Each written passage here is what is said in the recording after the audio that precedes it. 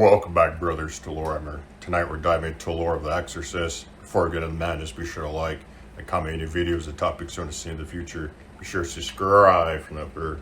I want to thank you guys for support. I've been killing like always. Now, let's get into the madness. Mordrath Septimus prayed before it died. It did not know it was dying. That was the first mercy the world was granted, and the last. Beneath skies the colour of old iron, its hive spires rose in black ranks from continents of trenchworks and manufactoria, each tower a rusted cathedral to labour, obedience and sanctioned misery. Smoke lay over the world in permanent mourning. The clouds were made of promethium ash and corpse furnace soot. The rain fell warm and greasy, leaving streaks like watered blood down the statues of saints no living man could name. Across 12 hive continents, billions of mouths gave praise. The words were familiar at first. The Emperor protects. Blessed be the throne. Suffer not the heretic. Abhor the witch. Destroy the unclean. They rolled through chapel vaults, manufactorum vox horns, trench loudspeakers, hab block shrines, and pilgrim processions in perfect, numbing repetition. Men whispered them before work shifts that would kill them within 30 years. Guardsmen barked them through cracked lips, while artillery thundered beyond the horizon. Priests screamed them from pulpits built on ossuaries. Servitors croaked them through rusted augmeters with voices stripped of humanity. Then the cadence changed. No single man noticed. That was the horror of it. A vowel lengthened here. A pause vanished there. A sacred name was stressed on the wrong syllable. A line of low Gothic devotional cant became something older, colder, buried beneath human speech like a blade beneath flesh. The alteration passed from preacher to congregation, from congregation to labour guild, from labour guild to regiment, from regiment to vox net. It moved with the speed of obedience. It wore piety as its skin. At the siege line of Hive Charon, a vox operator named Mavrin Galt heard the change before anyone else. He sat in a bunker of flakboard and rockcrete, listening to 7 command channels beneath the unending concussion of artillery. His headset was taped to his skull. His fingers were blackened from ink and powder. His lips moved with the creed, because every man's did, and because commissars shot men who forgot their place in prayer. The words in his ear became static. Galt frowned. He struck the side of the vox set with the heel of his hand. The static deepened. It was not machine noise. It had wet edges. It bubbled and clicked like a throat drowning in thick fluid. A second later, he realized he understood it. He began to weep. The junior officer beside him demanded a relay to Battery St. Drusus. Galt turned, opened his mouth to answer, and bit clean through his own tongue. Blood poured over his chin and down his collar. He did not scream. He chewed. His eyes were wide with adoration as he worked his jaws, grinding muscle and gristle between his teeth. When the officer seized him by the shoulders, Galt spat a red ruin of meat across the plotting table and spoke in a voice that came from several meters behind his own face. The officer shot him through the eye. The corpse kept chanting. By the next hour, every vox bunker along the western trenches was speaking in the same voice. Orders became hymns. Hymns became coordinates. Coordinates became names that no loyal servant of the throne should have heard and lived. Artillery pieces slewed from their appointed arcs and began firing into Imperial reserves. Basilisks vomited shells into medici stations. Earthshaker rounds opened barracks like rotten fruit. In the front line, platoons rose from firing steps and turned their laser guns on their own commissars with expressions of serene devotion. Commissar Ulbrecht killed 11 men before his bolt pistol clicked empty. The 12th reached him before he could draw his saber. The guardsman had no helmet and no scalp. Something had lifted the skin from his skull in a red, trembling hood, yet he smiled as he forced Ulbrecht down into the mud. Others came upon them, not rushing, not snarling, merely chanting. They pressed their thumbs into the commissar's eyes. They opened his greatcoat. They held him still, while a priest with a broken aquila around his throat reached into the wound of him and pulled out loops of intestine as if drawing rope from a well. Ulbrecht died, cursing them. The priest blessed him for it. In the medici vaults below Hive Charon, the wounded began to birth things. Not children, never children. Things with hooked limbs and blind faces pushed their way from the torsos of men, already dying from shrapnel and burns. Surgeons saw rib cages open like chapel doors. They saw tongues grow from wounds, each tongue whispering fragments of corrupted catechism. A trooper with no legs begged for the emperor's mercy until his stomach split and a clawed arm reached out, wearing his wedding ring on one blackened finger. Medici orderlies fled. Servo arms kept working. Bone saws whined through flesh, while the men strapped to tables sang in harmony. A hospitaller tried to ignite the surgical ward's Promethean purgation system, but the command rune on the wall blinked like an eye and asked her to confess in a language she had never learned. She pressed her chainsword into her own throat rather than answer. The bells began after that. Every cathedral bell on Mordrath Septimus rang at once. No hands pulled them. No engines drove them. Spires trembled as iron throats tolled above the hives.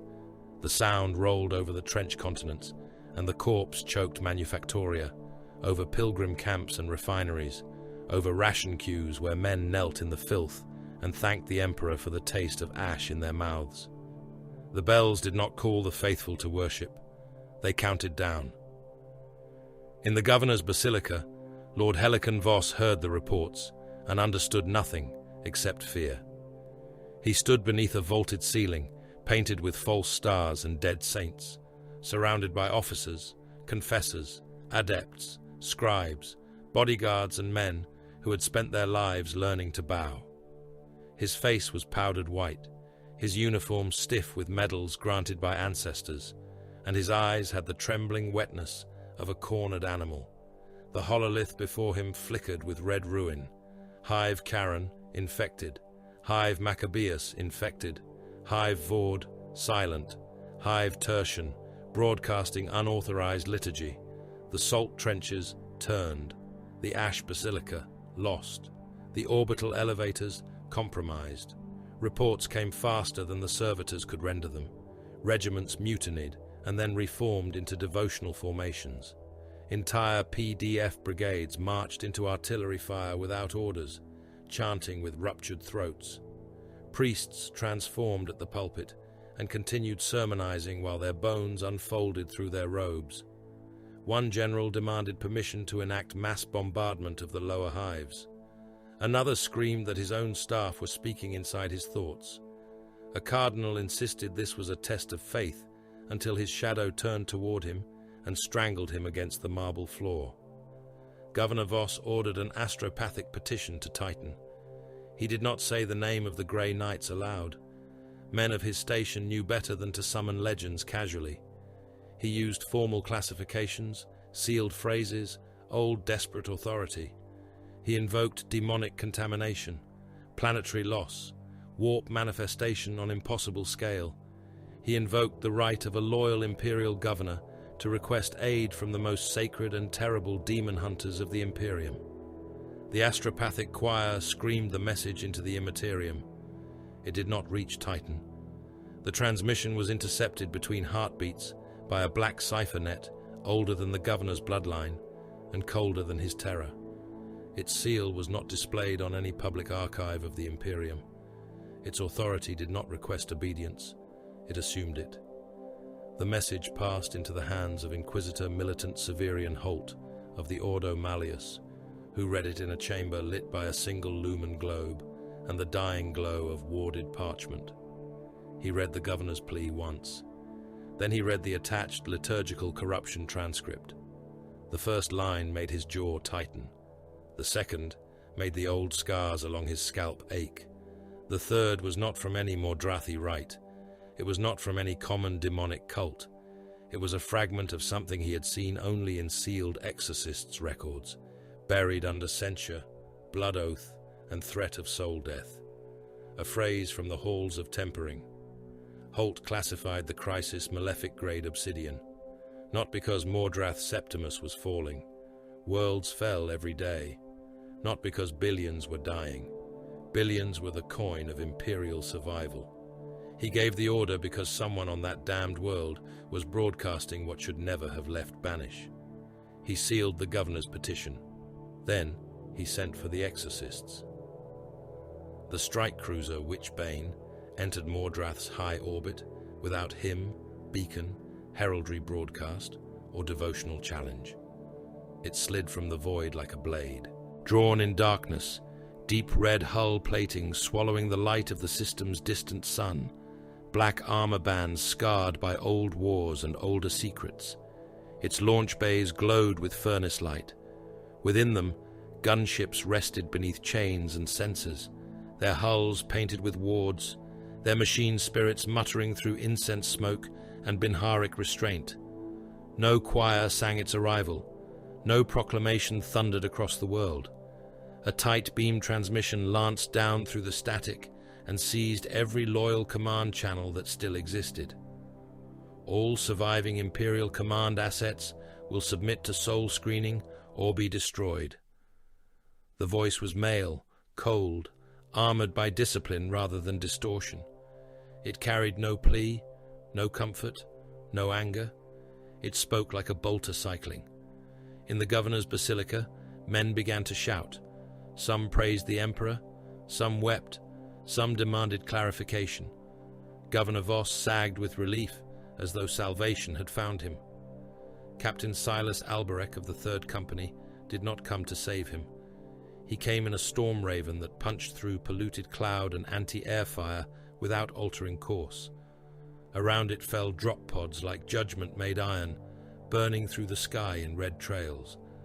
Thunderhawks followed, black-bellied and brutal, their engines howling over the hive spires. In orbit, the Witchbane opened its launch decks wider, spilling more craft into the murk. The Exorcists descended with no song, but the grind of machinery and the whisper of ward script heating on armor. Alberech stood in the hold, immense in Mark Tacticus plate, the color of dried blood. Black pauldrons bore the chapter's horned skull. Purity seals hung from his armor, not fluttering but stiff with lacquered blood and tiny script. His helm was locked beneath one arm. His face was blunt, scarred, pale as grave wax. His eyes did not hold zeal. They held certainty, which was worse. Around him, intercessors checked bolt rifles. Hellblasters whispered final litanies to plasma coils. Blade Guard veterans rested gauntleted hands on sword hilts marked with names of banished things. A justiciar stood motionless beside the assault ramp, his hourglass relic filled not with sand, but with powdered bone. The Storm Raven bucked under flak impact. No one moved. Alberech keyed the vox. Third Company. We do not reinforce. We excise. Command corruption precedes mass damnation. Cut the head before the flesh remembers it has teeth. The answer came as one voice. By will, by wrath, by denial. The assault ramp dropped. Heat and smoke entered like an animal. The Basilica district spread beneath them, a city of black marble, gold rot and burning parchment. The Exorcists fell into it on wings of fire. In the lower dark of Hive Karen, Lieutenant Dagon Zaidu entered by a less glorious road. He and the Hexbreakers moved through waste ducts wide enough to swallow hab trains, boots sinking into decades of human runoff, promethium sludge and pulped bone. Their Phobos pattern armor bore etched wards filled with dull grey paste. Marksman bolt carbines rode tight against their chests. Combat blades sat magnetized at their thighs. Piss-Scout charges hung from their belts in leaded casings. Sanctified Auspex arrays flickered in ghost green across their helms. They spoke rarely. When they did, it was in clipped battle cant. Motion above. Heat bloom. Many. Life signs unreliable. Souls? A pause. Wrong. Zaidu raised a fist, and the squad halted. Before them, the tunnel opened into an underhive ossuary. The chamber had once held the bones of laborers deemed too poor for cremation and too numerous for individual remembrance. Now its walls lived, Men and women and old vat-grown workers had been pressed into the rockcrete and fused together shoulder to shoulder, face to face, rib to rib. Their skin had grown into a single pallid sheet. Their eyes were open. Their mouths moved in perfect cadence. They were not screaming. That made it worse. Zaidu stepped closer. His helm lenses reflected 1,000 lipless mouths. The wall spoke the Imperial creed. Then it spoke the wrong words beneath it. One of the neophytes behind him shifted his weapon. Barely. It was enough. Zaidu turned his helm a fraction. Discipline. The neophyte stilled. "Are they alive?" asked Brother Kadros. Zaidu watched a fused mouth split wider than any human jaw. It smiled at him with teeth from several skulls. "Not in any way that serves the throne." He placed a psych outcharge into the wet seam of the living wall and kept walking. Far above him, Chief Librarian Baal Vordhani stood in the open hold of a hovering thunderhawk and looked down upon Mordrath Septimus with eyes that saw too much. His armor was red and black beneath layers of parchment, oath chain, and psychic warding. A force stave rested in his hand, its head wrapped in silver wire and tiny bones. Around him, the air tasted of copper. To mortal sight, the world below was a hive planet in revolt. To Vordana, it was a body. The hive spires were ribs, jagged and black against the diseased sky. The transit tunnels were veins pulsing with infected motion. The manufactoria were organs pumping smoke and blood and ammunition in equal measure. The trench continents were flayed muscle. The governor's basilica was not a palace. It was the front of a skull. Empty eye sockets waited beneath its domes, and something behind them had begun to wake. This was no summoning. The demons were not entering Mordrath Septimus. Mordrath Septimus was being prepared to contain one. Vordhani closed his eyes and whispered a ward that made the Thunderhawk's machine spirit growl in pain. "Captain Alberek," he voxed, "the world is not the altar, it is the vessel." Alberek's reply came through gunfire. "Then we break the vessel where the hand grips it." The governor's basilica became the first cut. Exorcists, intercessors, advanced through its outer nave in measured ranks, bolt rifles speaking in controlled thunder. Possessed clergy came at them in robes soaked black with blood, Aquilus hammered into their faces, censers swinging from wrists where hands had split into hooks. The first volley detonated them from the chest outward. Sacred marble vanished beneath sprays of meat. Rib fragments ticked from ceramite. A priest with 3 jaws crawled forward after losing both legs, still chanting until an intercessor put a bolt through each mouth in turn. Hellblasters took position beneath statues of Imperial saints and fired into the demon-fused ogrins guarding the inner gate. Plasma light turned the air white. The first ogrin vaporized from the waist up, its lower body staggering onward with intestines dragging behind it like torn banners. The second burst apart in a wet blue flash, bone shards and molten armor raining over the nave. The third reached the line and smashed an intercessor through a pillar before Alberek met it with his power fist. The blow caved the creature's torso inward. Its back erupted. Black blood and steaming organs splashed across the captain's armor. It tried to bite him with a mouth opening in its chest. Alberek drove his fist through that mouth and tore out the spine. The exorcists began to chant. It rolled from their vox grills low and slow, deeper than ordinary battle hymn, high Gothic braided with syllables that made nearby guardsmen flinch without knowing why. It was not worship as mortals understood it. It was a denial-given rhythm, a command to the soul, a threat remembered by things that should not know fear. The possessed heard it and faltered. Some shrieked, some laughed, some bowed. That was when the exorcists killed them. At the command dais, Governor Voss waited beneath the great throne of Mordrath Septimus, surrounded by surviving officers and trembling confessors. His bodyguards had been disarmed and forced to kneel. Inquisitorial stormtroopers held the exits.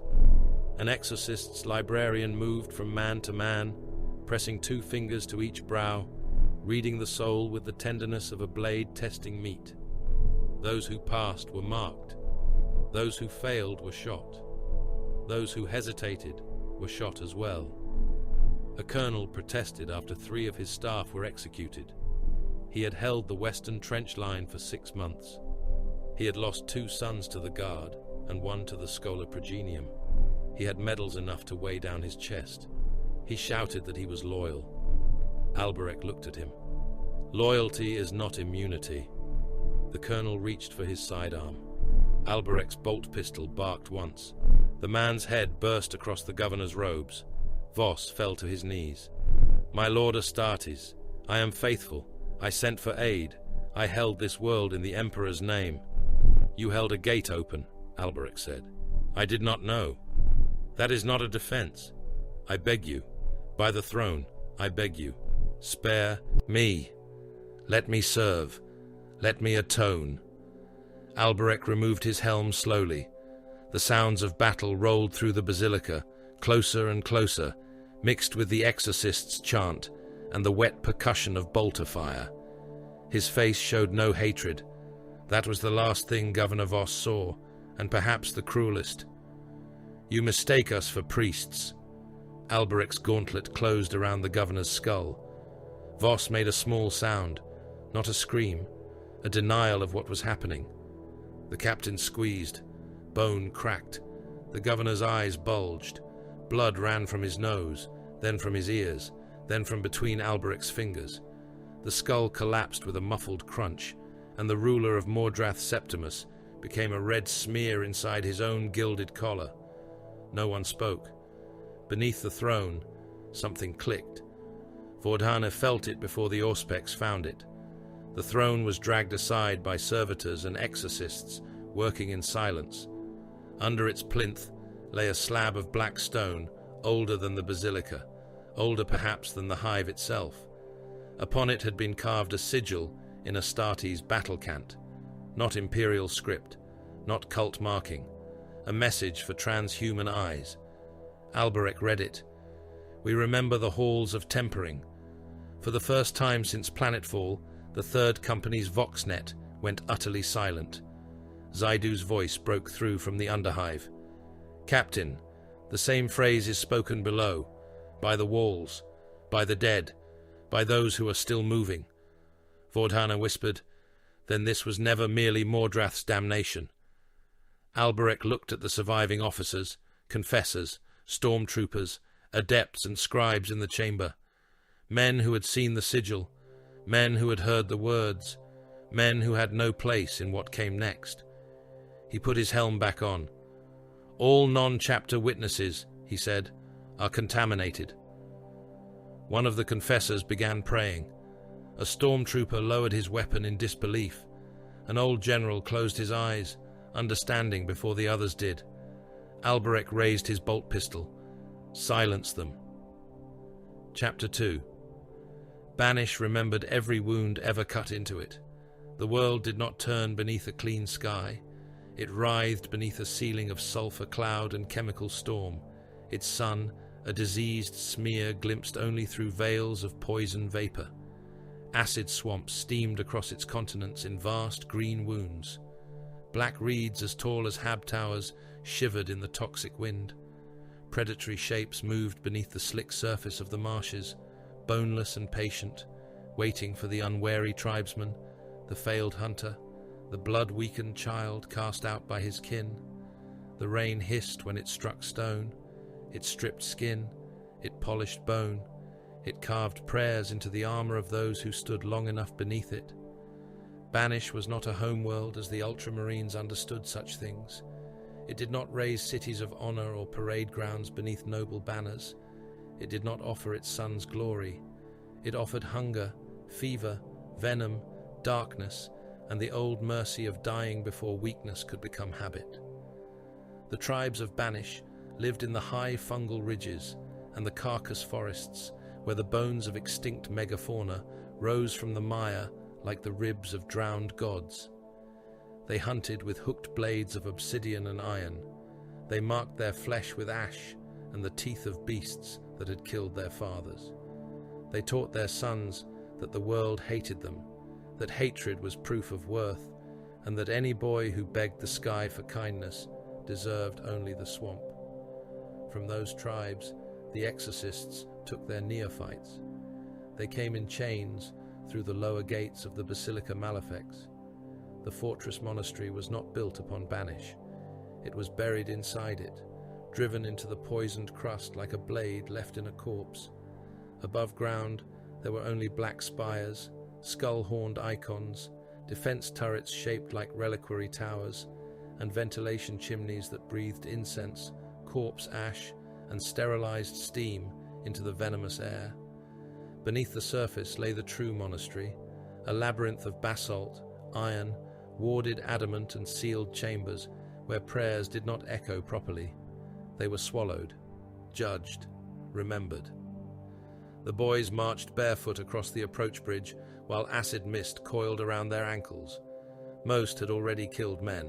Some had killed brothers.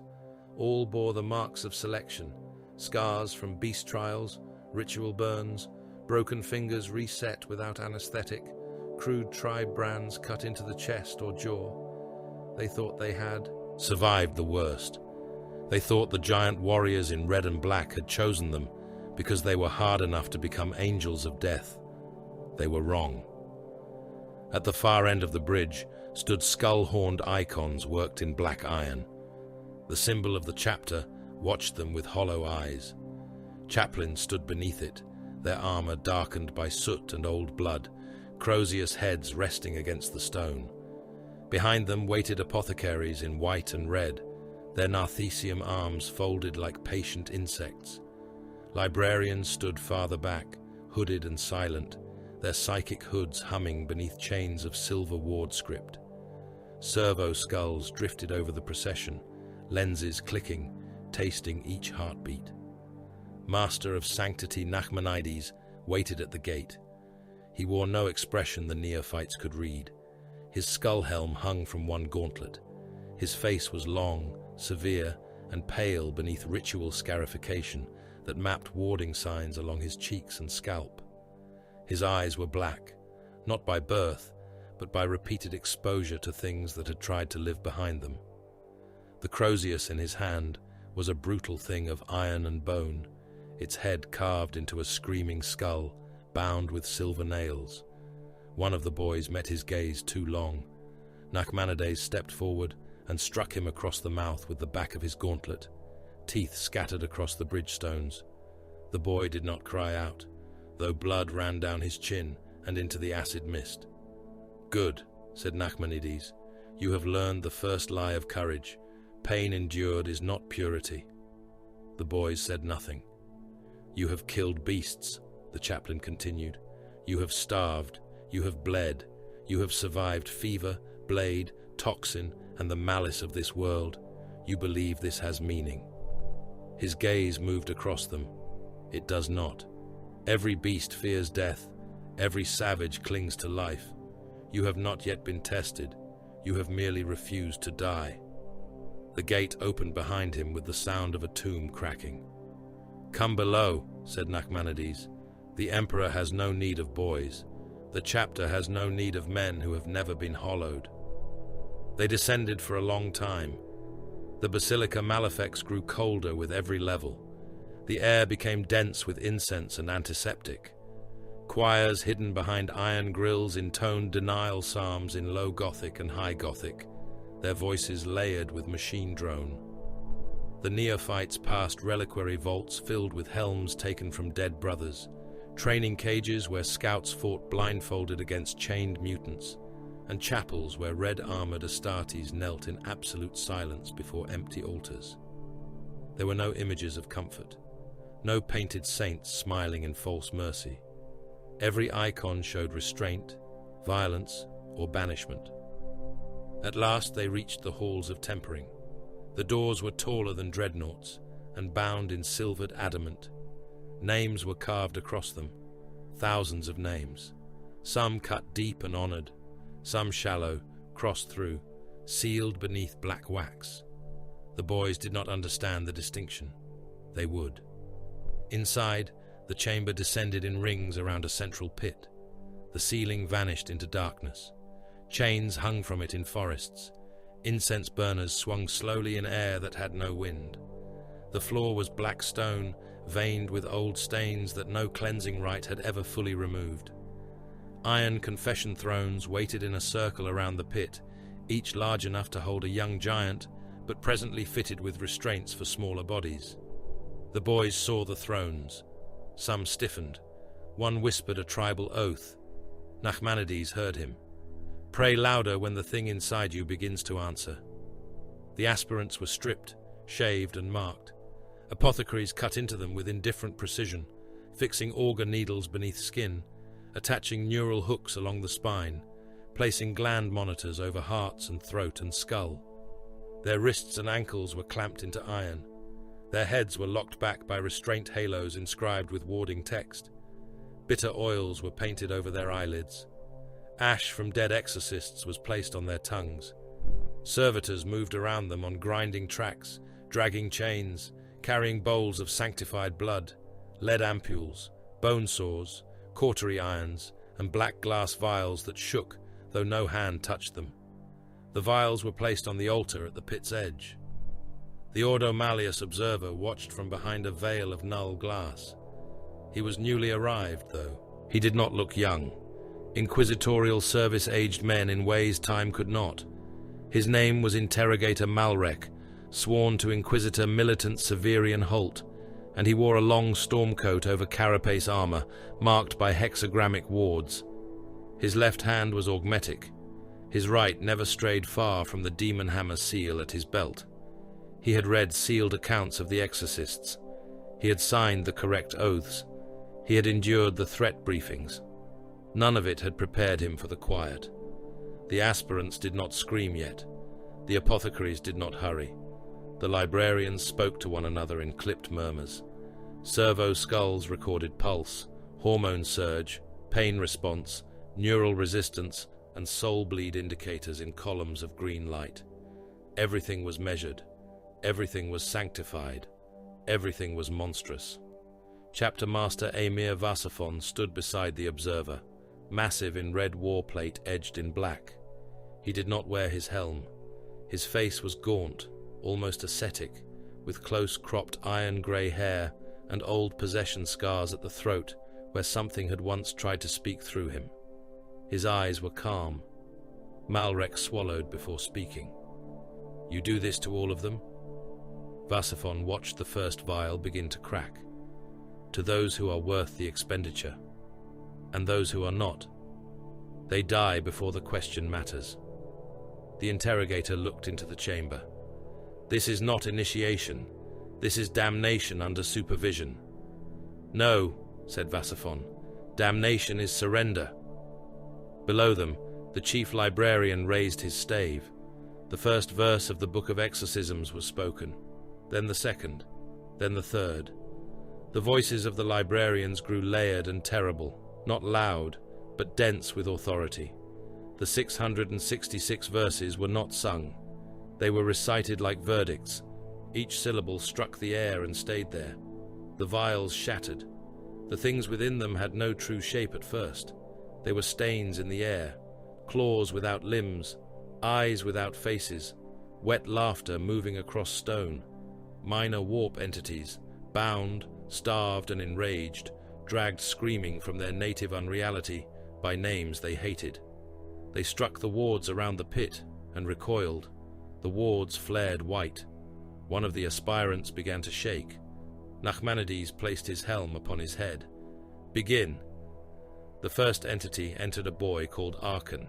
His back arched so violently that his spine should have broken. The restraints held. Blood sprayed from his nose and ears. His throat swelled. His eyes turned milk white.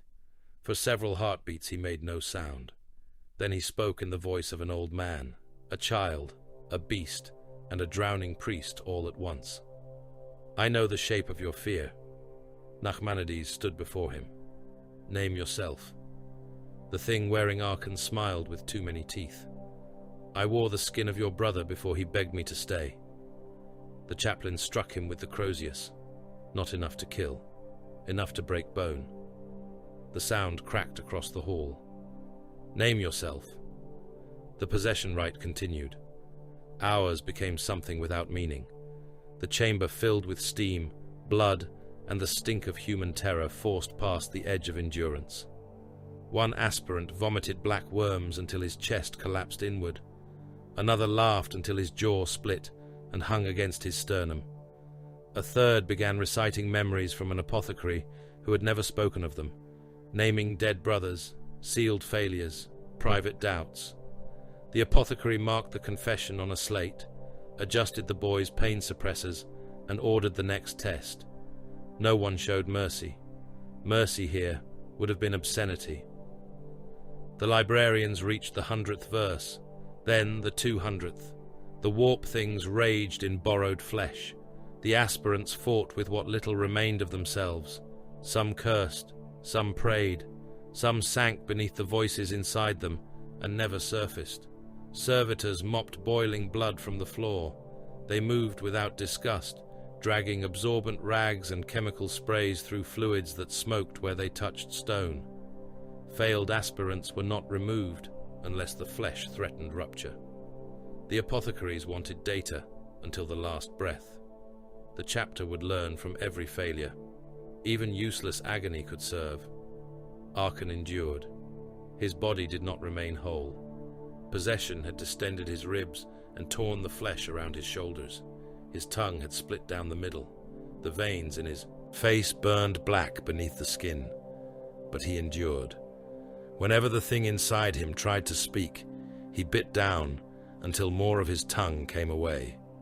Whenever it tried to move his hands, he forced his fingers against the restraints until the nails tore out. At the 12th hour, Nachmanides approached him with a blade of silver and black iron. "What are you?" asked the chaplain. Arkan's lips trembled. His eyes rolled. For an instant, another face pressed against his from within, pushing through skin like something trapped beneath wax. Then the boy rasped, "I am denied." Nachmanides drove the blade into the center of Arkan's chest. The exorcism was not gentle. The librarians spoke the final verses as the chaplain carved through flesh, not to kill, but to open a path. The thing came out screaming, a slick knot of shadow and teeth, dragging threads of the boy's soul behind it. Vordhane's lesser acolytes bound it with names and fire. The ward circle flared. The entity broke apart into ash that fell upward. Arkan sagged in his throne. He lived, barely. Nachmanides leaned close. "You are not clean. Remember that. You are emptied. There is a difference." Across the circle, another aspirant failed. His name had been Joran. His tribe had called him Wolf Killer. He had worn the jawbone of a swamp beast around his neck when they brought him through the gate. Now his body swelled against the restraints, muscle splitting, bones reshaping beneath skin. His eyes burned gold. He laughed in several languages at once, some human, some never meant for human breath. An apothecary looked up from the readings. Subject maintains viable primary organ function. Soul resistance collapsed. Entity integration stable. Nachmanides turned his skull helm toward the observation gallery. Vasaphon said, "Contain." The iron throne unlocked from the floor and sank on chains into the pit. A stasis coffin rose to receive it, black and silver, its inner surface crawling with active ward light. Joran's body thrashed once as the coffin closed around him. The laugh continued after the seals locked. It came through the metal, muffled but delighted. The data scribe servitor stamped a designation onto the record. Broken one. No bell tolled. No prayer was spoken for him. No brother lowered his head. His name was removed from the aspirant roll and entered into the containment ledger. If useful, he would be kept. If unsafe beyond measure, he would be burned down to ash, and the ash sealed in lead, and the lead entombed beneath sigils older than any mercy. Interrogator Malrek's jaw had tightened so hard, a vein pulsed near his temple. "You create monsters." Vasaphon did not look away from the hall. "We reveal them before the enemy can." you risk corruption. Every living soul risks corruption. This is different. Yes, said Vasaphon. This works. The interrogator turned to him. You speak as though purity is a childish superstition. Purity that has never been tested is merely ignorance. The words hung between them colder than the chamber air. Vasaphon continued. A blade kept in a shrine may remain unstained forever. It may also break the first time it is used. We do not worship unstained metal. We forge weapons. We temper them. We break those that cannot hold an edge. Below, Archon was carried away by servitors. He twitched as they bore him through a side arch toward recovery cells and further implantation. His eyes were open, but what looked through them was not innocence. It was vacancy shaped by survival. A hollow had been made in him. The chapter would fill it with doctrine, war, and purpose. Malrek watched the stasis coffin bearing Joran sink into the lower dark. And the broken blades? Vasaphon's gaze followed the coffin. They are locked away from hands foolish enough to grip them. Far above Banish, hidden within the shadow of a dead moon and masked by layers of null field, hexagrammic warding, and false void returns, the prison craft Purgatomb drifted in silence. It was not listed in any naval register. No Forge World claimed to have built it. No astropathic choir sang its position.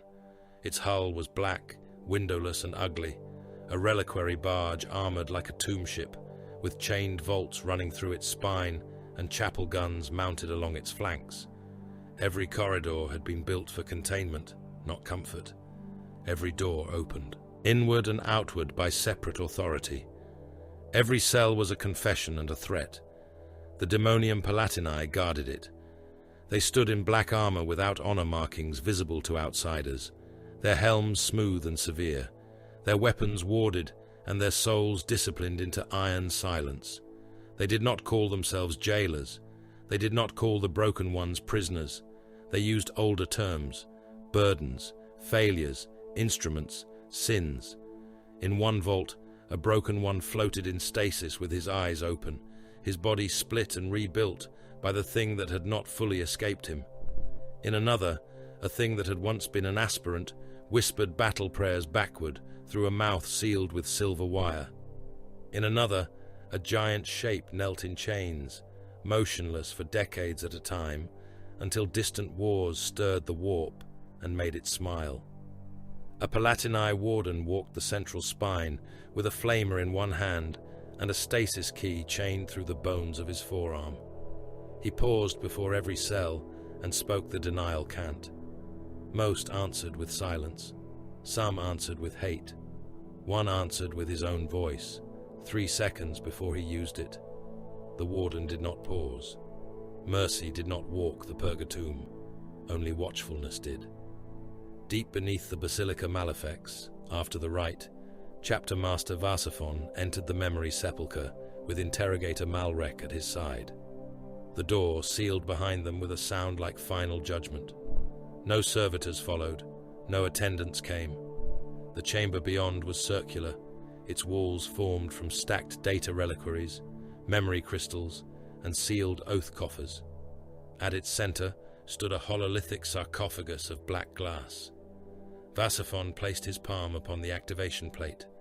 The dead awakened as light. A battlefield formed in the air. Totem 4, smoke, blood, ruined Imperial bastions. A name appeared in red script: Enoch Trismegistus. The image flickered. A space marine in Exorcists' colors knelt in chains at the center of a ward circle, his armor broken, his body still moving, though it had suffered wounds that should have ended him. Around him stood inquisitors of the Plutonian sect, hooded and severe. Chief Librarian Getos moved among them like a storm barely wearing the shape of a man. The memory record had no sound at first. Then screaming filled the sepulchre. It came from Trismegistus. It came from the demon inside him. It came from the men who had thought themselves prepared to witness such a thing. The hololith showed the moment of possession, the impossibility of survival, the refusal of the Astartes' soul to be consumed. It showed Goetos cutting the demon out by name and will. It showed the Plutonians watching horror become method. Malrek stared despite himself. Vasaphon spoke softly. This is where we learned the truth. That possession could be survived. That survival could be weaponized. The hololith shifted. Trismegistus stood after the exorcism, blood pouring from armor joints, face ruined, eyes clear. Around him, men who should have recoiled instead leaned closer. They had seen an Astartes endure the intimacy of the warp and return with hatred sharpened beyond doctrine. The record ended. Darkness returned. The Imperium would call this heresy, said Malrek. The Imperium calls many things heresy until it needs them. And when it no longer needs you. Vasaphon looked at him then. It will try to kill us. Others have contemplated the same. They were not original men. Before Malrek could answer, the chamber vox clicked once. No mortal signal should have entered the memory sepulchre. A voice spoke from the grill, low and flat. Chapter Master, Vault Seraphax has opened. Vasaphon did not move. Malrek's augmetic hand closed around the demon hammer seal at his belt. That is impossible, the interrogator said. The vox clicked again. There was static beneath the next words. Not machine static. Something wet. Something that knew how to imitate prayer. Vault Seraphax has opened, repeated the voice. The occupant is speaking. Vasaphon turned from the dead memory of Totem 4 and walked toward the door. In the lowest reaches of the Basilica Malefics, where the oldest failures were kept beneath stone, silver, null iron and oaths written in blood, a sealed vault stood open. Its door had not been broken. Its wards had not been burned away. They had unfolded from within, petal by petal, like a flower blooming in darkness. Inside, an ancient broken one sat chained to a throne of black iron. He had been there since before some of the chapter's captains had drawn breath. His armor had fused with his flesh. His skin was parchment tight over impossible bone. Silver nails pinned his jaw shut. His eyes were covered by a band of lead inscribed with the Book of Exorcisms, in script too small for human sight. Yet his mouth moved behind the nails. The chaplains guarding him raised their weapons. The broken one smiled without opening his lips. When he spoke, the voice came from the walls, the floor, the chains, the bones of the dead, and the listening blood of Banish itself. We remember the halls. Hive Karen had a mouth beneath the world. It opened in a sump duct below the Manufactorum Quarter, where the waste of 1 billion laborers flowed through cracked ferrocrete arteries into cisterns old enough to have swallowed dynasties. The tunnels stank of promethium runoff, human ordure, machine oil, chemical rot, and the sour reek of bodies left too long in warm darkness. Condensation crawled over the walls like sweat on diseased skin. Somewhere in the depths, pumps the size of hab blocks beat in slow rhythm, pushing poisoned slurry through the underhive with the weary pulse of a dying heart. Lieutenant Dagon Zaidu moved through the dark without haste. His armor did not scrape the walls. His boots did not splash unless he permitted them to. The Phobos plate he wore was the red and black of the Exorcists, though most of it had been dulled with ash pigment and ward paste to break reflection. Script had been etched over his gauntlets, gorget, breastplate and helm, in lines so fine they looked like cracks in the ceramite.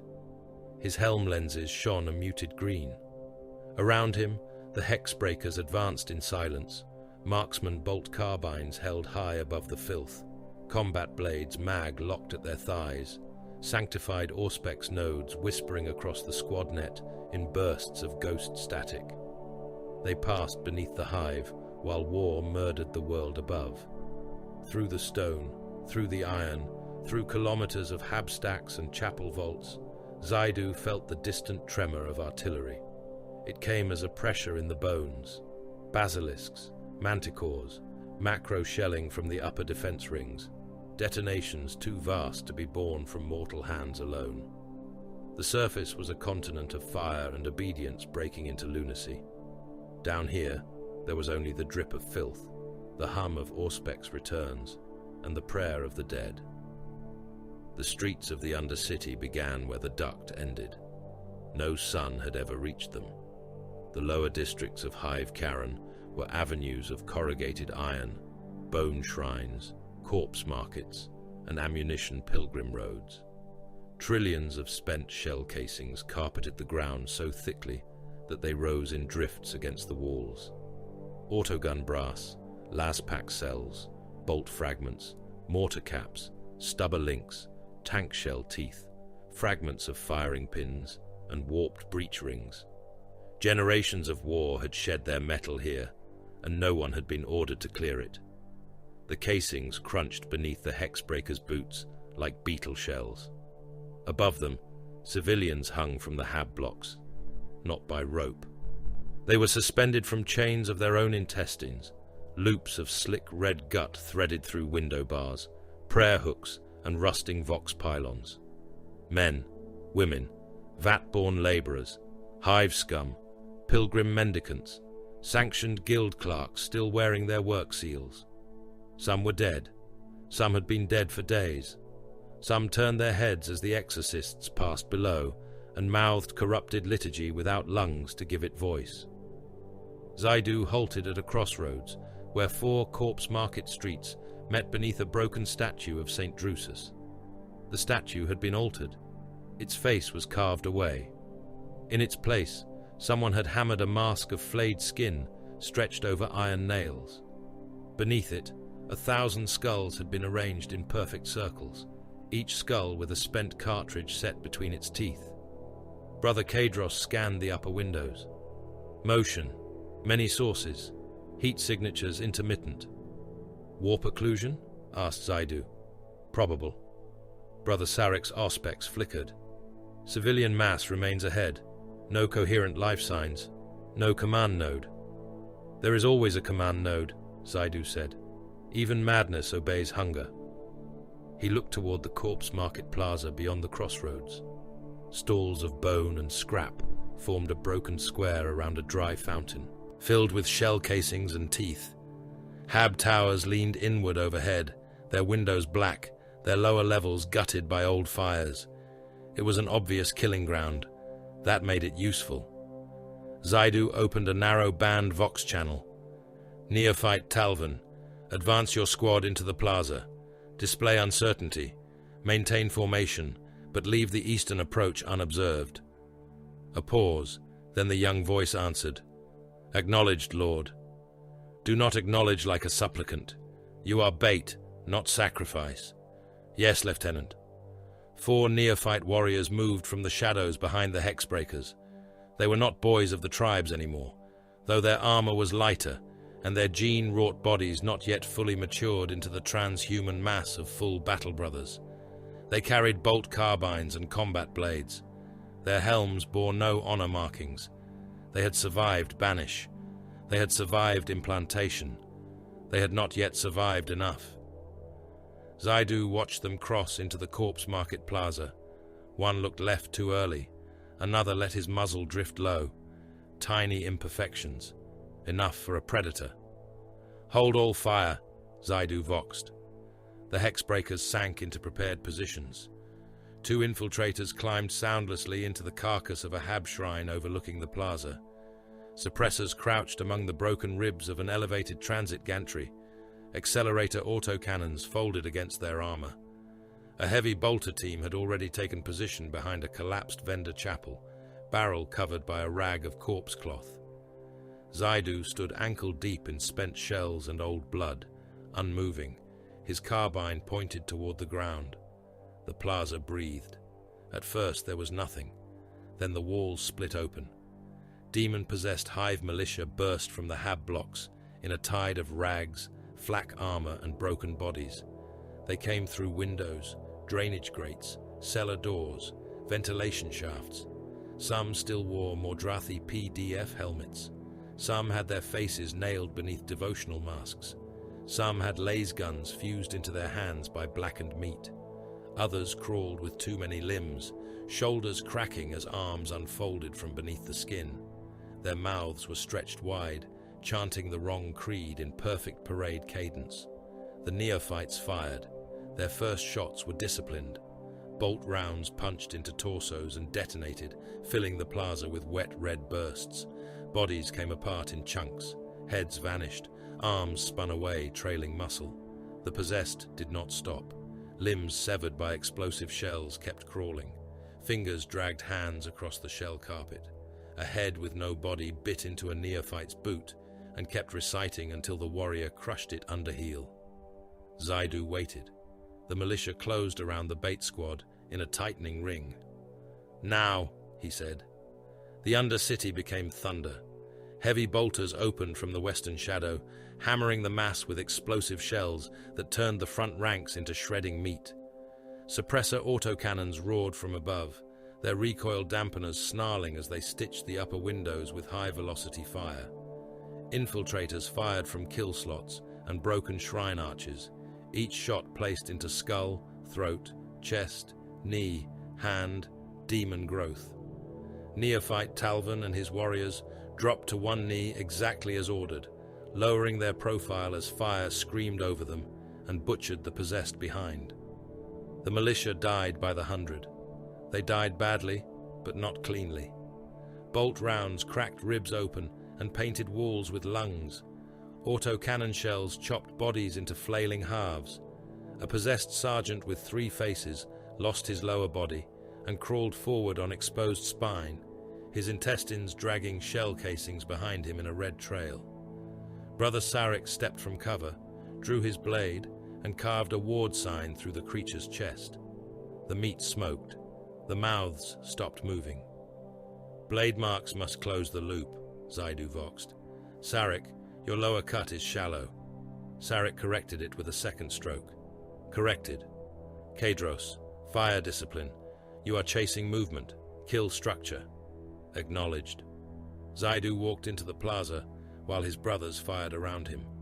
A possessed civilian lunged from beneath a stall, its jaw hanging to the sternum, its hands split into black hooks. Zaidu did not look at it until the last moment. His combat blade flashed once, opening throat, sternum and belly in a single warded cut. The thing folded around its own spilling. Organs. Its arms continued reaching. He stepped over it. Another came at him wearing the flak coat of a lieutenant of the Mordrathi 91st. The officer's chest had been opened and filled with burning parchment. It raised a chainsword that had grown teeth of bone along the blade. Zaidu shot out both knees, stepped inside the fall, and drove his knife through the thing's brow, cutting the ward sign down through the face and into the breastbone. Black vapor hissed from the wound. The corpse collapsed in pieces that tried to crawl away from one another. "Contain the remnants," Zaidu ordered. "Nothing leaves the plaza with a mouth." The Exorcists obeyed.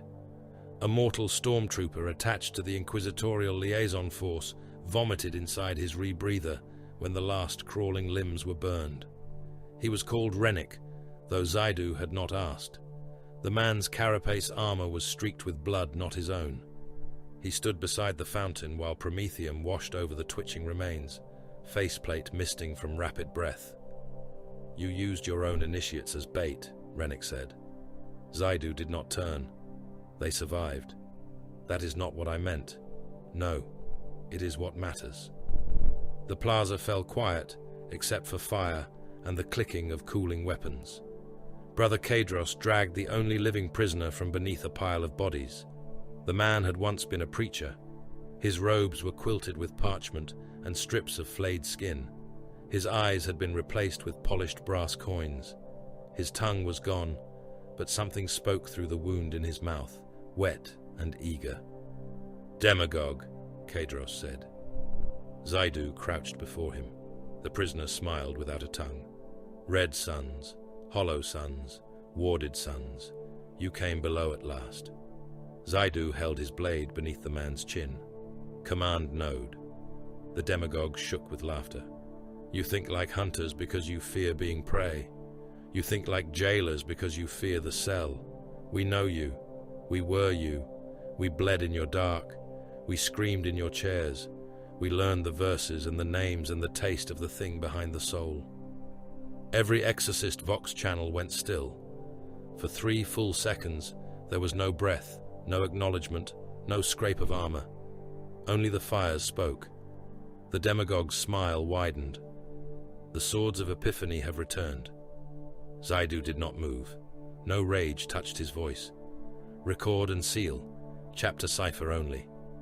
Kadros marked the transmission. The mortal stormtrooper looked between them. He heard the name, but not its weight. That was why he still breathed. Zaidu gripped the demagogue by the jaw and turned his ruined face toward the burning plaza. You are not swords. You are meat repeating names. The thing in the preacher's throat chuckled. Meat is a scripture, Hexbreaker. Pain is a map. Possession is memory. Your failures remember the road home. Banish, said Zaidu. The demagogue trembled in pleasure. Banish, bitter womb, swamp world, basilica beneath poison stone, halls beneath the basilica, thrones beneath the halls. We remember every chain, every vial, every verse. We have gathered the leavings of your righteousness, failed exorcism, psychic rupture, aspirant terror, the residue of little demons dragged through little souls. We have made them choir. We have made them key. Zaidu leaned closer. For what gate? The demagogue whispered, with the torn hole of his mouth. Not a gate, a weapon. His spine arched. The brass coins in his eyes began to glow. Mordrath is not dying for itself. It is being shaped, made vast, made hollow. A host world for a wound aimed at your home. When it opens, Banish will hear its own children praying in the dark. Zaidu rose. Enough. The blade came down, opening the prisoner from throat to groin. Something black tried to flee through the wound. Brother Sarek was ready with a psych outcharge. The leaded casing cracked against the stone and burst in a pale pulse. The shadow spasmed, lost cohesion, and vanished with a sound like teeth grinding in a sealed jar.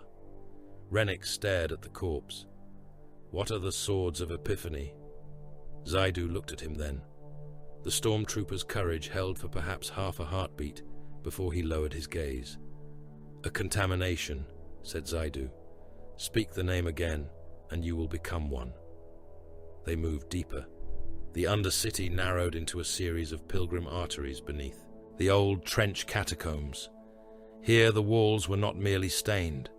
They had been written upon in blood, ash, machine oil, and pulped marrow. Some of the script was corrupted Imperial creed.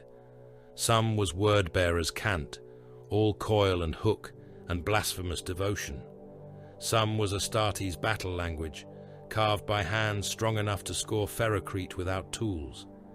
Zaidu took picked captures of each mark. At the end of the artery, the Hexbreakers found the chambers. There were 9 of them, arranged around a central command pit. Each chamber held a trench map, but no parchment, brass pin, or hololithic projection had been used. The maps were made of men. Loyal guardsmen had been nailed to the walls in pentagram formations. Their arms and legs were drawn out with chains, their torsos opened and pinned back, their veins pulled free and arranged in red lines across the stone. Regiment tags hung from their teeth. Vox beads had been forced into their open bellies. As the men shivered, bled and died, the lines shifted. Their wounds became roads. Their nerves became front markers. Their fading heartbeats marked artillery rhythm. Brother Kadros checked one with his auspex. Alive. They all are, said Sarek. The men saw the exorcists and tried to speak. Some had no lower jaws. Others mouthed pleas around nails driven through their tongues. One wore the rank tabs of a major. One was a standard bearer, his regimental banner stuffed into the cavity of his chest.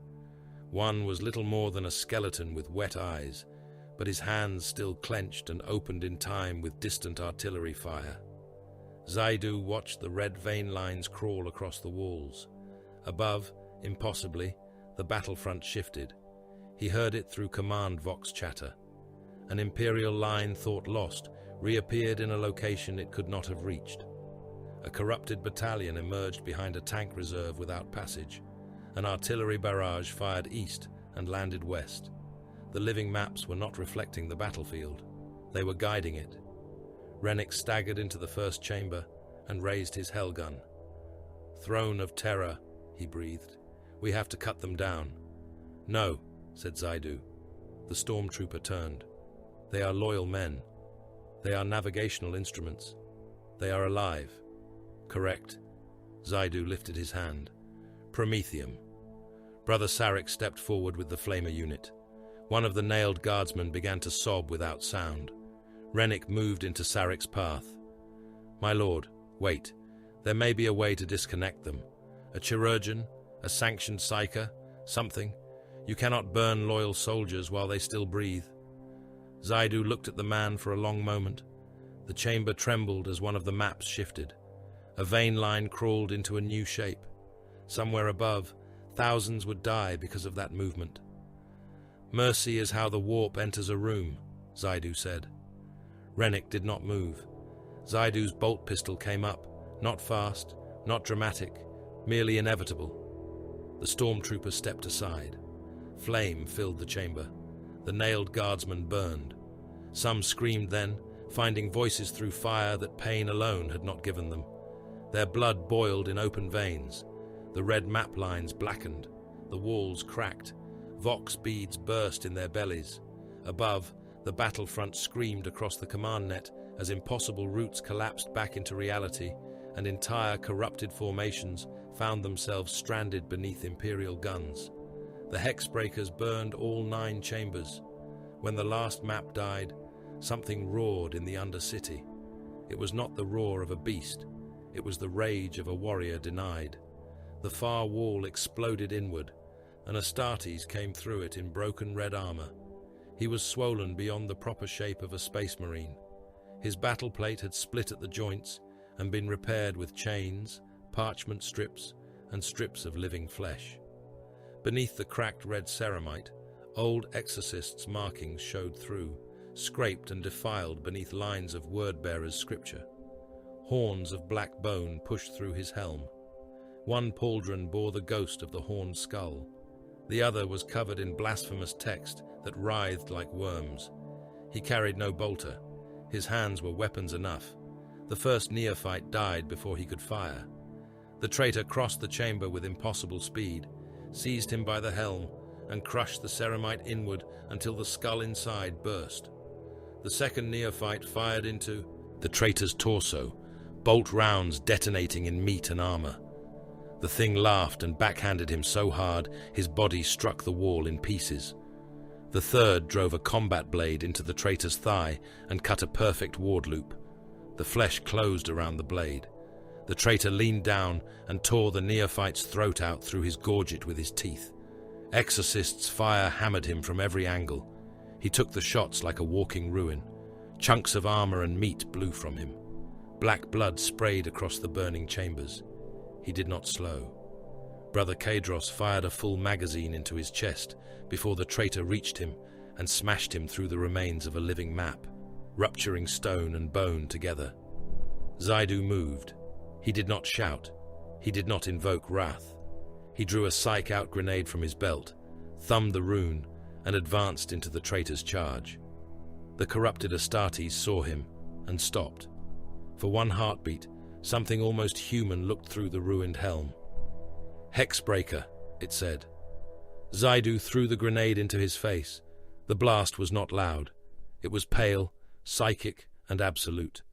The grenade burst in a flash of null agony, shredding the warp presence clinging to the traitor's senses. The corrupted warrior reeled, blinded, both gauntlets clawing at his helm as smoke poured from its eye lenses. Zaidu was already beneath his guard. He fired 3 bolt rounds into the right knee, severed the collapsing joint with his blade, pivoted behind the falling giant, and carved a ward sign through the exposed spine where armor had split. The traitor crashed to the floor. He still tried to rise. Sarek and the surviving hexbreakers pinned him under bolter fire, shredding limbs, shattering armor, breaking the demon-swollen body one explosive impact at a time. Zaidu planted a boot on the traitor's back and cut again, deeper, completing the ward through flesh, bone, and the blackened remnants of a progenoid organ. The thing went still, not dead, still.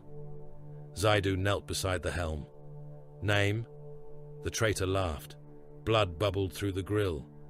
Names were for sons. Then die unnamed? Do you think the purgatomb sleeps? The voice became soft, almost tender. Do you think your sins remained in their coffins because you locked the doors and sang denial to the dark? Zaidu pressed the blade harder. The traitor whispered, "It is already compromised." The hexbreaker's vox net tightened into silence. "What have you done?" asked Zaidu.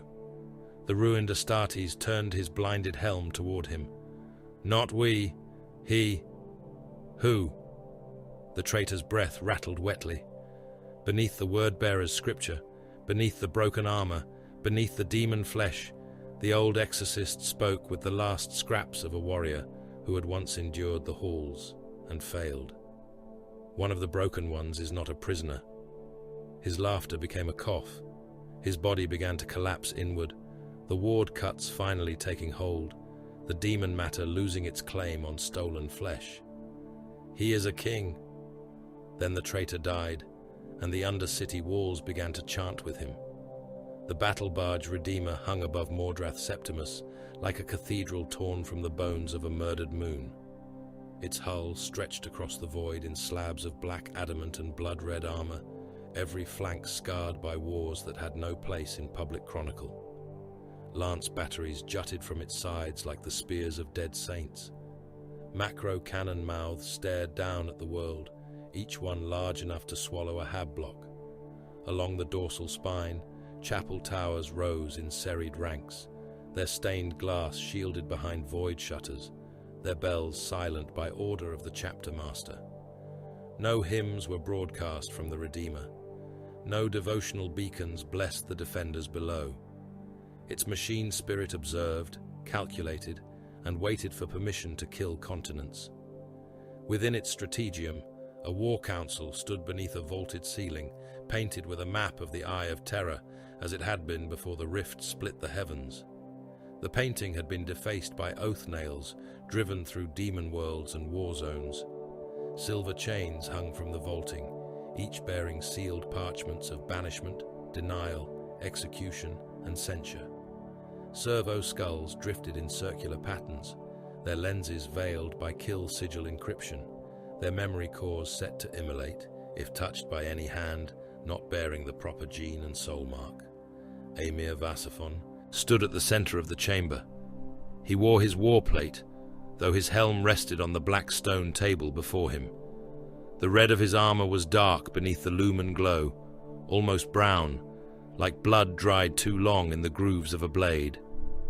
Around him stood the captains of the Exorcists, the masters of the chapter's strange and terrible structure, 12 companies represented beneath 12 hanging icons of horned skulls and warded iron. Librarians stood apart, their psychic hoods murmuring with restraint fields. Chaplains waited like executioners, skull helms under their arms or locked upon their faces. Apothecaries watched the hololithic displays with the detached patience of butchers assessing carcass weight. Tech Marines communicated in machine cant with the Redeemer's tactical engines, red optics fixed on casualty rates, armor reserves, promethium expenditure, and the integrity of planetary defense systems. Ordo Malleus observers stood behind a line of black glass. They were permitted to witness. They were not permitted to command.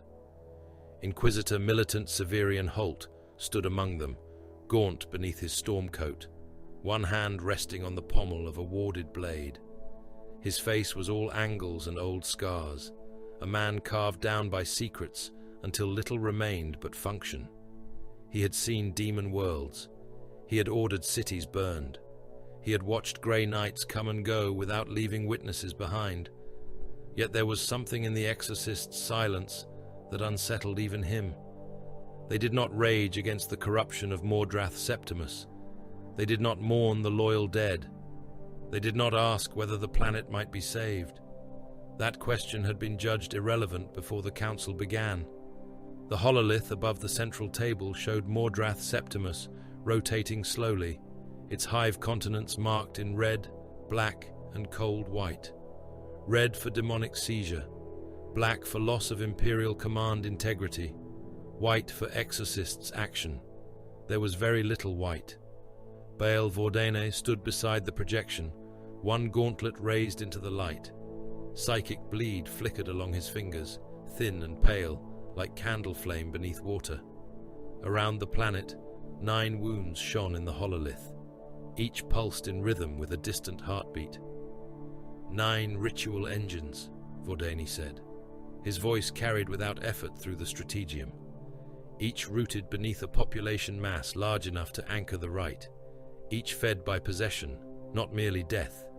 The enemy does not harvest corpses, it harvests resistance, terror, prayer, loyalty broken while still conscious. One of the apothecaries inclined his head. Biomass conversion? Insufficient as a description, Vordana replied. This is spiritual architecture. The bodies matter only because they scream. The hololith magnified the first wound. Hive Karen. Beneath its outer defense rings, thousands of red lines spread through manufactoria, pilgrim cathedrals and trench catacombs, like infection through veins.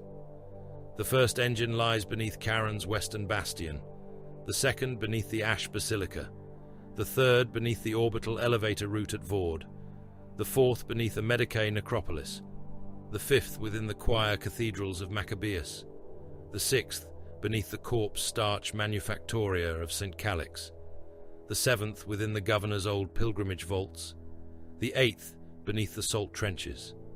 The ninth is hidden below the primary cathedral hive, and it is the strongest. Captain Silas Alberek stood with both fists resting against the table edge. Dried blood still marked the joints of his gauntlets from the governor's basilica. Guard strength, a mortal tactician from the Ordo Malleus liaison staff answered before he remembered where he stood. Still significant, my lord. Several army groups retain partial cohesion. The Tertian Front claims 300 million effectives under arms, though contamination estimates are unreliable. The southern trench continents are still firing by order, but their commissariat channels are compromised. Loyal armor reserves are gathering around St. Calix. Navy atmospheric assets remain at half readiness. Alberek did not look at him. I asked for strength. The mortal swallowed. Numbers remain vast. Reliability does not. Captain Morcant of the 5th Company spoke from beneath a helm shaped by old battle damage. Numbers can be made reliable by pressure. Drive them forward. Those who obey are tools. Those who turn reveal target patterns. Holt's eyes narrowed. You are discussing loyal regiments. Morcant turned his helm toward the Inquisitor. I am discussing mass. The word carried no contempt. That made it worse. Vazaphon looked upon the turning world. Continue. Vordane's fingers moved through the hololith. The engines mature in sequence. Destroying one will weaken the lattice, but it will also alert the remaining nodes. Destroying 3 will force the Daemon host pattern to accelerate. Destroying 6 will make the planet unstable. Destroying all 9 before full possession will deny the entity its vessel. And if the 9th completes before we reach it? Asked a chaplain. Then Mordrath Septimus becomes a host body. The chamber was silent, not because the warriors feared the answer, because every mind present measured the cost of allowing such a thing to live for even a single hour. Holt stepped forward to the edge of the black glass line. Evidence must be preserved. The phrase beneath the governor's throne, the living maps, the claim of the swords of Epiphany, the corruption pattern among the astropathic choirs. We need prisoners, intact archives, ritual samples, names. No, said Vasaphon. The Inquisitor stared at him. You mistake my concern for curiosity. If this contamination involves your chapter's sealed rites, then I require proof before I can shield you from wider scrutiny. Vasaphon turned his eyes on Holt. The chapter master did not raise his voice. He did not need to. The Inquisition did not create us to hesitate. Several of Holt's stormtroopers shifted. None raised a weapon. They were brave men, but bravery was not stupidity. Holt's mouth tightened. The Inquisition also does not create weapons to choose their own targets.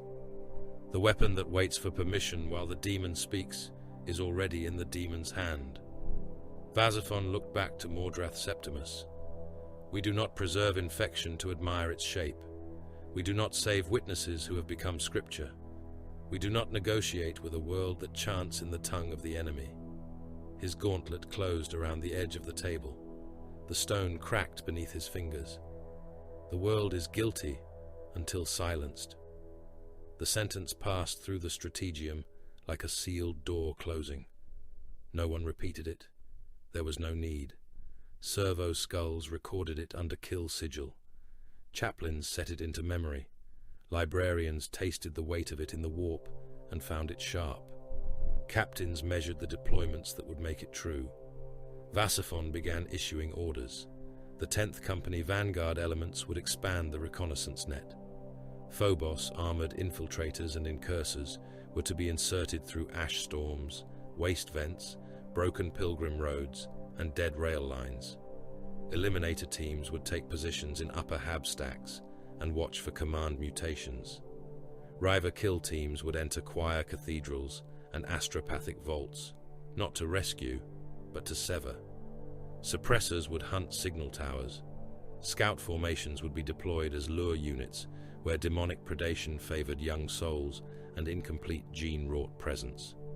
No squad would engage for victory until the enemy believed itself unseen.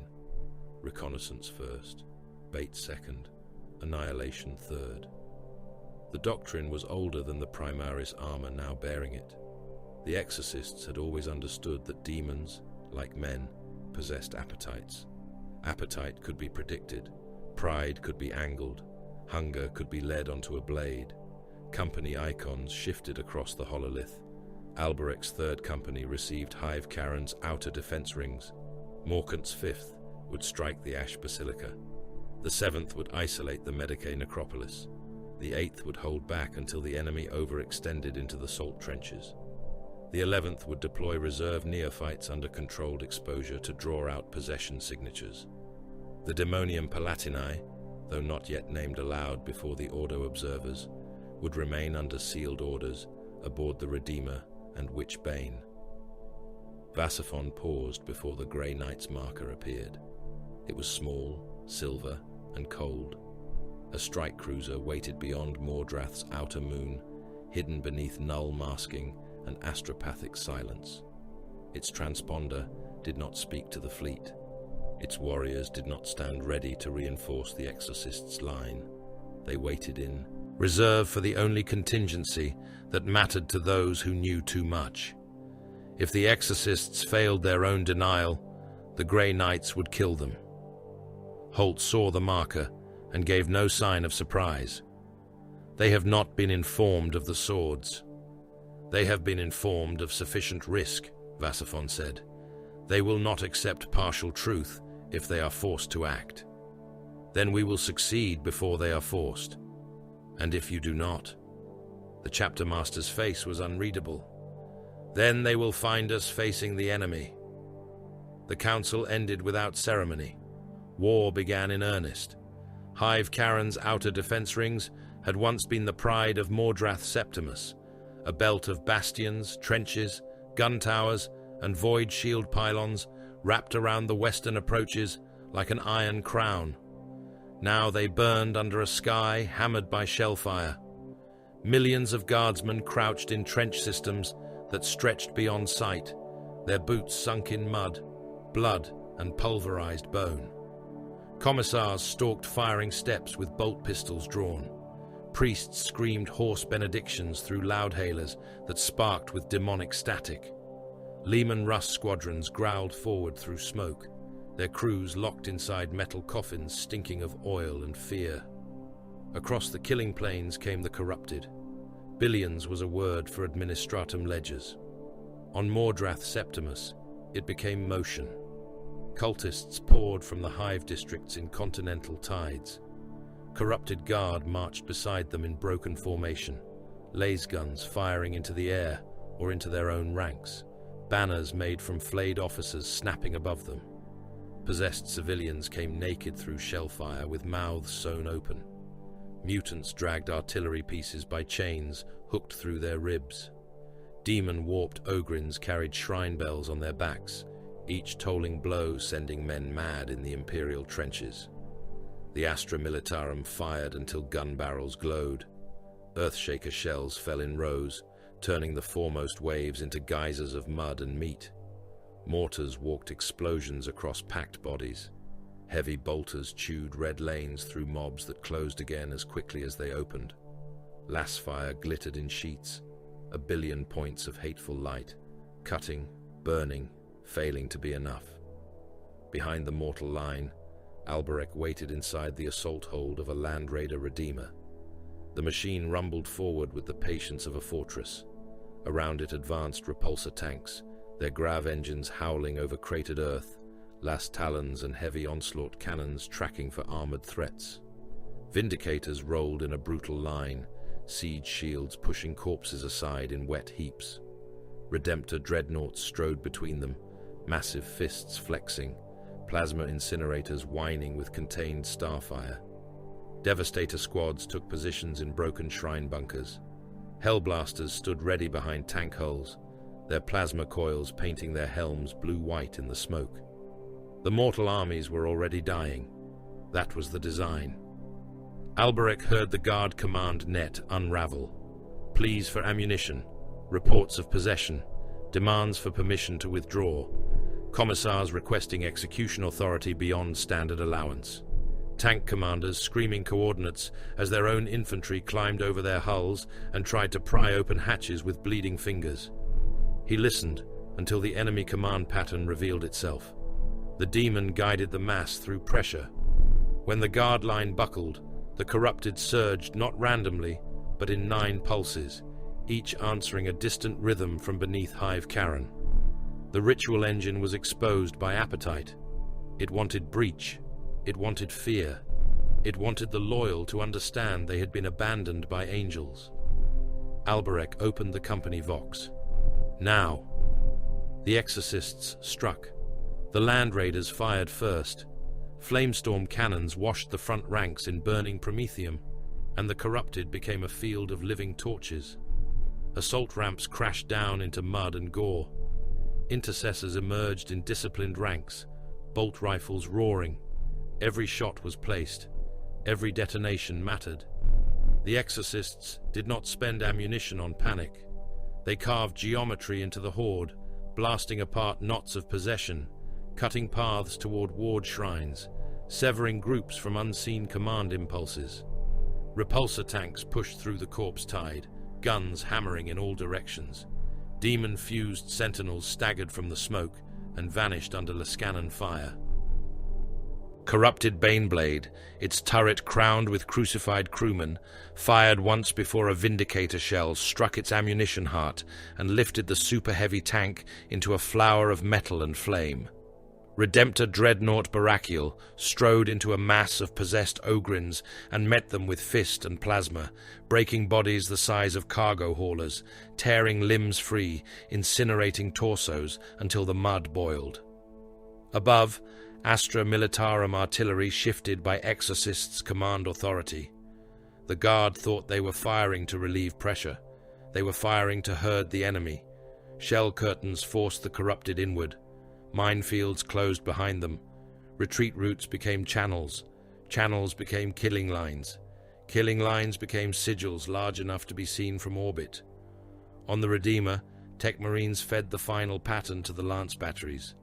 Vasophon watched without expression. "Confirm exposure," he said. Vordani stood beside him, blood leaking from one nostril as his mind brushed the ritual engine below. "Confirmed. It sees the wound and believes it has opened us." "Fire." From orbit, the Redeemer answered. Lance strikes fell through the cloud deck as pillars of white judgment. They cut across the battlefield, not as explosions, but as lines, straight and merciless, burning through corrupted regiments, loyal trenches, bunker complexes, artillery parks, and the vast unseen pattern beneath them all. The ground split in glowing wounds. Rockcrete vaporized. Flesh became shadow. Men died without time to understand whether they had been saved or used. The first ritual engine screamed. Hive Karen shook from its roots to its spires. Beneath the western bastion, in a chamber filled with fused bodies and demon script, an engine made of bone, brass, skin, and stolen prayer tore itself apart. Its guardians died with it. A demon-hosted warlord rose from the collapsing shrine, vast and antlered, wearing the stretched faces of Mordrathi generals across its chest. Alberich met it in the burning trench mouth with Bladeguard at his side. The thing spoke his name. He did not answer. Hellblaster fire took its legs.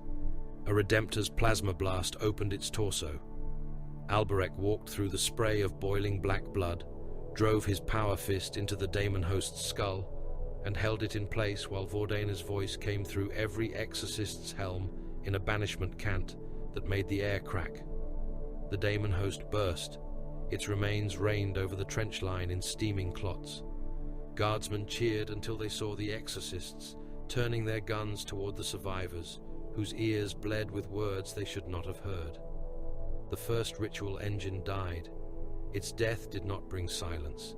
It sent a scream across the void, not through Vox, not through astropathic relay, not through any medium the Mechanicus could bless or the Inquisition could seal. It tore through the warp as a psychic detonation, a cry of pain and recognition, carrying with it the taste of Mordrath's corruption and a memory of iron thrones beneath Banish.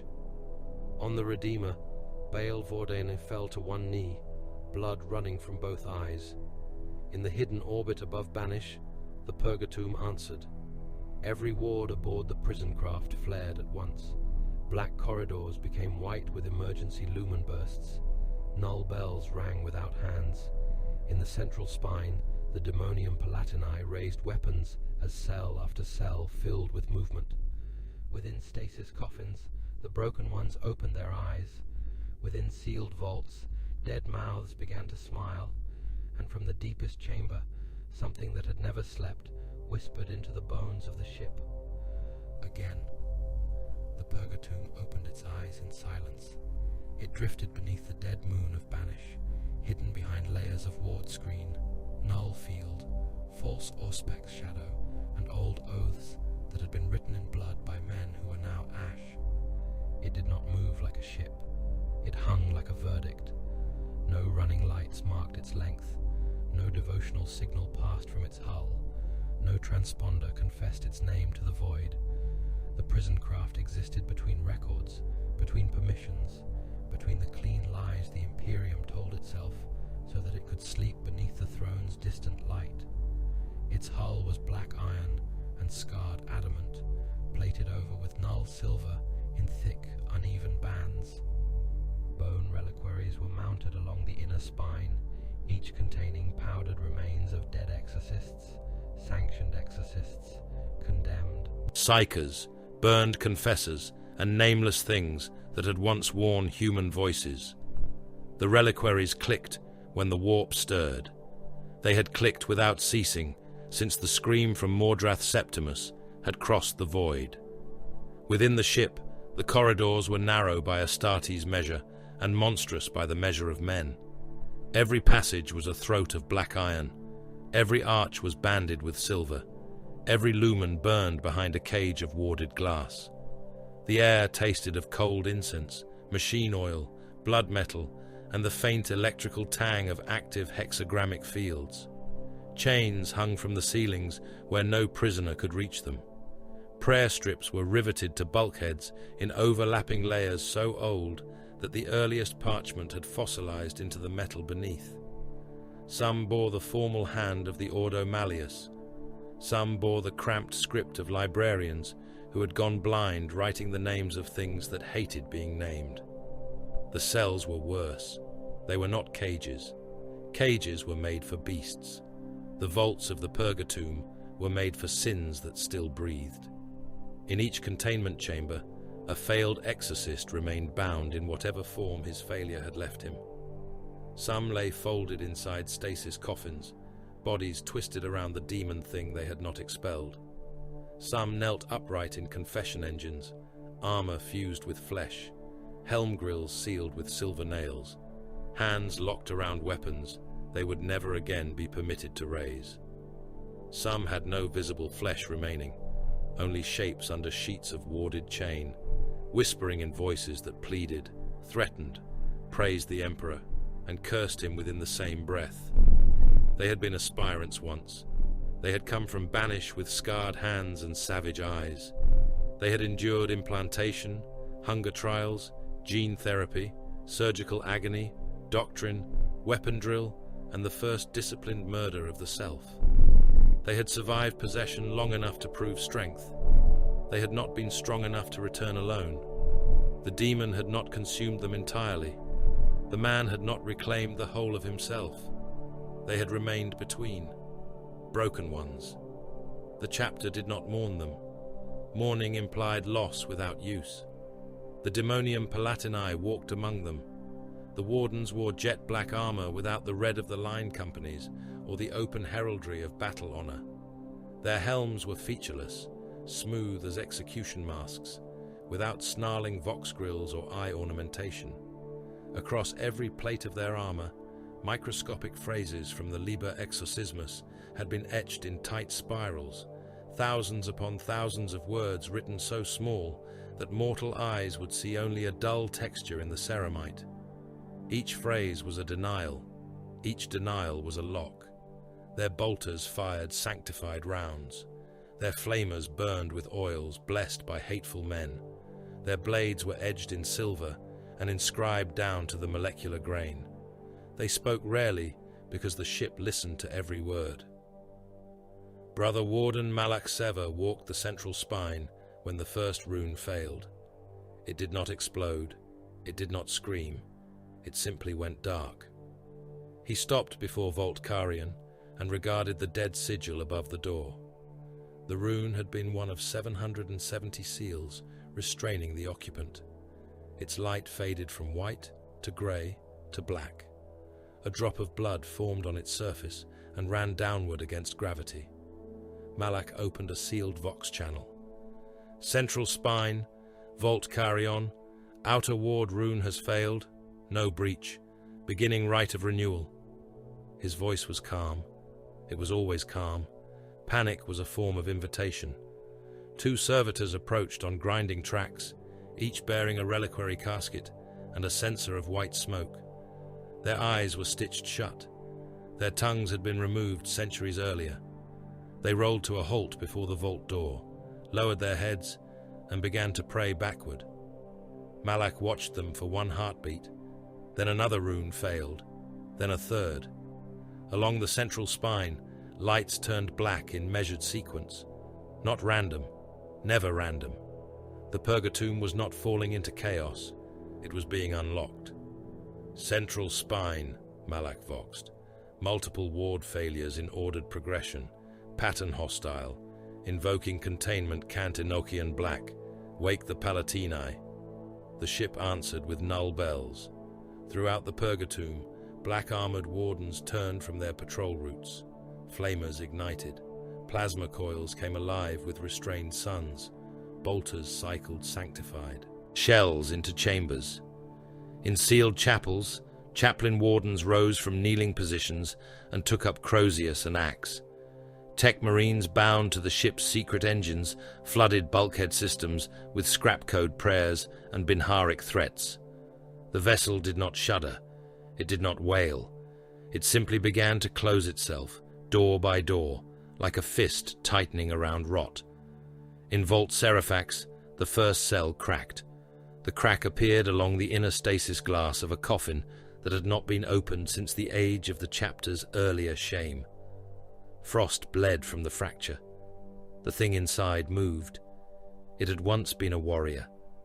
That much remained in the breadth of the shoulders, in the ruined shape of fused power armor, in the blackened outline of a horned skull, marking beneath layers of restraining silver. Its limbs had been broken and reset around iron rods.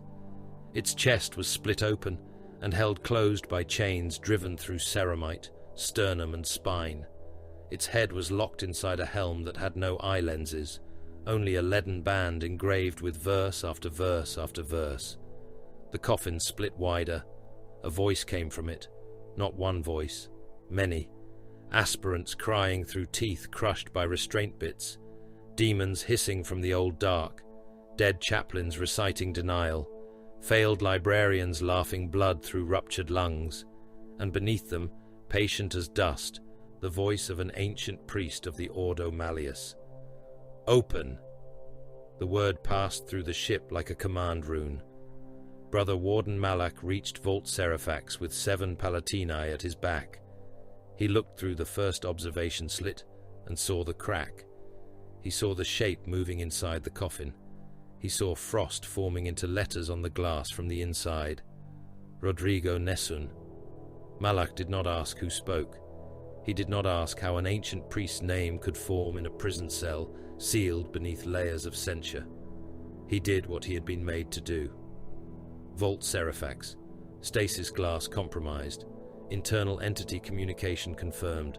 Name manifestation detected. Possible Nessun pattern contamination. Beginning purge preparation.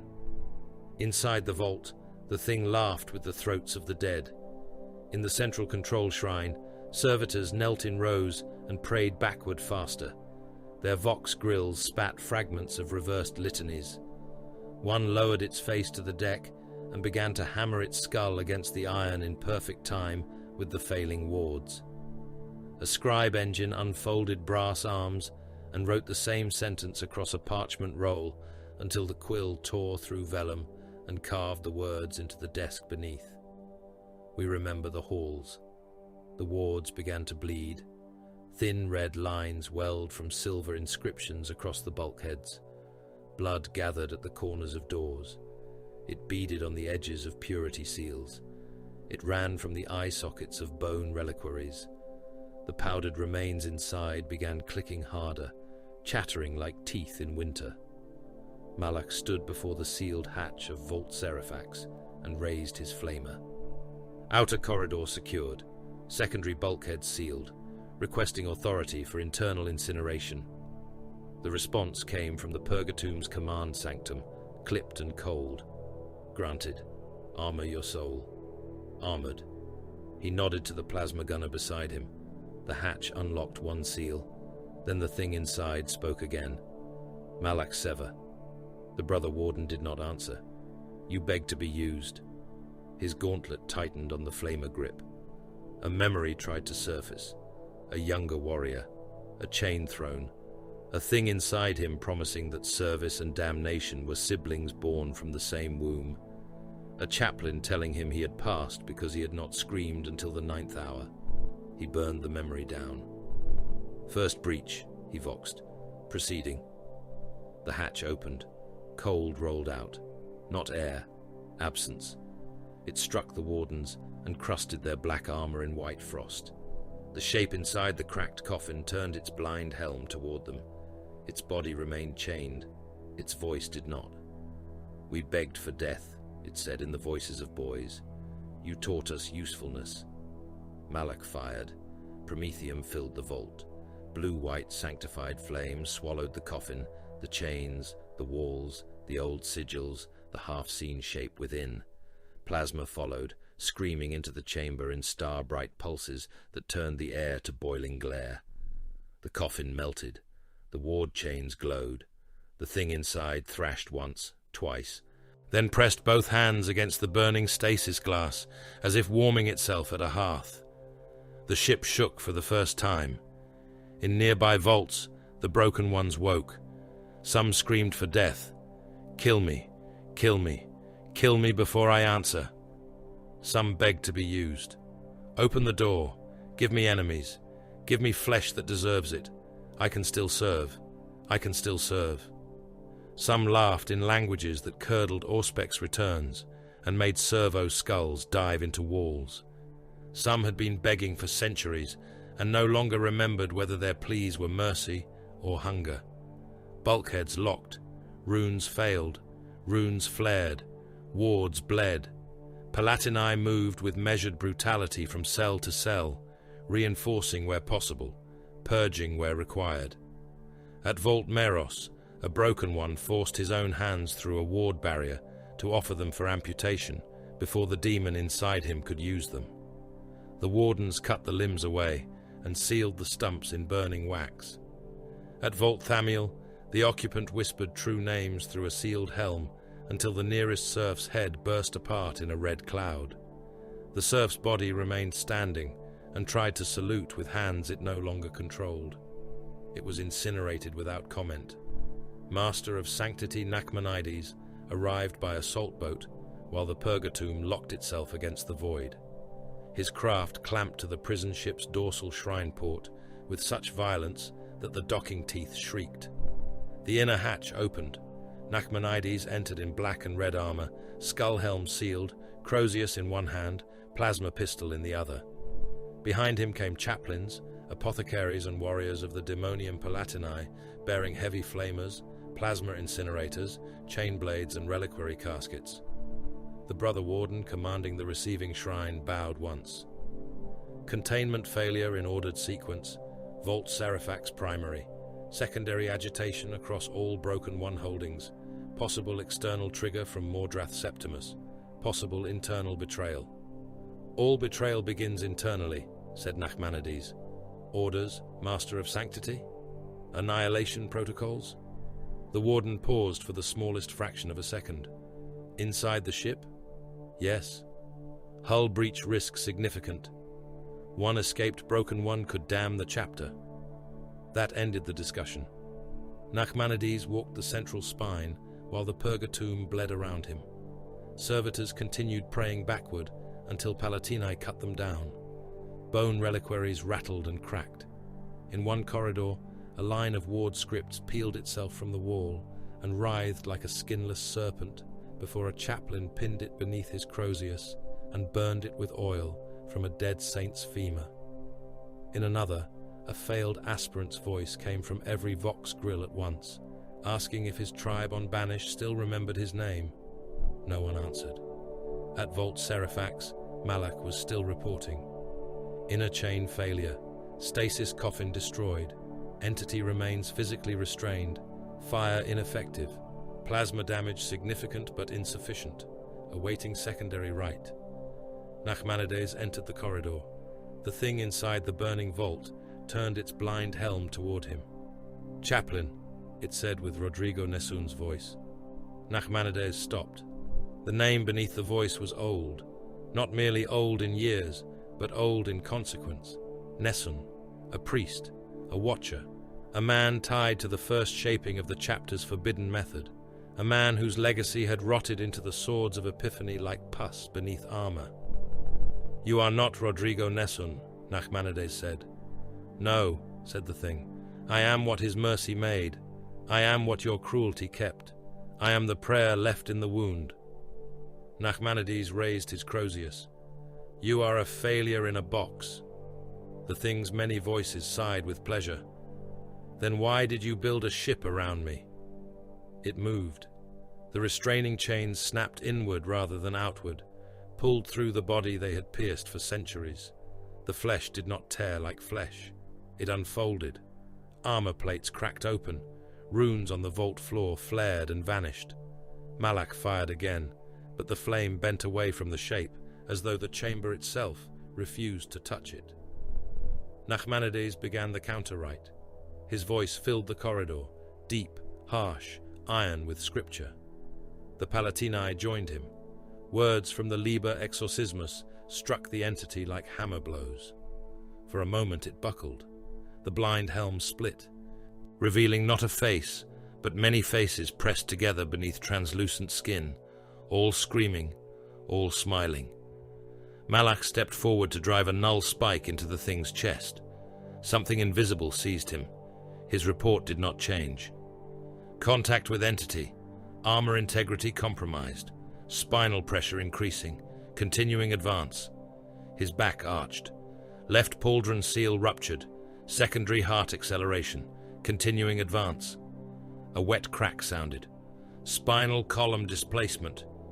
The Brother Warden's spine came out through the rear seals of his armor in a red, segmented length, pulled free as if drawn by a butcher's hook.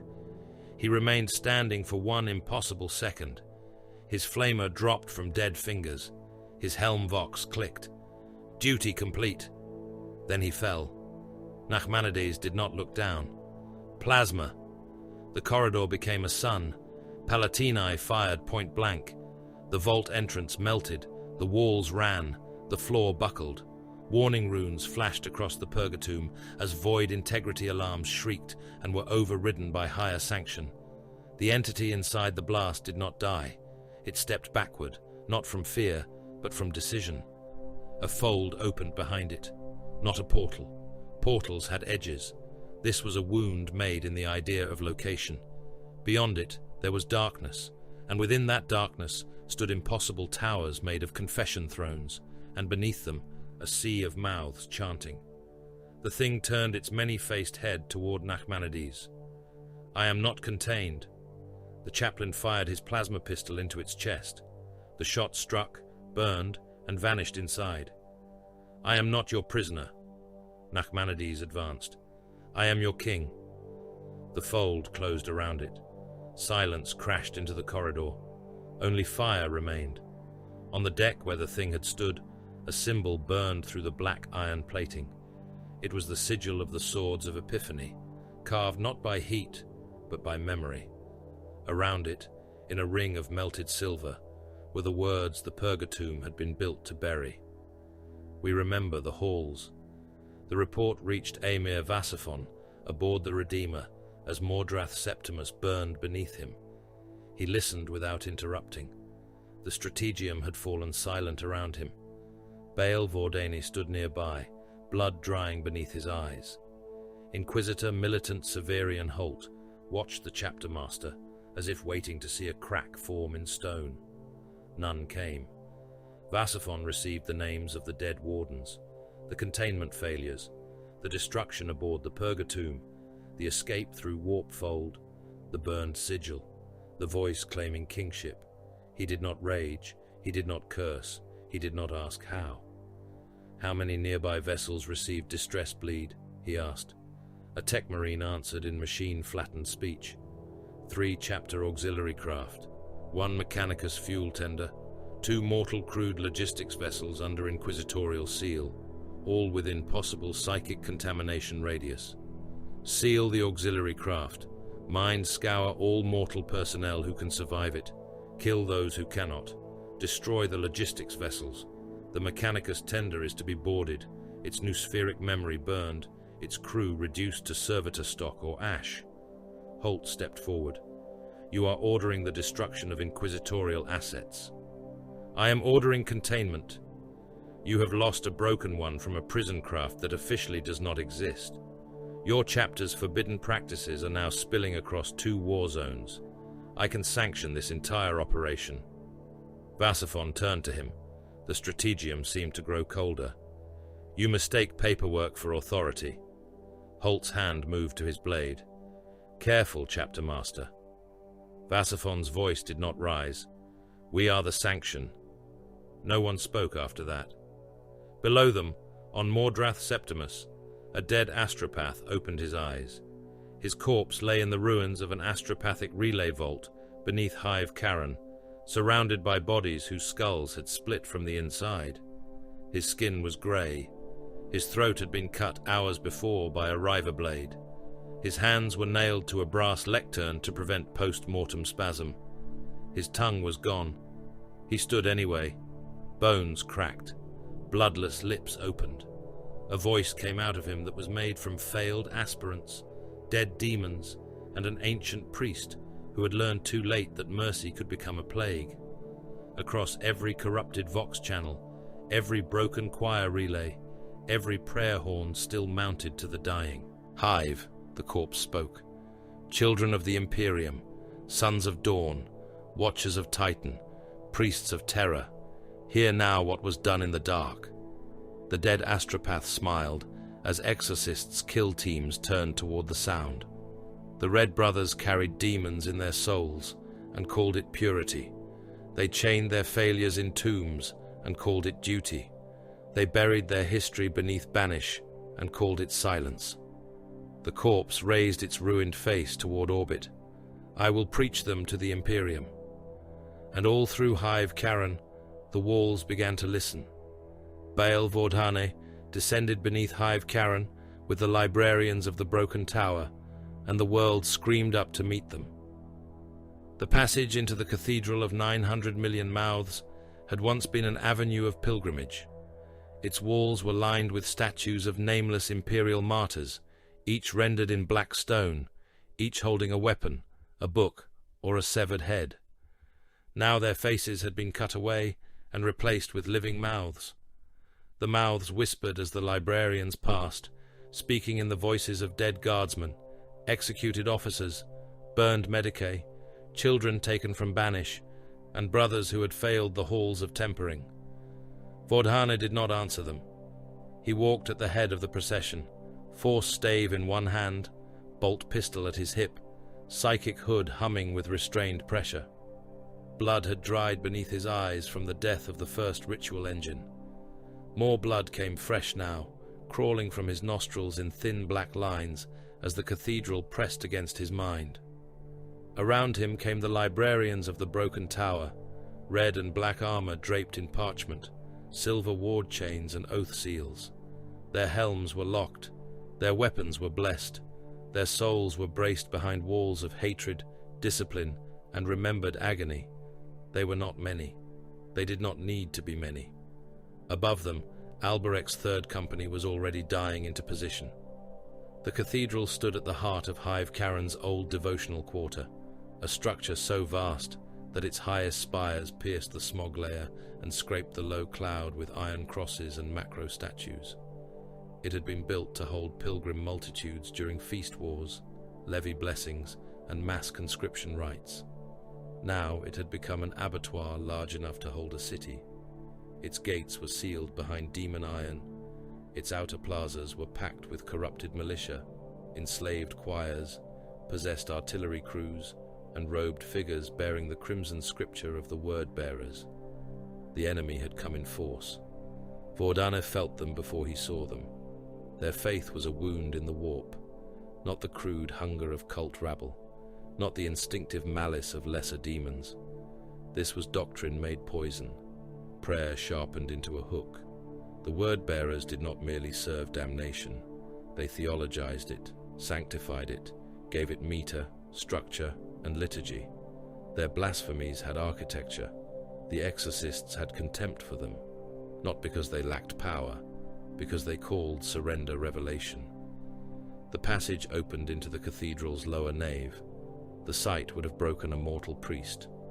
Pews stretched into the distance, not crafted from wood or stone, but fused skeletons, rib cages locked together, skulls turned upward, femurs bent into kneeling supports. Stained glass rose in walls of translucent flesh, stretched thin and colored by injected dyes, veins still pulsing beneath images of false saints and horned angels. Cherubs fluttered through the incense gloom on insect legs, their baby faces split open to reveal needle teeth and tiny black tongues. Rivers of blood ran through channels cut into the marble floor, pumped by reliquary engines made from brass, bone, and the still beating hearts of choir masters. The blood did not flow downward. It flowed toward the altar, against gravity, carrying teeth, prayer beads, finger bones, and scraps of uniform cloth. And everywhere there were mouths, in the pillars, in the floor, in the hanging banners of skin, in the chests of chained prisoners, in the bellies of the dead. Millions of mouths within the cathedral itself, each one taking part in a greater choir fed by the possessed population across the hive. The voices braided together as Vordhane listened. A single psychic weapon was being woven from them, not fired yet, not aimed yet, but forming. When it spoke as one, it would not kill flesh. It would teach the truth the Exorcists had buried. Vordhane raised his hand. The librarians halted. Behind them, mortal prisoners were dragged forward by Exorcist serfs in sealed masks. The prisoners had been captured cult psychers, choir traitors, sanctioned witches turned inside out by demon whisper, and men whose minds had been split open, but whose bodies still breathed. Some cried, some sang, some begged the exorcists to let the things inside them finish their work. Iron frames stood along the nave, black and silver, each shaped like a cruciform restraint cage, each fitted with null coils and bone nails. One of the prisoners saw the frames and began to scream. Vordane looked at him without pity. "Fix them." The serfs obeyed. The psychers were nailed into the null frames through wrists, shoulders, thighs, and throats. Their screams changed as the null coils awakened, becoming flat, strangled animal sounds. Warding spikes drove into their skulls. Their eyes smoked.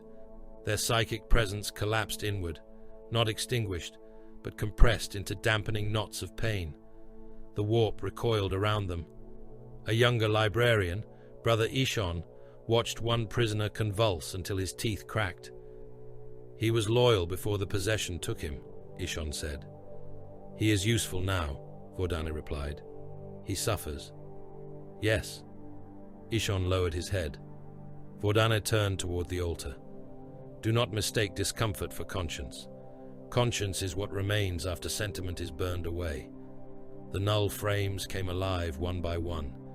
Each nailed psyker became a living weight, pressing down against the cathedral's psychic choir. The millions of mouths faltered. Some spat teeth. Some began to bleed. The great harmony warped, buckled, and tried to correct itself. That was when the word-bearers revealed themselves. They emerged from behind the altar in crimson armor, their plate covered in parchment, scripture, flayed prayer strips, and demonic sigils that crawled when seen directly. Possessed warriors loped beside them, limbs swollen, talons scraping sparks from marble, faces half Astarte's helm and half snarling demon flesh. A dark apostle came at their head, Crozius raised, book chained to his chest, his voice rolling through the cathedral like poisoned thunder. "Behold the hollow loyalists," he cried. "Behold the sons who swallowed the abyss and named their cowardice discipline. Behold the red masks of denial." The word-bearers chanted behind him, not in panic, not in frenzy, in worship. Demon engines answered from the transepts. Mauler fiends scraped forward on clawed limbs, cables whipping, furnace mouths vomiting sparks. A hellbrute dragged itself from a chapel of meat, its sarcophagus front carved with screaming faces. Then the Contemptor came. It strode through the nave on ancient legs, corrupted sarcophagus swollen with demon brass, armor plates marked by Colchizian script and old legion shame. Its fist crackled with warp fire. Its multi-melter glowed like a wound in reality. Inside it, something that had once been a warrior laughed and prayed and cursed in the same breath. Vordane did not look back. Begin the rites of detestation. The librarians of the broken tower formed a crescent around him. Their staves struck the marble as one. The sound rolled outward and drove several cherubs screaming into the walls. High Gothic came first, harsh and formal. Then the older structures beneath it, the denied names, the inverted clauses, the precise syllables the exorcists used not to summon, but to refuse. The rites of detestation were not prayers for protection. They were statements of hatred so pure they became instruments. The cathedral answered. Blood rivers surged. The mouth pillars shrieked. The stained flesh windows bulged inward as if pressed by hands from outside reality. The word-bearers advanced. Above, the main gates died. Titan-scale fire struck the outer plaza in repeated impacts, each one large enough to shake dust from the cathedral's highest vaults. The Astra Militarum died buying those shots. Regiments had been ordered into the avenues before the cathedral, men marching beneath banners already on fire, laser guns raised against enemies they could not hope to stop. They were not expected to win. They were expected to occupy guns, trigger wards, draw demonic eyes, and die in quantities sufficient to purchase minutes. They obeyed.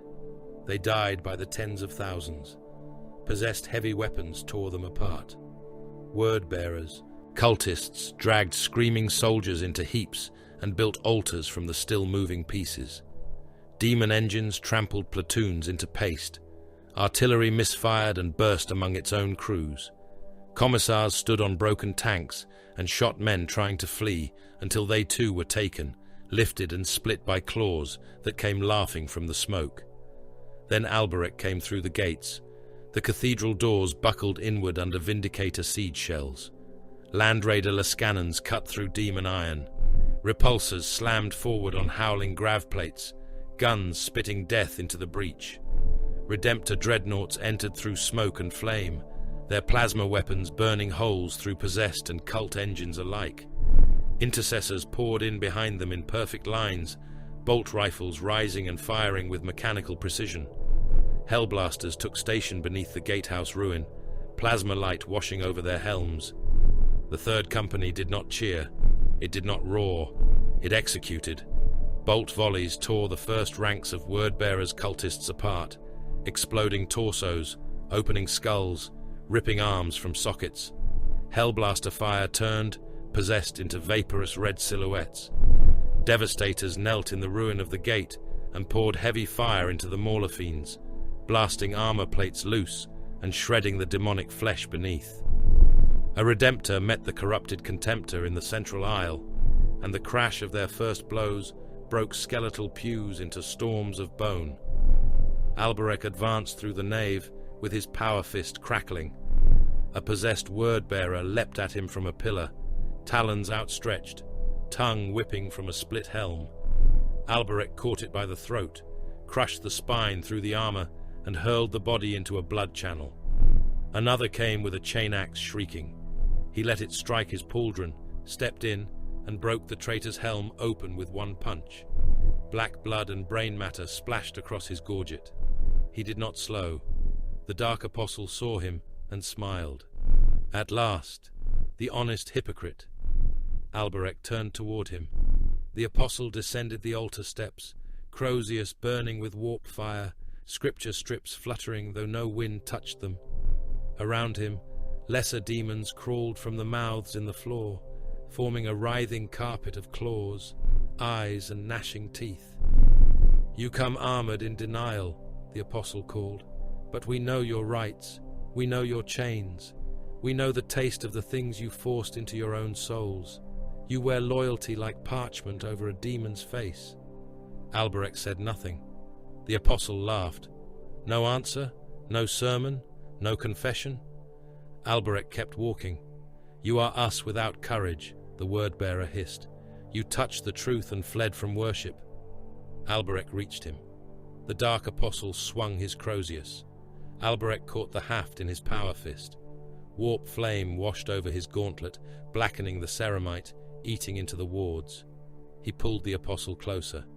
The traitor tried to speak another curse. Alberic crushed his jaw. The sound was wet and final. Bone shattered inward. Teeth burst through the Apostle's cheeks. His sermon became a choking gargle. Alberic drove him down onto the altar steps, seized a sanctified grenade from his belt, and forced it into the ruined mouth. Only then did he speak. Denied.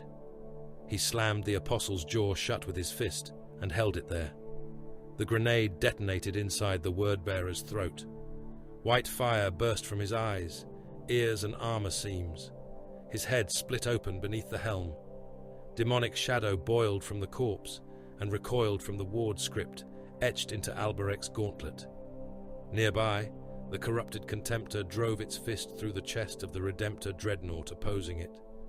The Redemptor's sarcophagus cracked, spilling amniotic fluid and blood. The dying exorcist inside did not scream. He locked his dreadnought fist around the Contemptor's arm and held it still. "Target fixed," he voxed. Devastator Lascannons fired.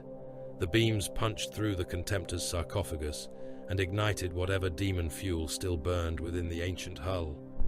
The traitor engine staggered, howling litanies that became curses as it died. Don't forget to like, comment, and subscribe. Support really helps.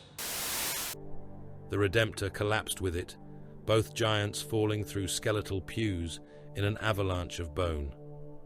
At the altar, Vordane's right reached its killing phrase. The nailed psychers in the null frames began to die, their bodies cooked from the inside as the rites of detestation dragged their compressed psychic agony into a lattice around the cathedral choir. One by one, their hearts burst, their heads snapped back, their mouths opened wide enough to tear the flesh at the corners. From them came no demon speech, only a single flat tone that pressed down upon the warp like a coffin lid. Vordane thrust his stave into the river of blood at his feet. "By will, by wrath, by denial," he said. The librarians answered as one. The cathedral convulsed. Every mouth in the nave screamed. Pillars split. Flesh windows burst outward in red sheets. Cherubs dropped from the air, legs twitching. Reliquary engines ruptured, spraying blood and brass shrapnel across the altar. The braided psychic weapon unraveled strand by strand, its harmony collapsing into countless individual cries. The second ritual engine beneath the cathedral tore open, exposing its heart. A mass of fused priests, psychers, and possessed citizens bound around a brass core shaped like a human skull. Vordane spoke the last words of the rite. The engine died. For a moment, there was victory. Then Vordane saw what the death revealed, not through sight, through the absence left behind. The cathedral had not been the weapon. It had been a mouth, one mouth among many. Mordrath Septimus still breathed through the others, and something beneath the planet's spiritual skin had watched the Exorcists work, watched them nail psychers into null frames, watched them use loyal regiments as currency, watched them kill their own compromised witnesses, watched them answer damnation with disciplined atrocity. It was learning how to tell the truth about them. Vordane tasted laughter in the warp, not mockery, instruction. Alberich approached through the ruin, armor scored, fist blackened, helm lenses glowing red through smoke. "Engine destroyed?" "Yes," said Vordane. "You do not sound certain." "I am certain it is dead. And the demon is permitting victory where victory makes us comprehensible." Alberich looked across the cathedral. Surviving guardsmen were entering through the broken gates, stunned, bleeding, some laughing with relief. Their officers saluted through trembling exhaustion. They had fought bravely. They had died in the correct direction. A colonel with half his face bandaged knelt in the gore and thanked the Emperor for sending angels. Alberich watched them. Vordane said, "They heard the apostle. Yes, they saw the frames. Yes, they saw enough. Yes." The colonel rose as Alberich approached, one hand pressed to his chest. "My lord, the line held. We held as ordered. The cathedral is yours." Alberich regarded him through red lenses. "You served." The man straightened despite his wounds. Pride touched his ruined face. "For the throne. For the throne," Alberich said. Then the Exorcists raised their bolters. The guardsmen did not understand at first. Some lowered their weapons in confusion. Some laughed, thinking this a new order they had not yet comprehended. The colonel's expression changed last. He had time to see policy where he had expected honor. The bolters fired.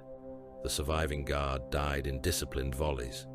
Decorated officers, banner bearers, vox men, medici orderlies, wounded troopers crawling through bone dust.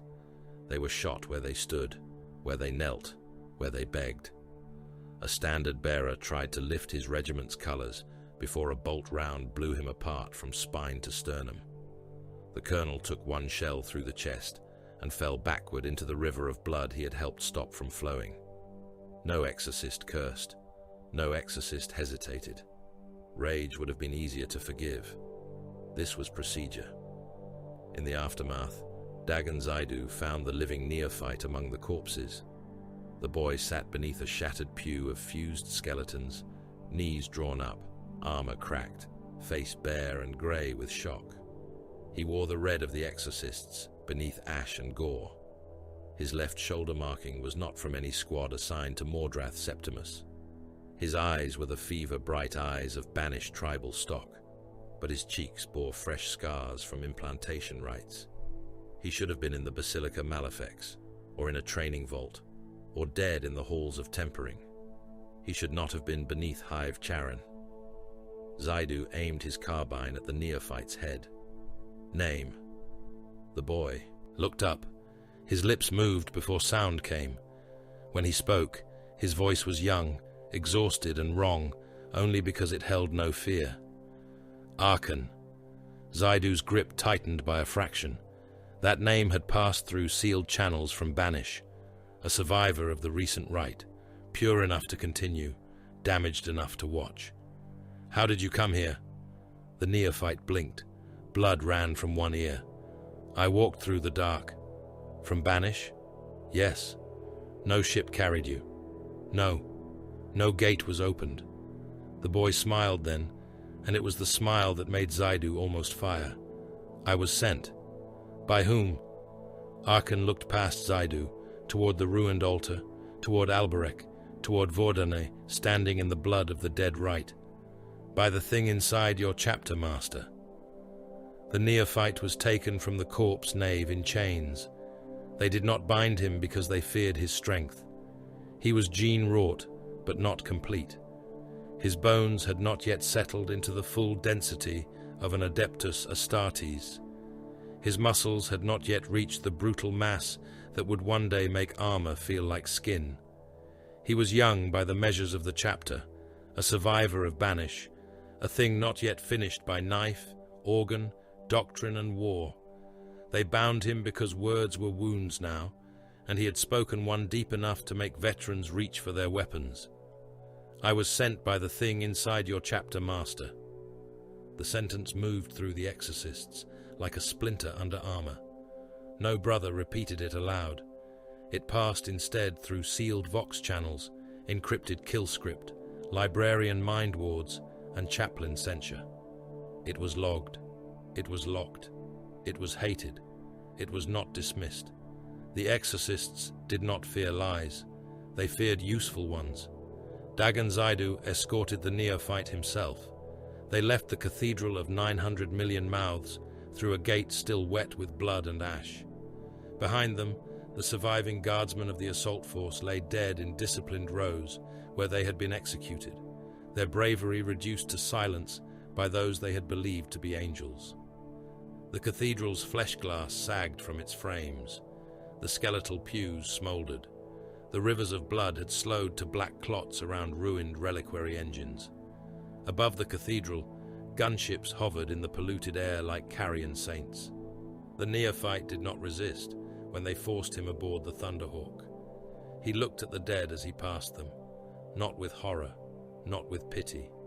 His face was blank in the way of those who had already seen too much and were waiting for the soul to decide whether it would crack later. Zaidu watched him through his helm lenses. "Who carried you from Banish?" he asked. "No one, Lord." "What vessel?" "No vessel." "What gate?" "The dark." The hexbreaker struck him once, not in anger, not enough to kill.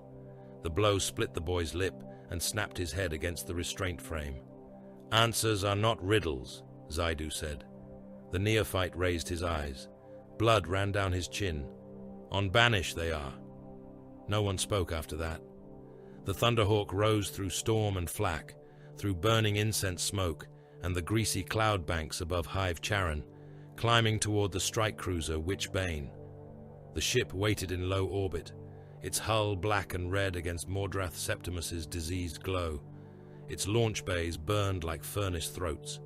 No hymns welcomed them, no banners unfurled. The chapter did not celebrate survival. Survival was merely a condition from which further orders could be given. The confession engine awaited in a sealed chamber below the apothecarian decks. It was old, older than many of the weapons aboard the ship, older, perhaps, than the vessel's current name. It had been built from black iron, silver needles, restraint halos, neural hooks, and warded brass. It stood upright in the center of a circular room whose walls were covered in layered sigils. Each sigil had been carved, filled with ash, sealed with oil, and painted over with a name the demon hated. Servo skulls drifted near the ceiling with their lenses shuttered. Incense burned in censers fashioned from finger bones. The neophyte was stripped to the waist and locked into the machine. His wrists were forced outward. His ankles were clamped. A cold iron band closed across his brow. Hooks slid into the meat along his spine. Needles kissed the throat, heart, belly, temple, and the soft places between implanted organs. He breathed once through his teeth when the restraint halo bit into his skull. He did not scream. Master of Sanctity Nachmanides stood before him in skull helm and blackened Crozius. Baal Vordane stood to the right, unhelmed, bloodshot eyes fixed on the neophyte's face. His psychic hood remained active, humming low enough to make the chamber dust tremble. Inquisitor Militant Severian Holt stood behind the ward circle, his storm coat scorched from the cathedral battle, his eyes hollow with exhaustion and suspicion. Zaidu waited in the shadows near the door. Captain Alberek was not present. That was deliberate. His temper had nothing to do with fury, but it had everything to do with directness. The boy might have died before the interrogation became useful. Nachmanides began without preamble. Name: Arkan of the Black Reed Tribes. Designation: Neophyte Candidate, Halls of Tempering Survivor, awaiting further implantation and doctrinal confirmation. Last confirmed location: Banish, recovery cell beneath the halls. How did you leave? The scar opened. Vordane's expression did not change. Whose scar? The boy's eyes moved to him. The chapter master's. Holt exhaled through his nose. Not amusement, not disbelief. Something colder. Nachmanides stepped closer. You will speak without theatre. Arkan swallowed. The needles at his throat moved with the motion. I lay in the recovery dark after the rite. The thing they put inside me had been cut out. I could still hear where it had been. Not a voice, a hollow. Then the wards began to speak through the walls. Not the chapter's wards. Something beneath them. Something using the old cuts. It said the Lord of Banish had not been emptied. It said one scar remained with a mouth. Zaidu's gauntlet tightened around his carbine. Vordane said, What did the voice command? To wake, to walk, to remember the smell of the throne, to follow the wound from Banish to Mordrath. I opened my eyes, and the recovery cell was not there. I walked through a corridor of chains. I heard men praying inside coffins.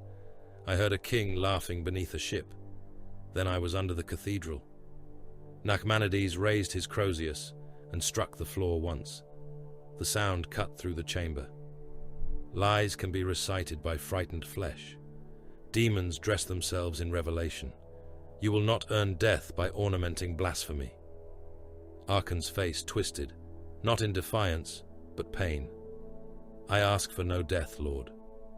You may receive it regardless. Holt moved closer to the ward line.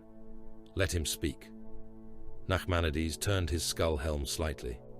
This is chapter matter. This is Ordo Malleus matter, Holt replied. Your chapter's matter became mine when a demon wearing old secrets began preaching through dead astropaths. Vordane lifted a hand. Enough. The air thickened. Even Holt obeyed the silence, though his stare did not soften. Vordane looked into Arkan's eyes. Psychic force gathered in the chamber, pressing inward like deep water. The neophyte strained against the confession engine as the librarian entered the outer edges of his mind. The machine registered pulse escalation, adrenal surge, pain response, soul pressure. Runes glowed along the brow clamp. Arkan began to bleed from the eyes. Vordane saw fragments: Banish, acid rain, the halls, iron thrones, a minor demon forced into a young body, a mouth opening inside the soul, a blade entering the chest, the thing being pulled free like hooked shadow, recovery darkness, pain, the whisper of wards, a corridor that should not exist, coffins in space, black-armored wardens burning, a blind helm turning, A voice made of many failures, then a scar, not flesh, not skin, a spiritual wound shaped like a sealed mouth. Vordana withdrew. The neophyte sagged in the engine, panting blood. Nachmanides looked at him. Well? He believes what he says, Vordani said. Holt's mouth tightened. That does not make it true. No, said the librarian. It makes it useful to whoever placed it in him. Holt turned toward Nachmanides. Do you understand what this looks like from outside your chapter? A prison craft loses a failed initiate creature. A dead astropath begins broadcasting your hidden practices. A neophyte appears impossibly across the void, claiming your chapter master is still marked by possession. Your own rights are speaking against you. Nachmanides stepped toward him. The skull helm made his voice sound like judgment from a crypt. The Imperium survives because some warriors accept damnation as a tool and then deny it ownership. Holt gave a bitter laugh. That is a heretic's defense with better posture. No, said Nachmanides. A heretic invites the abyss and kneels when it answers. We chain it, cut it, name it, burn it, use the scar as armor. Then we spend the rest of our existence proving it owns nothing. And when it owns you anyway? Then a brother kills us. Holt looked from the chaplain to the boy in the engine. You have become what you were made to fight. Incorrect, Nachmanides said. We became what was required to fight it. The chamber's lumen globes dimmed. Vordana had turned away from the argument. His gauntlets rested on a sealed lectern that had risen from the floor, its surface opening like a reliquary. Inside lay memory wafers, oath crystals, fragments of old Ordo Malleus recordings, and battle footage sealed beneath blood codes.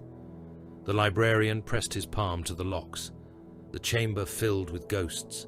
The first record was Totem 4. The image flickered, fractured by age and censure. A battlefield of black ash and burning citadels shimmered in the air. The air was thick with demon smoke. A space marine knelt inside a ward circle, armor split, hands chained to iron stakes driven through stone. His name appeared in scarlet script, Enoch Trismegistus. He screamed without sound until the record's audio track restored itself in a burst of static. Then the chamber filled with a noise that made Holt stormtroopers outside the door flinch and reach for weapons they could not bring inside. The scream was not merely pain, it was occupation. Something impossibly old had been placed within the Astartes. It had tried to open him from the inside. It had failed to consume him quickly enough. That was the first horror. The second was that the men watching had noticed. Hooded figures stood beyond the ward circle, the Plutonians, Ordo Malleus men with eyes like knives, their robes marked in signs no public inquisitorial court would ever admit to knowing. Beside them moved Chief Librarian Gatos, his armor blackened, his face gaunt with psychic strain. He spoke words the record did not permit the chamber to hear. Each hidden syllable manifested as a black gap in the air. The demon tore at Trismegistus. Gatos tore back. The memory shifted. Trismegistus survived, broken, gutted, hollowed, but alive. The Plutonians gathered around him not with comfort, but revelation. A method had been born from an atrocity, a doctrine from survival, a chapter's future from a single impossible refusal. Another record opened, the first formal possession trials. Young warriors chained into iron thrones, apothecaries recording heart function, adrenal flooding, gland response, and neurological rupture. Librarians reciting verse after verse until their voices became raw. Chaplains standing ready to kill. Candidates surviving, failing, becoming weapons, becoming coffins, becoming ash. No triumph, only data and bodies.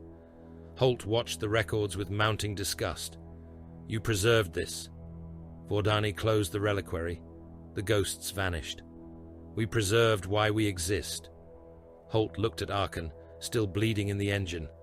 And now your enemy preserves it for you. No one answered. The order came before the interrogation ended. Emir Vasaphone's voice entered through the sealed vox, calm as ever. Captain Alberek, Lieutenant Zaidu, attend command channel Enochian Black. Both warriors linked in. Alberek's voice came first, heavy with battlefield static. Present. Zaidu answered from the interrogation chamber. Present. Vasaphon spoke without delay. 3 Astra Militarum army groups hold the northern salient before the salt trenches. Their lines are failing but not broken. The enemy presses in mass. A demon prince signature moves behind the corrupted host, refusing manifestation, while our strike assets remain visible. Alberek understood immediately. You will leave the salient unsupported. Yes. Holt stepped closer to the Vox shrine. You will tell them they are bait. No, said Vasaphon. The word was as clean as a blade. Vordain's eyes closed. Briefly. He could see it already. Millions of men in trenches, praying for reinforcement. Officers begging for armor. Artillery crews firing until their hands blistered. Loyal soldiers dying in formation because they believed the Emperor had not abandoned them. Alberek said, When it manifests, I will strike. Zaidu said nothing. Vasaphon addressed him directly. Hexbreaker, your concern? The swords of Epiphany are moving through the contamination network while we bleed the guard. Each open battle teaches them our response pattern. Each witness we kill is another proof they can turn against us. We should hunt the swords first. Alberek's reply was immediate. The planet matures toward possession. Destroy the body. Secrets die with it. Secrets have already left the body, Zaidu said. They are in Vox echoes, dead mouths, living walls, and perhaps aboard our own ships. The swords are not a symptom. They are a hand guiding the wound. The hand can burn with the world, and if it flees before the fire... Alberek's voice hardened. Then we pursue ash. Zaidu looked at the neophyte in the confession engine, at the boy's blood, at the old record still cooling in the sealed lectern. That is not strategy. That is cleansing performed loudly. Static filled the channel. When Alberek spoke again, there was no anger, only iron. Careful, Lieutenant. Zaidu did not lower his gaze, though none could see it. The chapter does not need agreement. It needs accuracy. Vasaphon ended the fracture before it widened. Both assessments are true. The world must be silenced. The swords must be found. The demon prince is immediate. Lieutenant Zaidu, after manifestation, you will receive secondary orders. Acknowledged. Captain Alberek, prepare teleport strike with 1st Company Terminator elements. By will. The command channel closed. Holt stared at the Exorcists. You speak of billions like measures of ammunition. Nachmanides turned from the confession engine. Ammunition with souls is still ammunition when the gun must fire. Far below, on Mordrath Septimus, the northern salient began to die. It stretched across a continent of mud, salt ash and trenches, cut so deep that men were born, fought and died without ever seeing open ground. The 3 army groups holding it had names that mattered to them and no one else. Banners marked with campaign honors snapped above command dugouts. Regimental priests moved along firing steps, daubing blood aquilas on helmets. Commissars ordered the wounded back to the line. Tank crews inside Baneblades and Shadow Swords murmured last rites to machine spirits as corrupted hordes came through the ash storm. The first wave was cultists. They died by the millions. The second was corrupted guard. They came wearing Imperial uniforms and singing with split tongues. Some held laser guns. Some held severed hands. Some carried Vox speakers nailed into their chests, broadcasting the voices of officers begging their own men to hold. The third wave was worse. Possessed Ogryns dragging artillery shields. Cavalry beasts made from fused men and horses. Priests swollen into towers of flesh. Children-sized demons wearing gas masks. Men with no heads firing autoguns from hands that remembered drill. The trenches filled with bodies until the living fought atop piles of their own dead. Then the ground softened. Trench walls collapsed inward, turning entire companies into meat slurry beneath tons of mud, bone, and razor wire. Men drowned standing up, their hands clawing through red sludge. Bane blades burned like funeral altars, their ammunition cooking off in rolling thunder, their crews trapped inside as molten metal poured through command compartments. Artillery crews kept firing while possessed comrades chewed through their gun shields, teeth snapping on metal, gums bleeding, hands still working elevation wheels because orders had not been rescinded. The sky rained teeth. They fell first as a patter against helmets and tank hulls, then harder, like hail, human teeth, Ogrin teeth, black demon fangs, child-sized molars. They clogged weapon actions. They filled ration tins. They bounced from the pages of prayer books. Men looked up and opened their mouths to scream, and teeth fell down their throats. Still the guard held.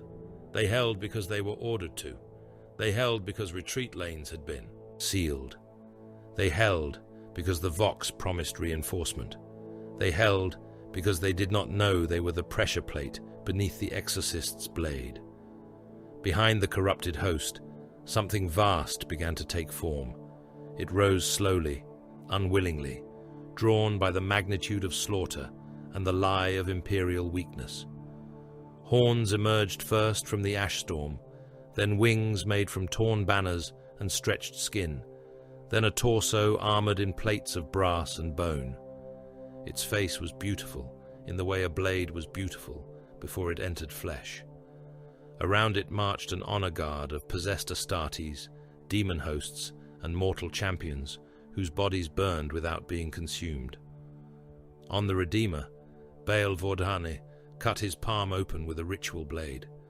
Blood welled into the grooves of his gauntlet.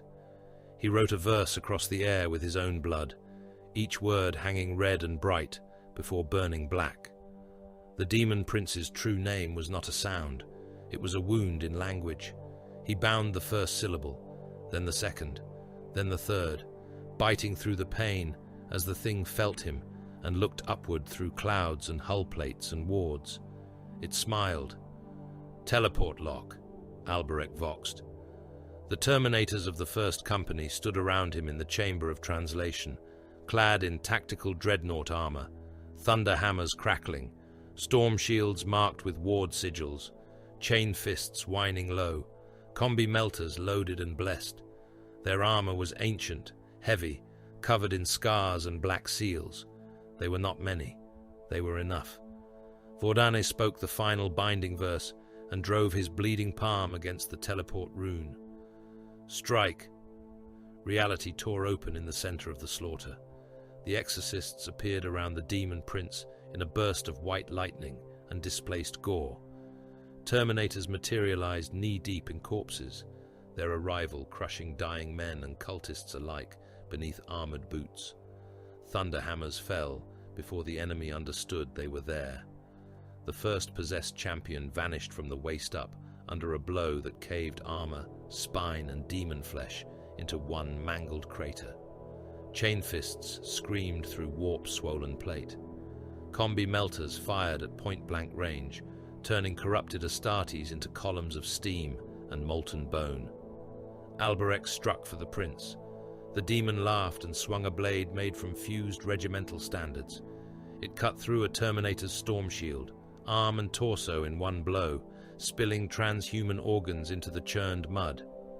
Another brother locked a chain fist into the demon's thigh and tore upward until black fire erupted from the wound.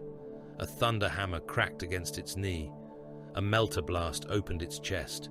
The honor guard crashed against the Exorcists in a frenzy of claws and scripture, but the Terminators held like a wall built inside a storm. Vordane's voice came through the Vox, strained and wet.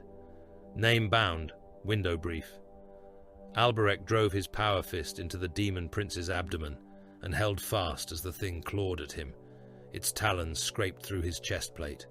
Warning runes flashed across his sight. One of its horns punched through his pauldron. He did not release it. By will, he growled. The Terminators answered. By wrath. Vordane screamed the true name into the warp. By denial. The demon prince came apart in reverse. Its flesh folded inward. Its wings caught fire from within. Its beautiful face split open into 1,000 screaming mouths, each one trying to curse, bargain, confess, or command. Alberich held it until the last instant, then tore his fist free as the banishment took hold. The demon collapsed into a column of black flame and vanished beneath a rain of ash, teeth, and burning scripture. The surviving guardsmen saw everything. They saw the exorcists arrive only after the salient had been broken beyond saving.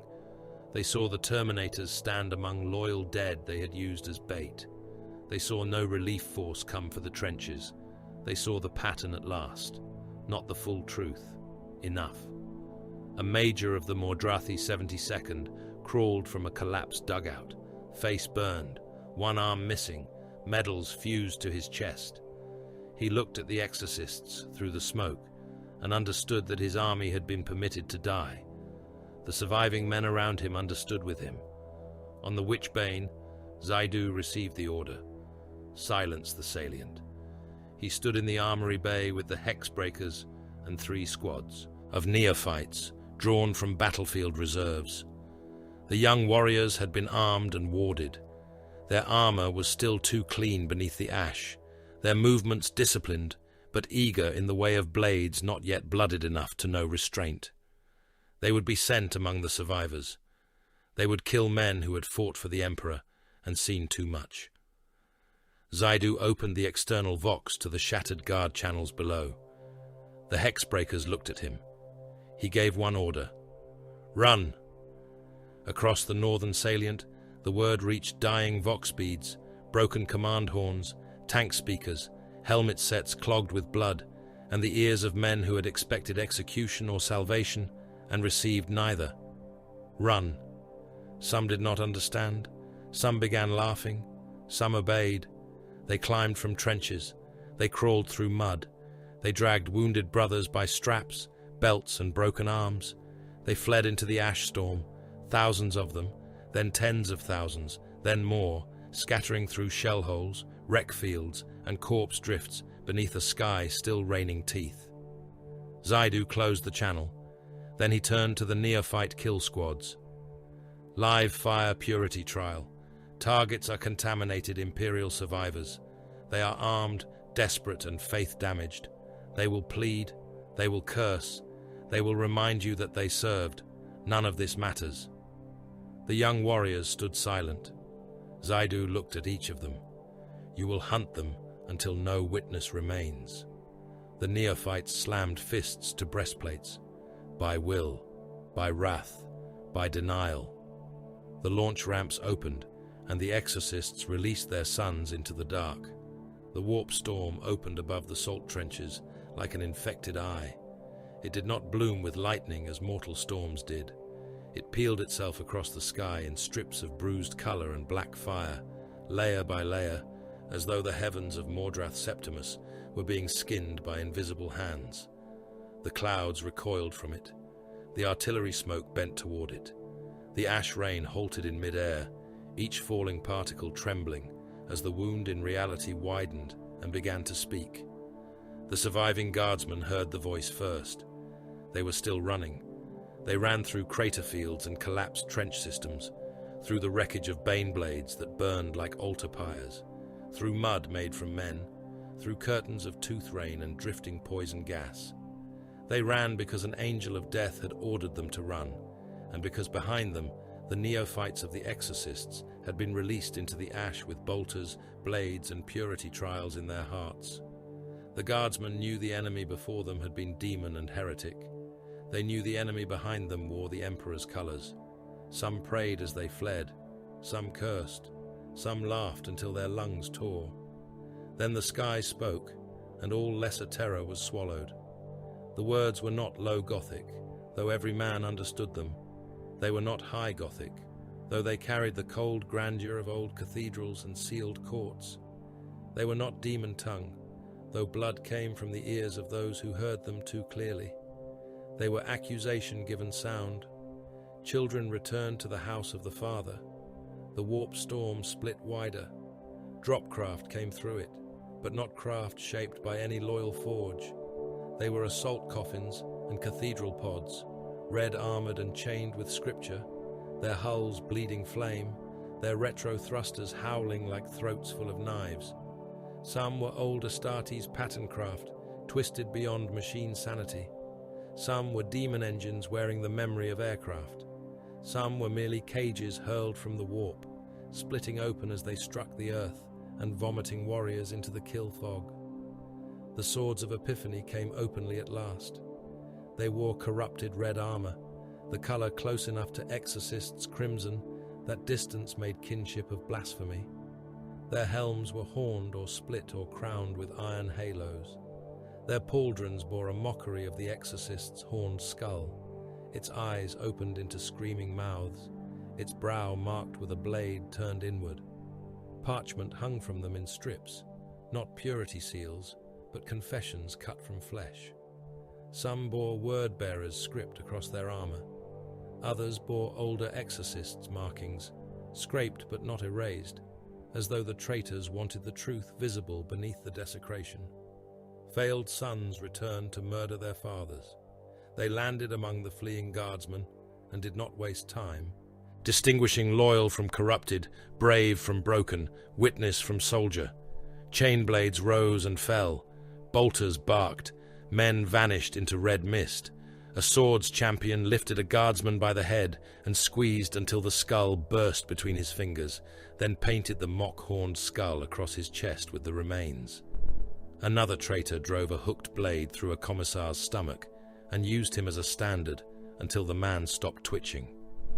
Possessed warriors bounded through the mud on taloned limbs, laughing in voices that were almost Astartes, almost boys, almost the cries of aspirants chained in the halls. Across the Exorcist's command net, recognition became silence.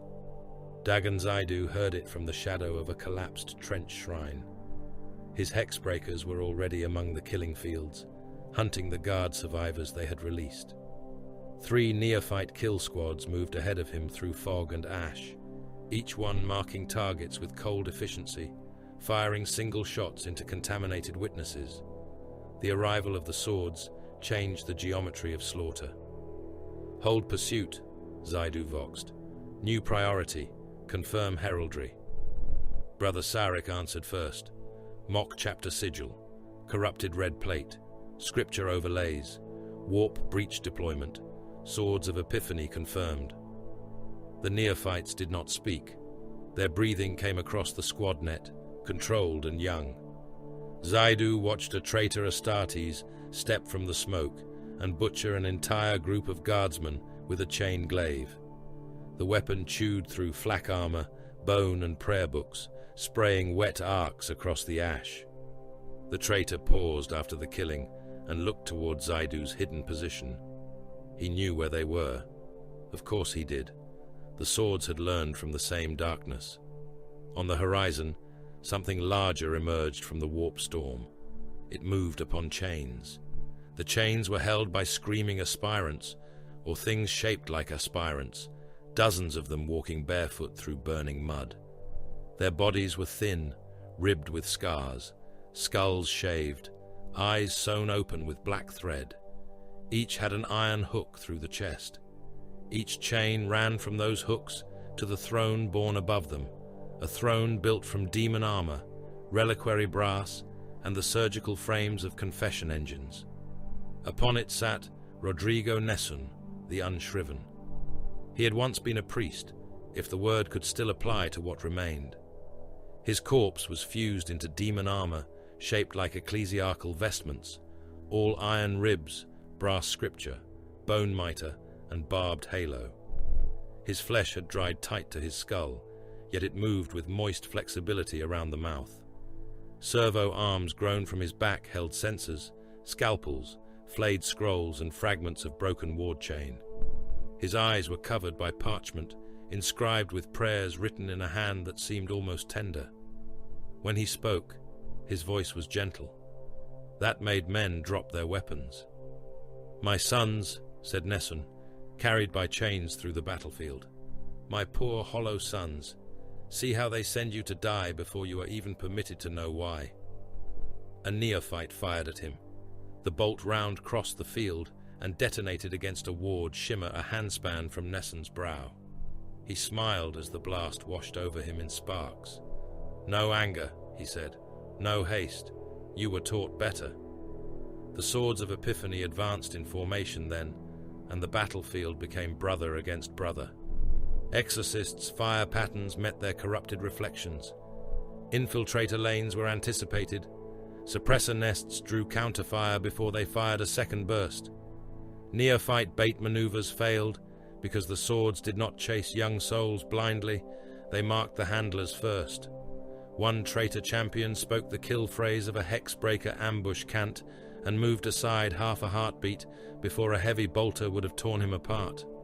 Another carved ward breaking signs through the ash with his blade, ruining a prepared denial circle before the exorcists could spring it. They knew the exorcists' rhythms. They knew their symbols. They knew the pauses between command and execution. Worse, they knew the shape of their scars. "Brother Kadros," whispered one sword's warrior across a stolen voxband, "do you still dream of the mouth they cut from your soul?" Kadros fired into the smoke. His shot struck nothing. "Brother Sarek," another voice crooned, "your demon called you beloved for 7 hours. You remember?" "We remember." Zaidu cut the compromised channel and opened a tight band. "Ignore all personal references. Treat cognition-targeted speech as psychic debris. Kill the source when visible."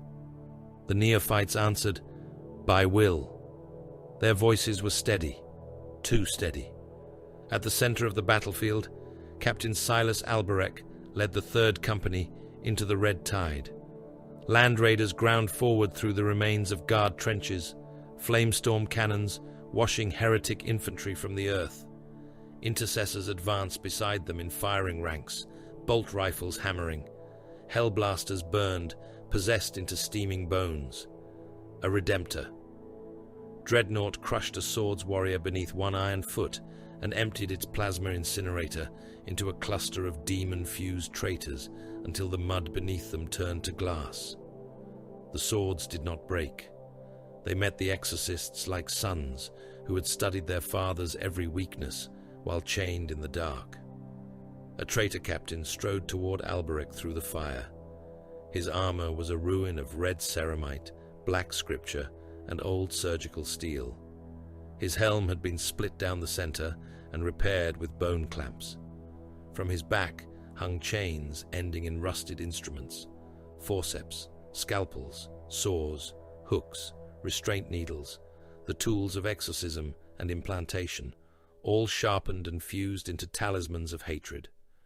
In his hand he carried a demon sword made from those same instruments, the blade a long crooked shape of interlocked surgical tools, each edge wet with warp ichor, each tooth whispering in the voices of aspirants on iron thrones. "Alberek," said the traitor.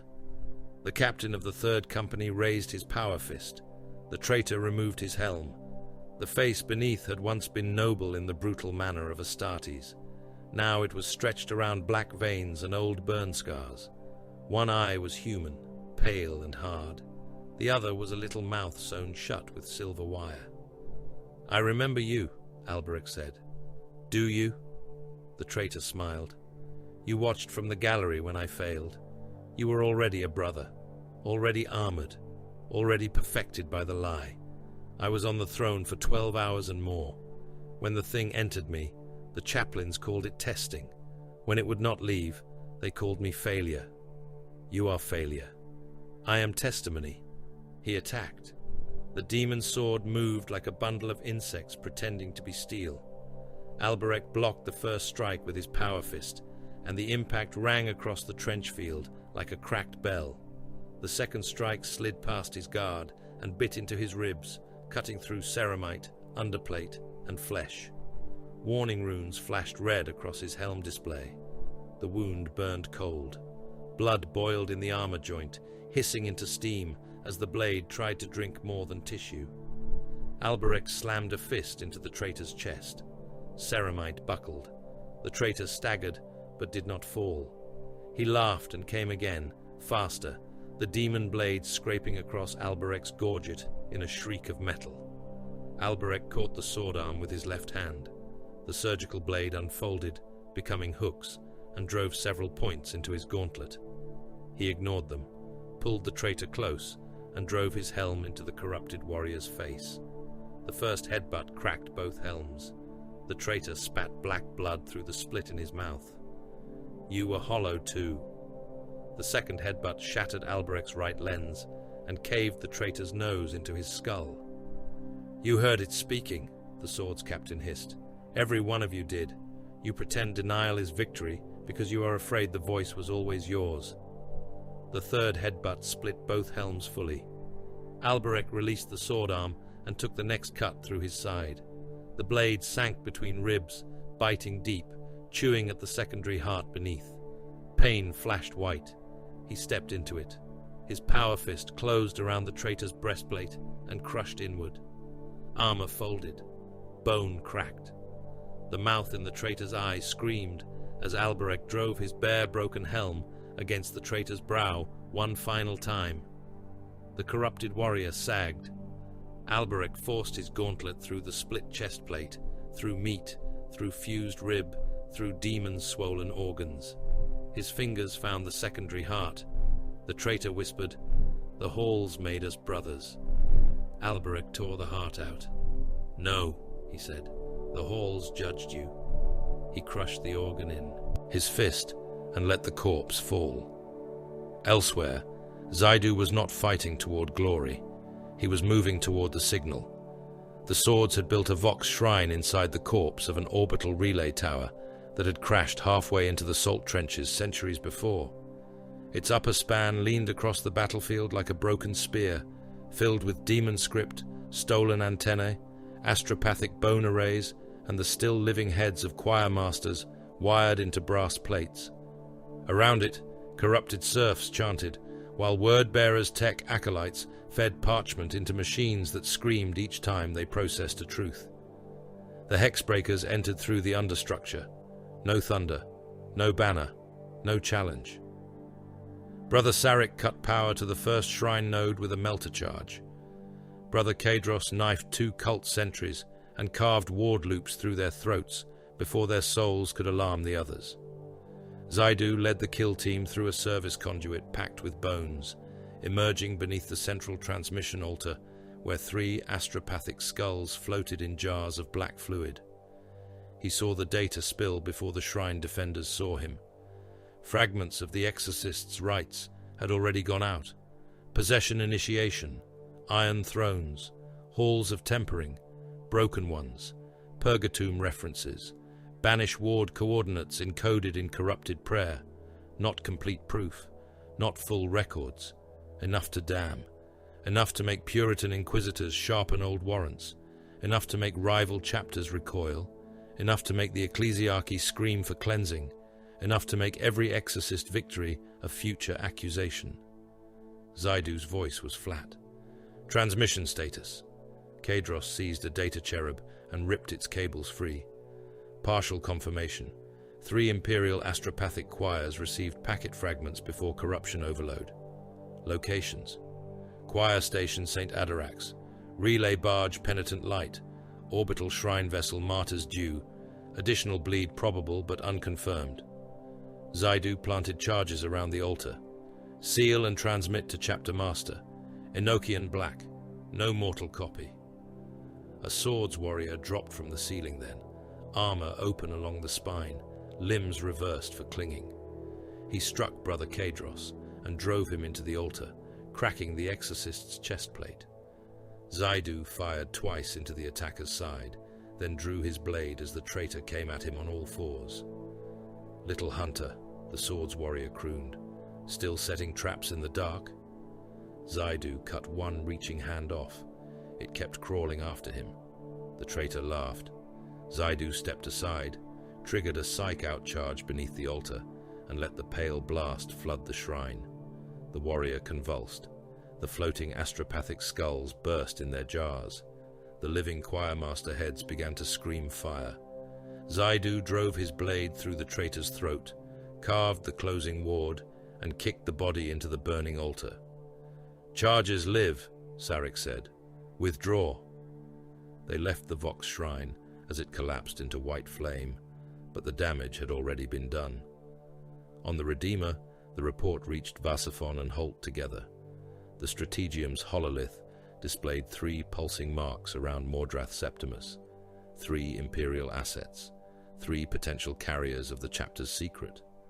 Around them moved other vessels, fuel tenders, troop carriers, ecclesiarchal escorts, mechanicus lighters, navy monitors, all part of the vast machinery needed to fight a war no record would honestly describe. Vasaphon listened to Zaidu's report without movement. Holt stepped forward. Those choirs can be quarantined. No. They can be seized. No. Mine scrubbed. Too slow.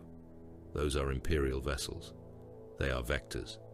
They carry thousands of loyal servants. They carry contamination. Holt's hand struck the edge of the hololith table. This is treason. Vasaphon looked at the 3 marks. This is containment.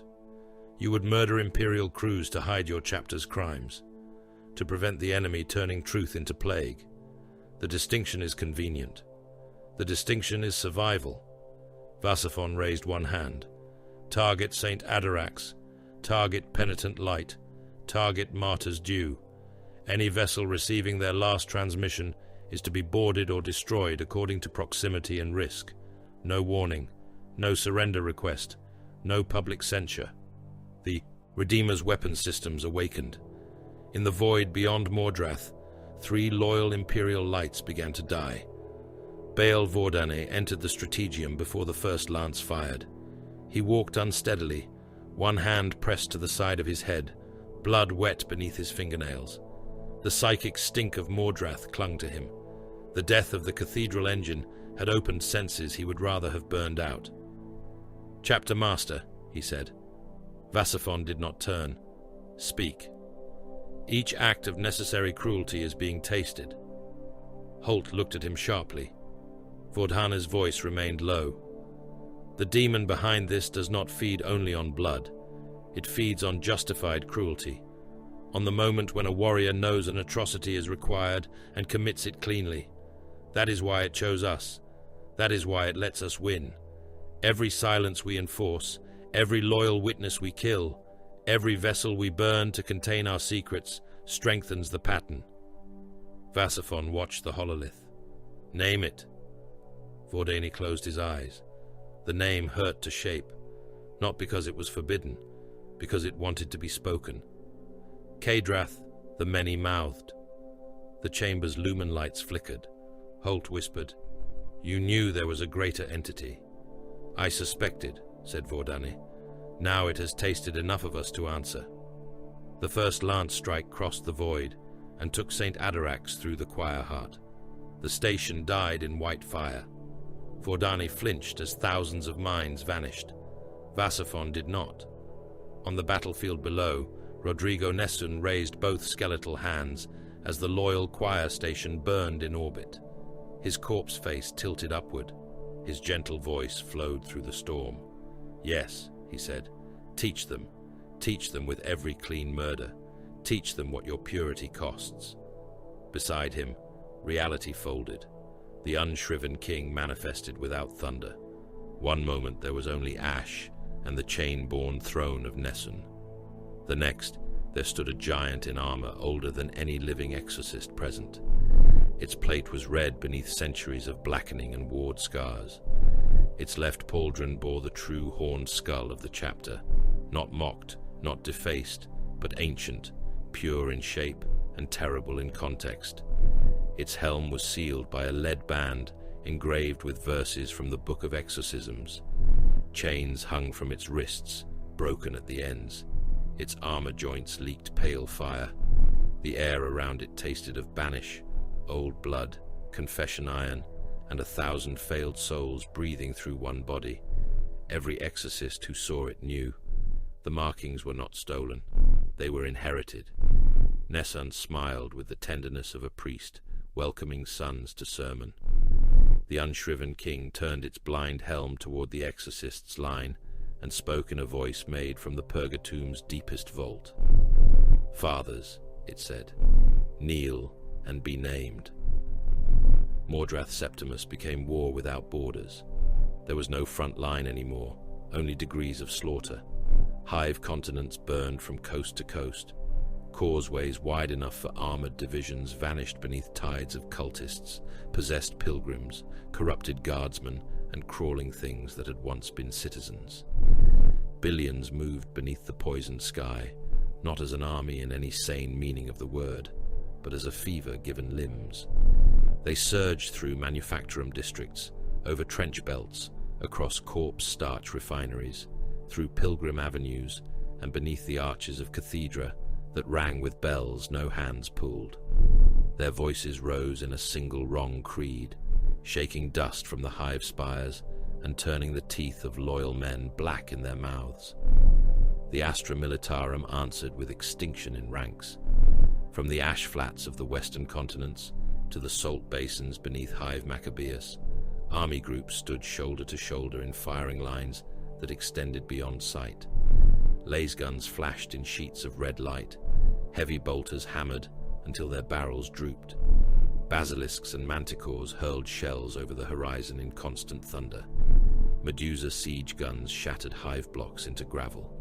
Lehman Russ squadrons drove forward and died in their own smoke.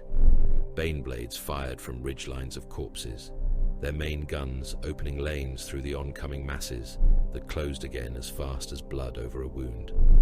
Above them, the Imperial Navy burned cities flat.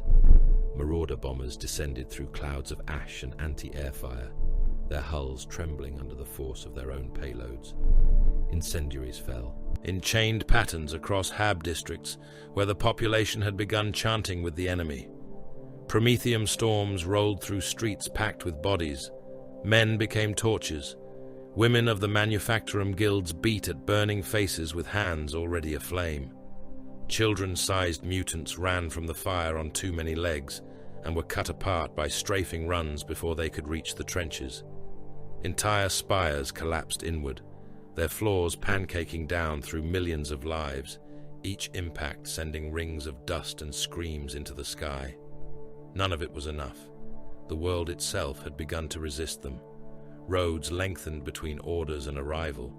Trenches shifted while men slept. A company sent east arrived west, aged, blind, and repeating the names of dead exorcists. Rivers of industrial waste changed course to drown artillery parks. Statues in shrine squares turned their stone heads to watch passing regiments. The ground under the loyal bastions breathed with slow, patient hunger. Then, the god engines walked. Legio Ferrum Castigator entered the war from the southern ash gates, their titans striding beneath banners burned at the edges by demon wind. Warhound engines moved ahead, swift and predatory, their turbo lasers cutting through demon engines and corrupted armor. Reaver titans followed, missile pods opening like the wings of iron angels, apocalypse launchers turning entire city districts into churning fire. Behind them came the warlord titan Pax Invicta, a walking cathedral of iron, its void shields shimmering in layers, its volcano cannon held like a relic of final judgment. Night houses rode beside them, lances of Questoris and armiger engines advancing through the ruin, with chain blades screaming and battle cannons roaring. Their pilots sang through noble vox channels, ancestral oaths clashing with the corrupted choir of the planet. For a moment, mortals believed the tide could be broken by something greater than fear. The planet whispered through the manifold of Pax Invicta. Princeps Haldrain heard it first as machine feedback, a low resonance, a prayer beneath engine heat. He sat enthroned within amniotic suspension, linked to the warlord's ancient mind, his own thoughts braided with the Titan's wrath. Moderati called out target locks. Tech priests chanted Binharic stabilization. The volcano cannon charged, building a sun in its barrel. The whisper became his mother's voice, then his first confessor's, then his own. He saw the hive spires as ribs. He saw the transit tunnels as veins. He saw the cathedral hive as a skull beneath the world. He saw the exorcists as red knives cutting not infection, but confession. He heard a mouth open inside the manifold and say his name with perfect love. Pax Invicta turned. The volcano cannon fired into the loyal line. A column of white annihilation crossed the battlefield and erased 3 armored regiments, 2 Knight Lances, a command bastion, and 500,000 guardsmen in less time than it took their Vox channels to become static. Shadows remained where men had stood. Tanks melted into lakes of glowing metal. The knights nearest the blast died upright. Their pilots burned into the thrones of their machines, their family oaths still broadcasting as cooked flesh and boiling blood filled their cockpits. The Legio Princeps screamed for restraint. Pax Invicta answered with hymns in the wrong tongue. The Exorcists did not try to save the front. They cut elsewhere. Ymir Vasaphon watched the planet's war through the Strategium Hololith aboard the Redeemer, seeing not panic, not glory, not even catastrophe, but pattern. Billions died across the display as shifting pulses of red and black. He let entire hive districts fall where they served no purpose. He let mortal armies be swallowed where their deaths drew the enemy along predicted lines. He marked which masses surged toward which ritual nodes, which cult tides followed psychic command, which demon hosts defended arteries rather than territory. The Exorcists were not winning Mordrath Septimus. They were severing it. "Engine 3, Alberic said over the command net. "Cut the throat." His brothers answered from orbit, from gunships, from trenches, from teleport chambers and armored spearheads waiting beneath the polluted clouds. By will, by wrath, by denial. St. Calix had once been a manufactorum hive dedicated to sacred munitions, orbital shell casings, tank engines, promethium injector assemblies, and shrine-stamped bolt components. Now its chimneys exhaled black prayer, its assembly lines moved without workers, severed hands crawled across conveyor belts and loaded shells with teeth, bone dust, and demonic scripture. Corpses hung from crane hooks, their bellies opened, their organs connected to production engines. Every machine in St. Calix was building ammunition for the wrong war. The third ritual engine pulsed beneath the central manufactorum, guarded by corrupted Skitari, possessed labor cohorts, demon engines, and word-bearers war priests, howling catechisms from gantries of iron and skin. Alberic came from the sky. Drop pods fell first, punching through the smog like meteors, hammering into manufactorum yards with the force of orbital judgment. Their doors blew outward, and Exorcists' intercessors emerged firing before the ramps struck the ground. Bolt rifles opened in disciplined bursts. Cult laborers exploded across conveyor tracks. Possessed overseers staggered backward with their torsos blown open, still trying to chant through mouths full of shrapnel. Storm ravens followed, engines screaming through flak. One took a direct hit from a demon-bound cannon and became a tumbling fireball, smashing into a habstack and spilling burning Astartes' bodies through the floors. The others held formation. Assault cannons chewed apart corrupted gun nests. Multi-melters punched through demon engine hulls. Hurricane bolters swept gantries clean in sprays of meat and sparks. Teleport strikes cracked open reality inside the manufactorum proper. Terminator veterans appeared among the assembly lines, their armor wreathed in white discharge, thunderhammers rising and falling before the enemy could turn. A dark mechanicum engine beast lunged from a furnace pit, all brass limbs and screaming boiler mouths. A chain fist opened it from shoulder to groin. Steam, blood, and machine oil burst across the floor. The Terminator stepped through the spray and fired his combi melter into the furnace heart beyond, killing the demon bound within before it could flee. Repulsor columns drove through the outer yards, grav plates howling over rivers of shell casings and human offal. Their guns fired in all directions, onslaught cannons tearing apart possessed workers, last talons cutting through armored walkers, heavy stubbers shredding mobs that threw themselves under the hulls to clog the grav fields with bodies. Vindicators followed, demolisher cannons lowering towards sealed manufactorum gates. "Breach," Alberic voxed. The gates vanished in a storm of stone and metal. He entered through the smoke with a blade guard escort, helm cracked from earlier battle, ribs sealed beneath blackened repair paste, power fist still marked by the dead heart of the sword's captain. Around him, the manufactorum shrieked. Conveyor lines fed corpses into presses that stamped Aquilas into their skin before grinding them into slurry. Servo arms wielding surgical tools tried to dissect the advancing Astartes. Cherub things made from machine parts and unborn vat flesh dove from overhead rails with drill bits for tongues. Alberich crushed one in his fist and kept walking. A possessed Scitarius fired a galvanic weapon into his chest plate. The shot burned through the outer ceramite. Alberich shot him once with his bolt pistol.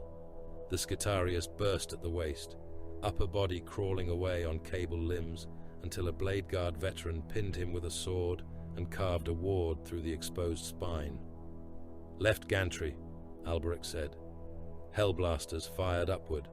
Plasma consumed a line of word-bearers' acolytes mid-chant, turning their red armor white, then transparent, then gone.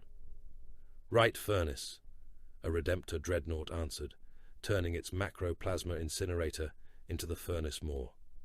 The blast lit the chamber blue-white. Something inside screamed with a voice large enough to shake bolts from the walls. "Core below," said Vordani through the vox, strained by distant ritual war. "Under the primary press. It is using the manufactorum rhythm as a heartbeat." "Then stop the heart." Alberich's spearhead drove downward through decks of machinery and flesh. They killed without flourish. They killed in lift shafts, on conveyors, inside shrines to broken machine spirits, across catwalks, slick with rendered fat. A demon engine shaped like a forge bull charged them through a wall of molten slag. Alberich, "Let it come," stepped aside at the final instant and drove his power fist into the joint beneath its skull plate. Blade guard swords struck in unison, severing cables and tendons, while a melter gun burst took the thing through its furnace belly. It collapsed, bellowing smoke, and its corpse became a ramp to the lower engine chamber. Above the battlefield, Vordane and the Broken Tower librarians fought a war no mortal eye could see and remain sane. Their minds were chained together by ward script and blood oaths, each librarian kneeling in a circle aboard the Redeemer, while their psychic presence descended over St. Calix like a crown of knives. Silver hooks pierced the flesh of their palms and linked them by blood to the floor sigils. Servo skulls chanted counter rhythms. Nachmanides stood within the circle with Crozius in hand, not as comfort, but as judgment. The demon choir struck them again and again. Voices of failed aspirants, voices of murdered guardsmen, voices of old chaplains, voices of the broken ones from the purgatomb, begging to be opened, begging to be useful, begging to be believed. The librarians answered with the rites of detestation, turning denial into psychic pressure, hatred into architecture, memory into walls. Brother Ishon faltered first. His eyes opened too wide. His mouth formed a smile that did not belong to him. Vordhane felt the breach. Nachmanides moved before the demon could speak. His Crozius struck Ishon across the skull with a crack like a gunshot. Bone, brain matter, and psychic flame burst across the ward circle. The librarian's body collapsed, twitching, the thing inside him dying unborn as the chaplain crushed the head a second time beneath an armored boot. No one broke the chant. No one said his name. At St. Calix, the third ritual engine died beneath Alberich's fist. At the same hour, the swords of Epiphany unleashed the captured broken ones. They were not marched into battle. They were dropped. Warp folds opened across the loyal lines, vomiting bound giants in cracked stasis coffins and broken restraint frames. Some wore old Exorcists' armor. Some were little more than fused muscle, horn, chain, and ward metal. Some still had their faces. That was worse. They landed among guard regiments, night support crews, artillery batteries, and evacuation columns, and for a heartbeat, they only stood there, shaking, whispering pleas. Then they detonated, not with fire, with possession. Each broken one burst outward in a psychic implosion that turned thousands of soldiers inside out. Men's bones appeared outside their skin. Organs unfolded like flowers. Eyes fell from faces and kept blinking in the mud. Shadows tore free from bodies and remained upright on the ground, still holding laser guns, still fighting in perfect silence after the flesh that cast them had collapsed. Officers shot their own shadows and died when the wounds appeared in their chests instead. The guard lines broke in places no enemy had touched. Vasaphon ordered those zones burned from orbit. He did not ask whether survivors remained. The revelation signal continued to crawl through the void. Zaidu boarded the corrupted orbital defense platform Gallowspire with the hex breakers, cutting through its lower maintenance hull while its macro batteries fired blind into the fleet. The platform had once guarded Mordrath Septimus from invasion. Now its choir relay arrays had been refitted with living mouths, astropathic organs, and stolen fragments of Exorcists' transmission ciphers. It was still crude. That was the worst of it. Many aboard were loyal. They wore Imperial Navy uniforms. They still saluted Aquila shrines. They still begged the Emperor for deliverance when the hexbreakers breached their decks. But they had heard the signal. They had seen fragments of the halls. They knew the words Purgatum and Broken Ones. They had been infected by knowledge, not belief, and knowledge could not be exercised quickly enough to matter. Zaidu moved through them with a suppressed bolter and combat blade. A ratings officer raised empty hands and cried that he had resisted the whispers. Zaidu shot him through the face. A voidsman sealed behind a blast door recited clearance codes and begged to be tested. Brother Sarek cut through the door and burned everyone beyond it. A group of armsmen fought with shotguns and shock mauls, still loyal enough to die defending their station, still contaminated enough that their courage made no difference. The horror was not that they died. The horror was that Zaidu was right. At the choir relay heart, an old astropath nailed into a brass cradle lifted his ruined face as the hexbreakers entered. His empty eye sockets leaked pale light. "You cannot kill a sermon already heard," the astropath whispered. Zaidu placed a charge against the relay core. "No, but I can kill the preacher." The astropath smiled. "You are all preachers now." Zaidu shot him twice and armed the charges. Gallowspire died behind the hexbreakers in a chain of internal explosions that tore the platform open and spilled loyal bodies, corrupted machinery, and burning choir organs into the void. By the time Mordrath's second night of planetary war fell, 8 ritual engines were dead, 8 wounds cauterized, 8 mouths silenced. The cost could no longer be counted by any sane administratum measure. Hive districts were ash. Guard armies existed only as casualty codes and orphaned banners. Navy squadrons had been expended in numbers that would cripple crusade logistics for decades. Titan wrecks burned like fallen mountains. The Exorcists had lost brothers, neophytes, tanks, gunships, and secrets. Each one entered into sealed record without mourning. Only the 9th engine remained. It lay beneath the original cathedral hive of Mordrath Septimus, the first shrine around which the world had grown its iron skin. The cathedral hive rose from the equatorial continent in tiers of black stone, gold wrought, and adamant spires, a mountain city of bells, reliquaries, pilgrim bones, and sealed crypts. Around it stood 3 billion living shields. They were not chained. They did not need to be. Citizens, soldiers, priests, manufactorum clans, wounded guard, infected pilgrims, broken serfs, children of the hive, old men on devotional crutches, warriors missing limbs, but still standing. 3 billion throats chanted in demon tongue. 3 billion bodies formed rings around the cathedral hive, each ring pulsing with psychic force. Kill them from orbit, and their deaths would feed the engine. Leave them alive, and their voices would complete the host. Advance through them, and every step would be murder, revelation, and fuel. On the Redeemer, Vasaphon watched the final node burn black in the hololith. "Prepare Exterminatus assets," he said. No one spoke. The order passed into the ship like a funeral bell. Cyclonic warheads were awakened in their vaults. Virus payloads were brought from sealed stores. Tech Marines began the rites that made machines ready to murder a world.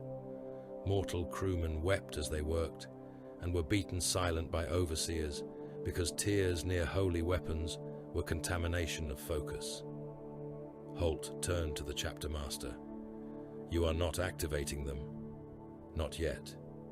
That distinction may last minutes. It will last as long as the final strike requires." Vordain stood near the hololith, face grey, eyes rimmed with blood. "A ground assault into the 9th engine will be seen. It wants us close. It wants every necessary act committed at the heart of the choir."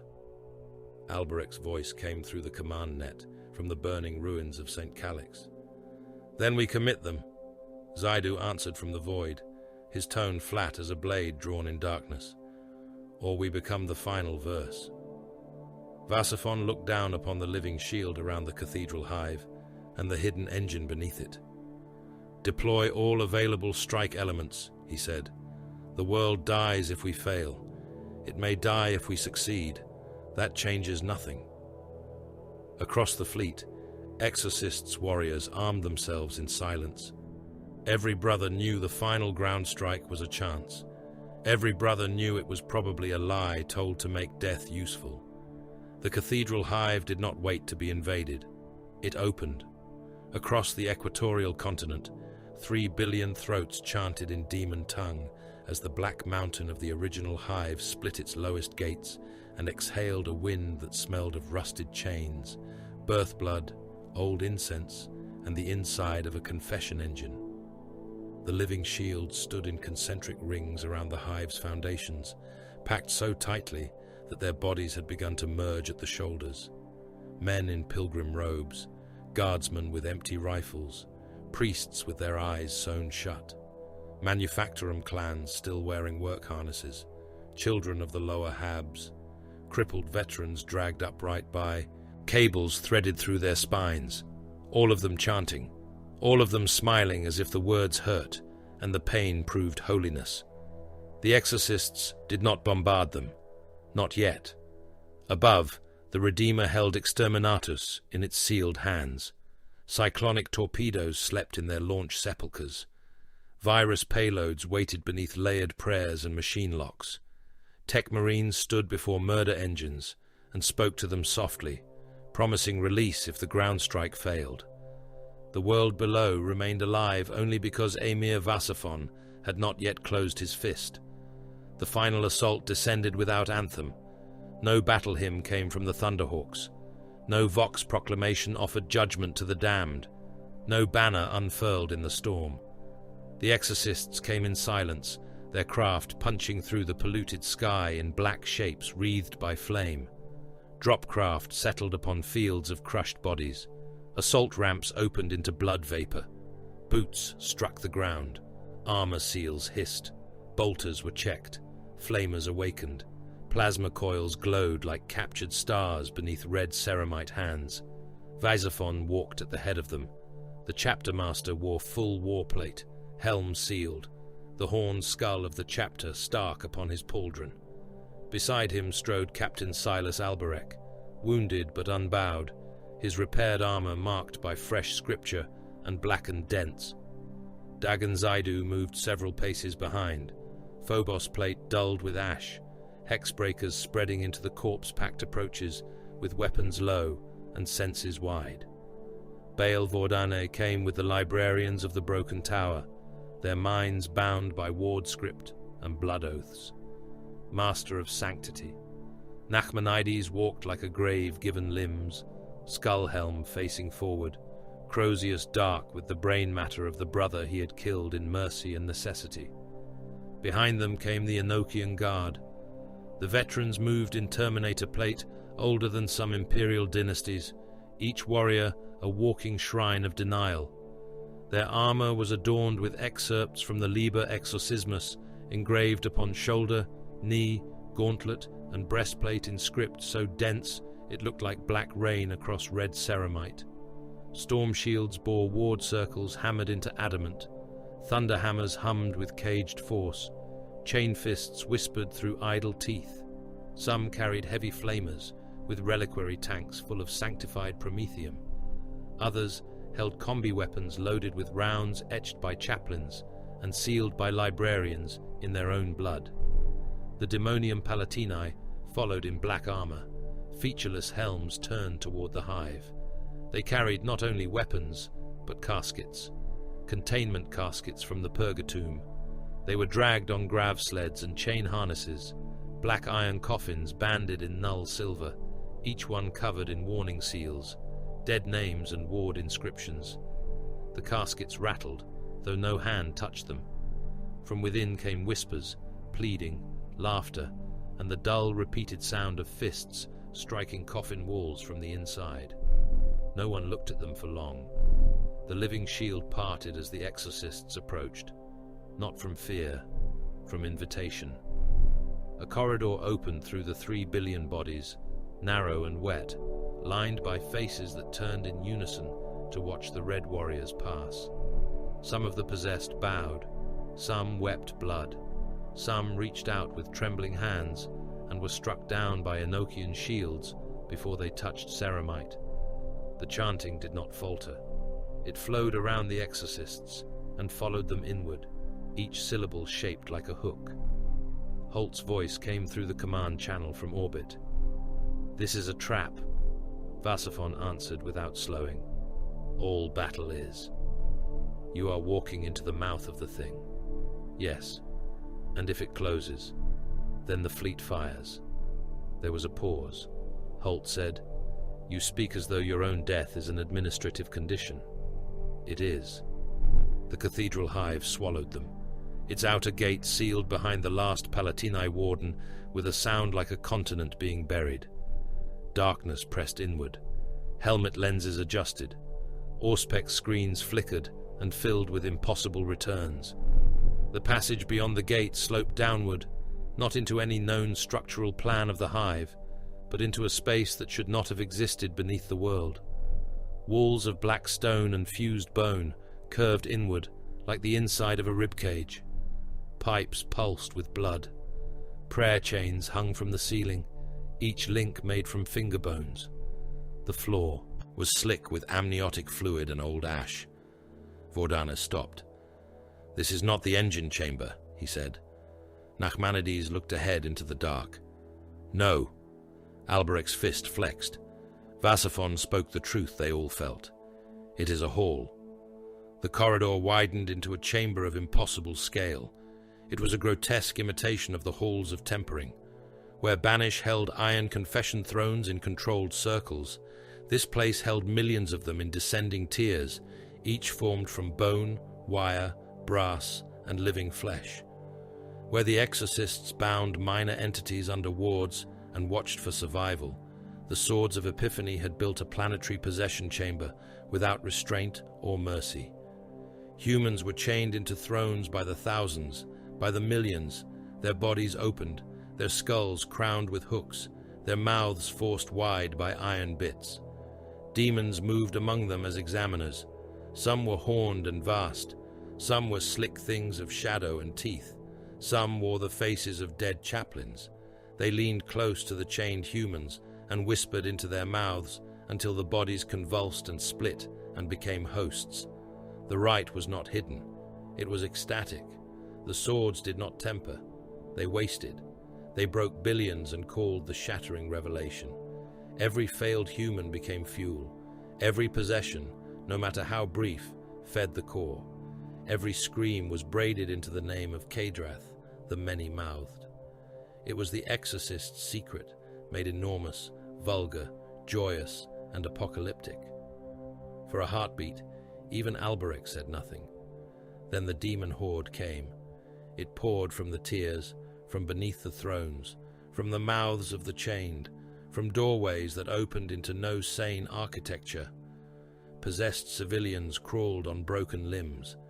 Demon hosts ran with their own entrails dragging behind them. Swords of Epiphany warriors advanced in corrupted red armor, weapons raised, voices chanting accusation. Word-bearers' remnants came with them, praising the spectacle as scripture. Lesser demons leapt from throne to throne like insects across carrion. Visophon raised one hand. The Exorcists answered.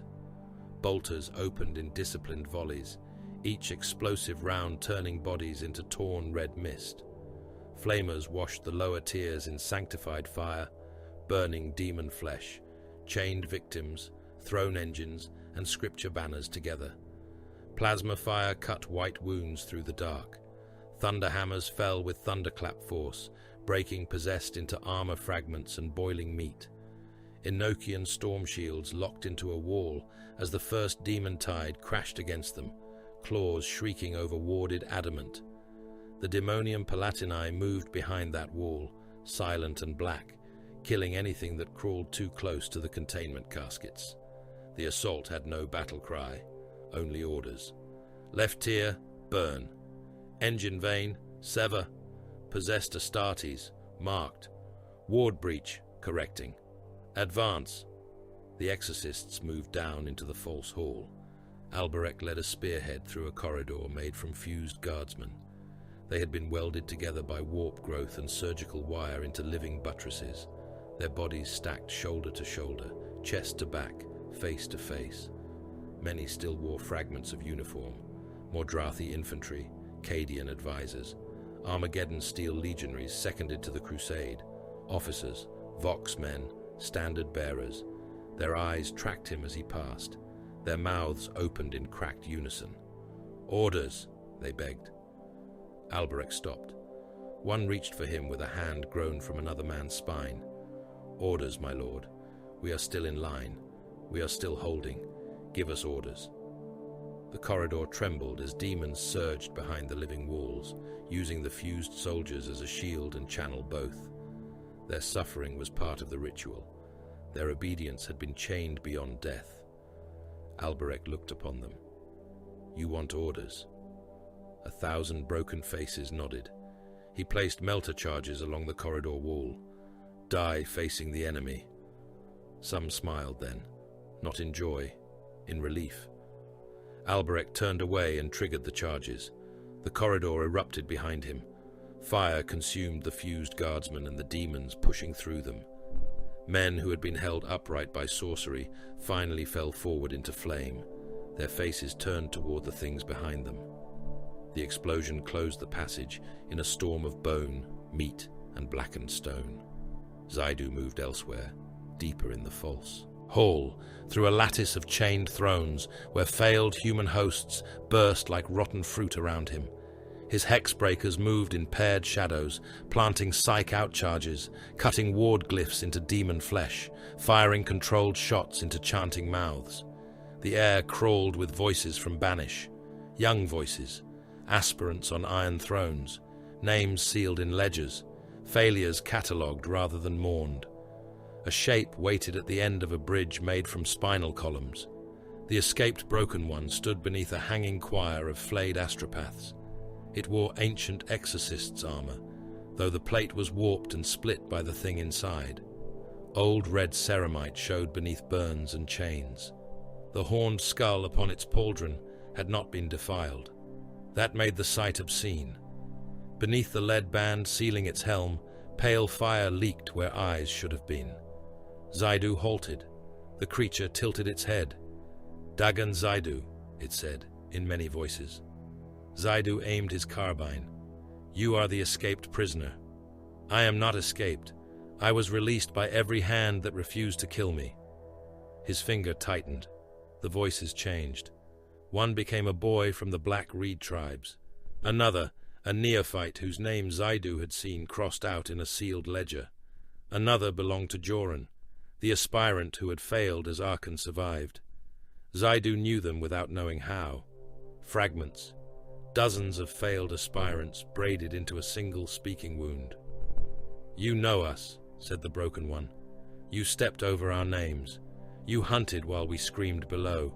You were made brave by the bodies that broke before you. Zaidu fired. The bolt struck and detonated across the creature's chest. Armor cracked. Pale flame poured through the wounds. It did not fall. You survived because others failed first. Zaidu drew his blade.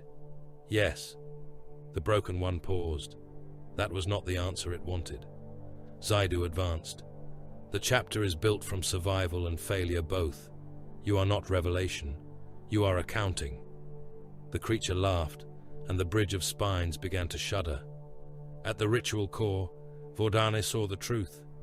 He stood before the heart of the ninth engine, surrounded by librarians whose blood flowed upward from their armor seals into the air.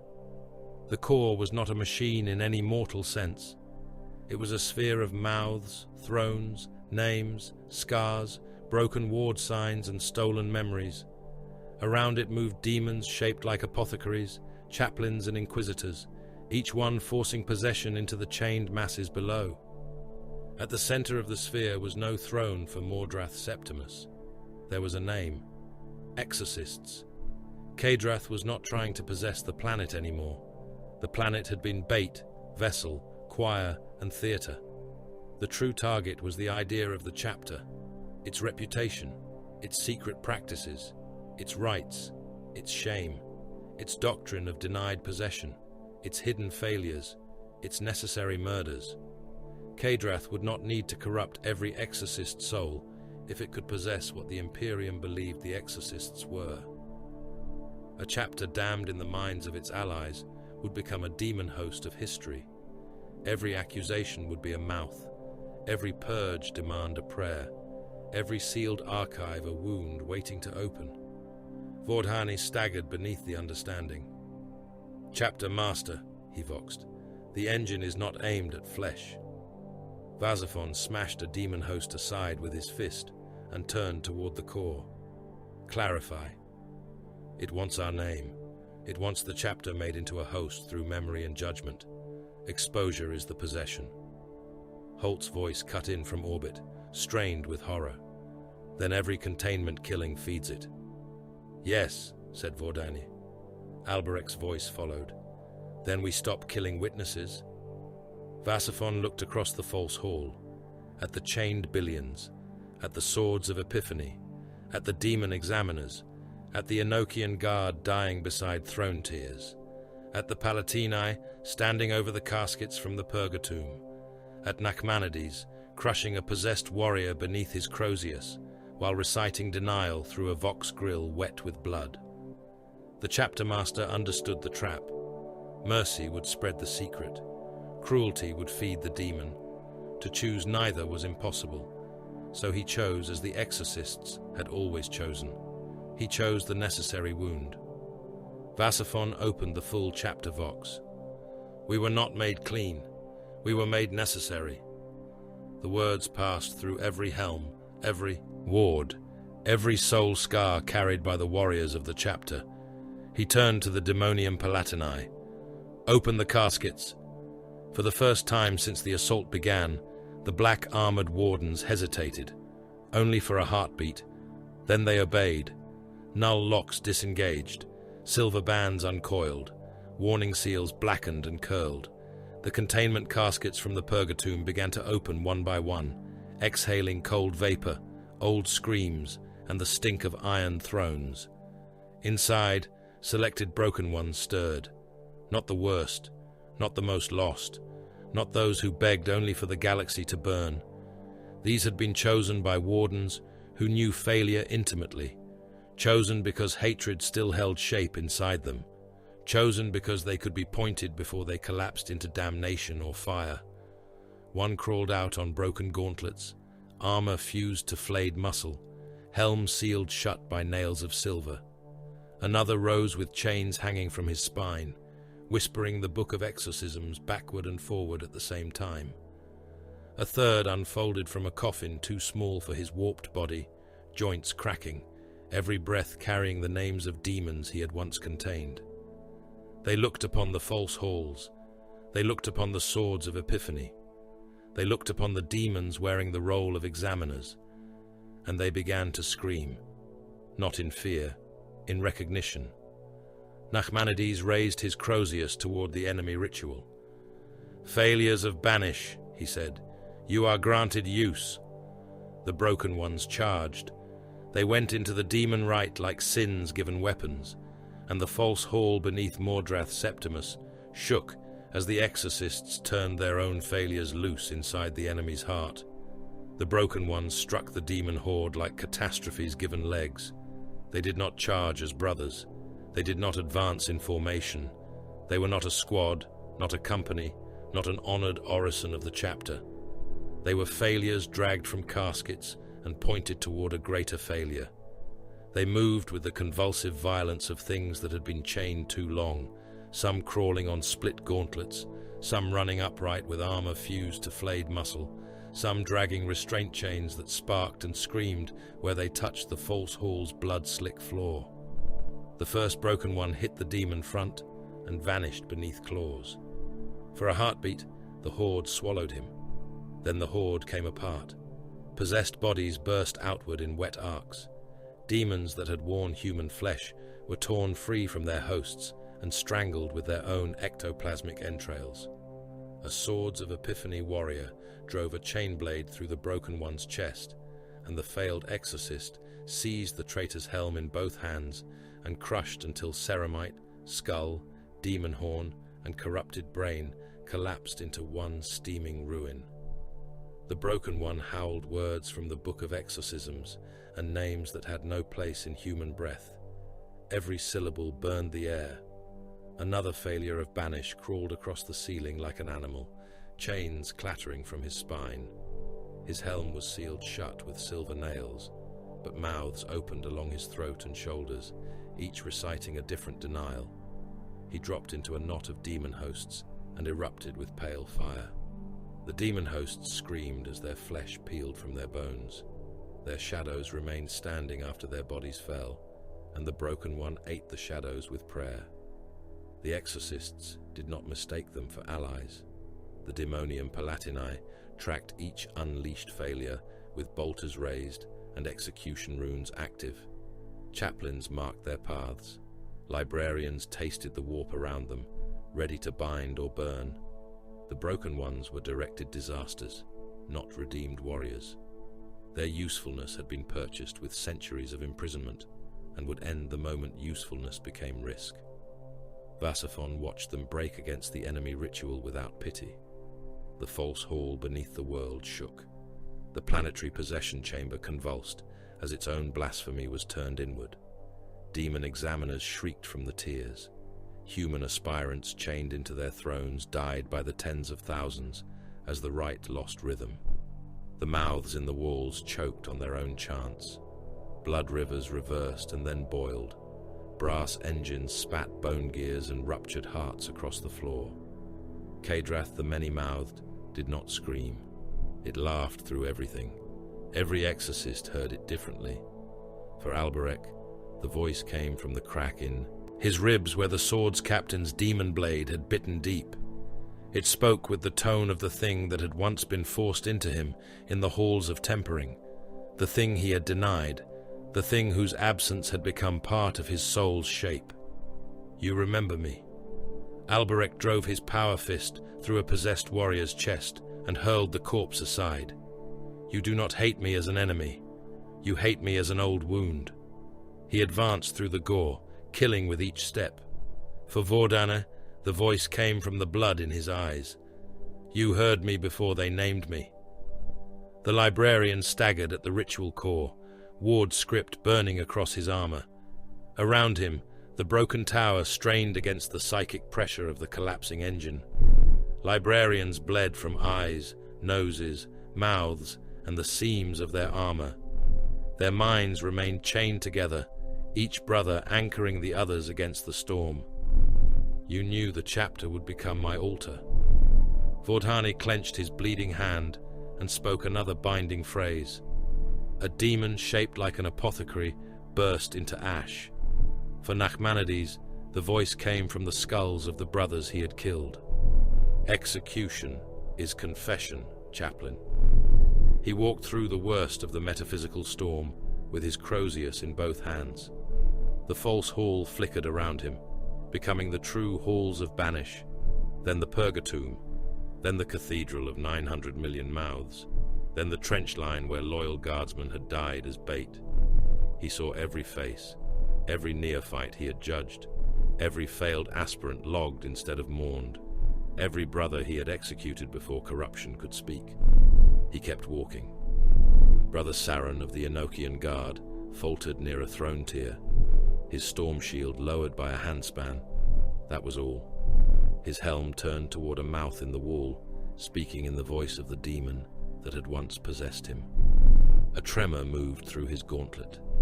The voice called him by the tribal name he had surrendered on Banish. Nachmanides struck before the demon could use the opening. The Crozius crushed Saren's helm from temple to jaw. The veteran dropped to one knee. Nachmanides struck again, breaking the skull fully, then drove the Crozius head into the warrior's chestplate and shattered the primary heart beneath. He spoke absolution as he killed. By the Emperor's distant light, by the chapter's burden, by the denial you once held and have now lost, be ended before you are owned.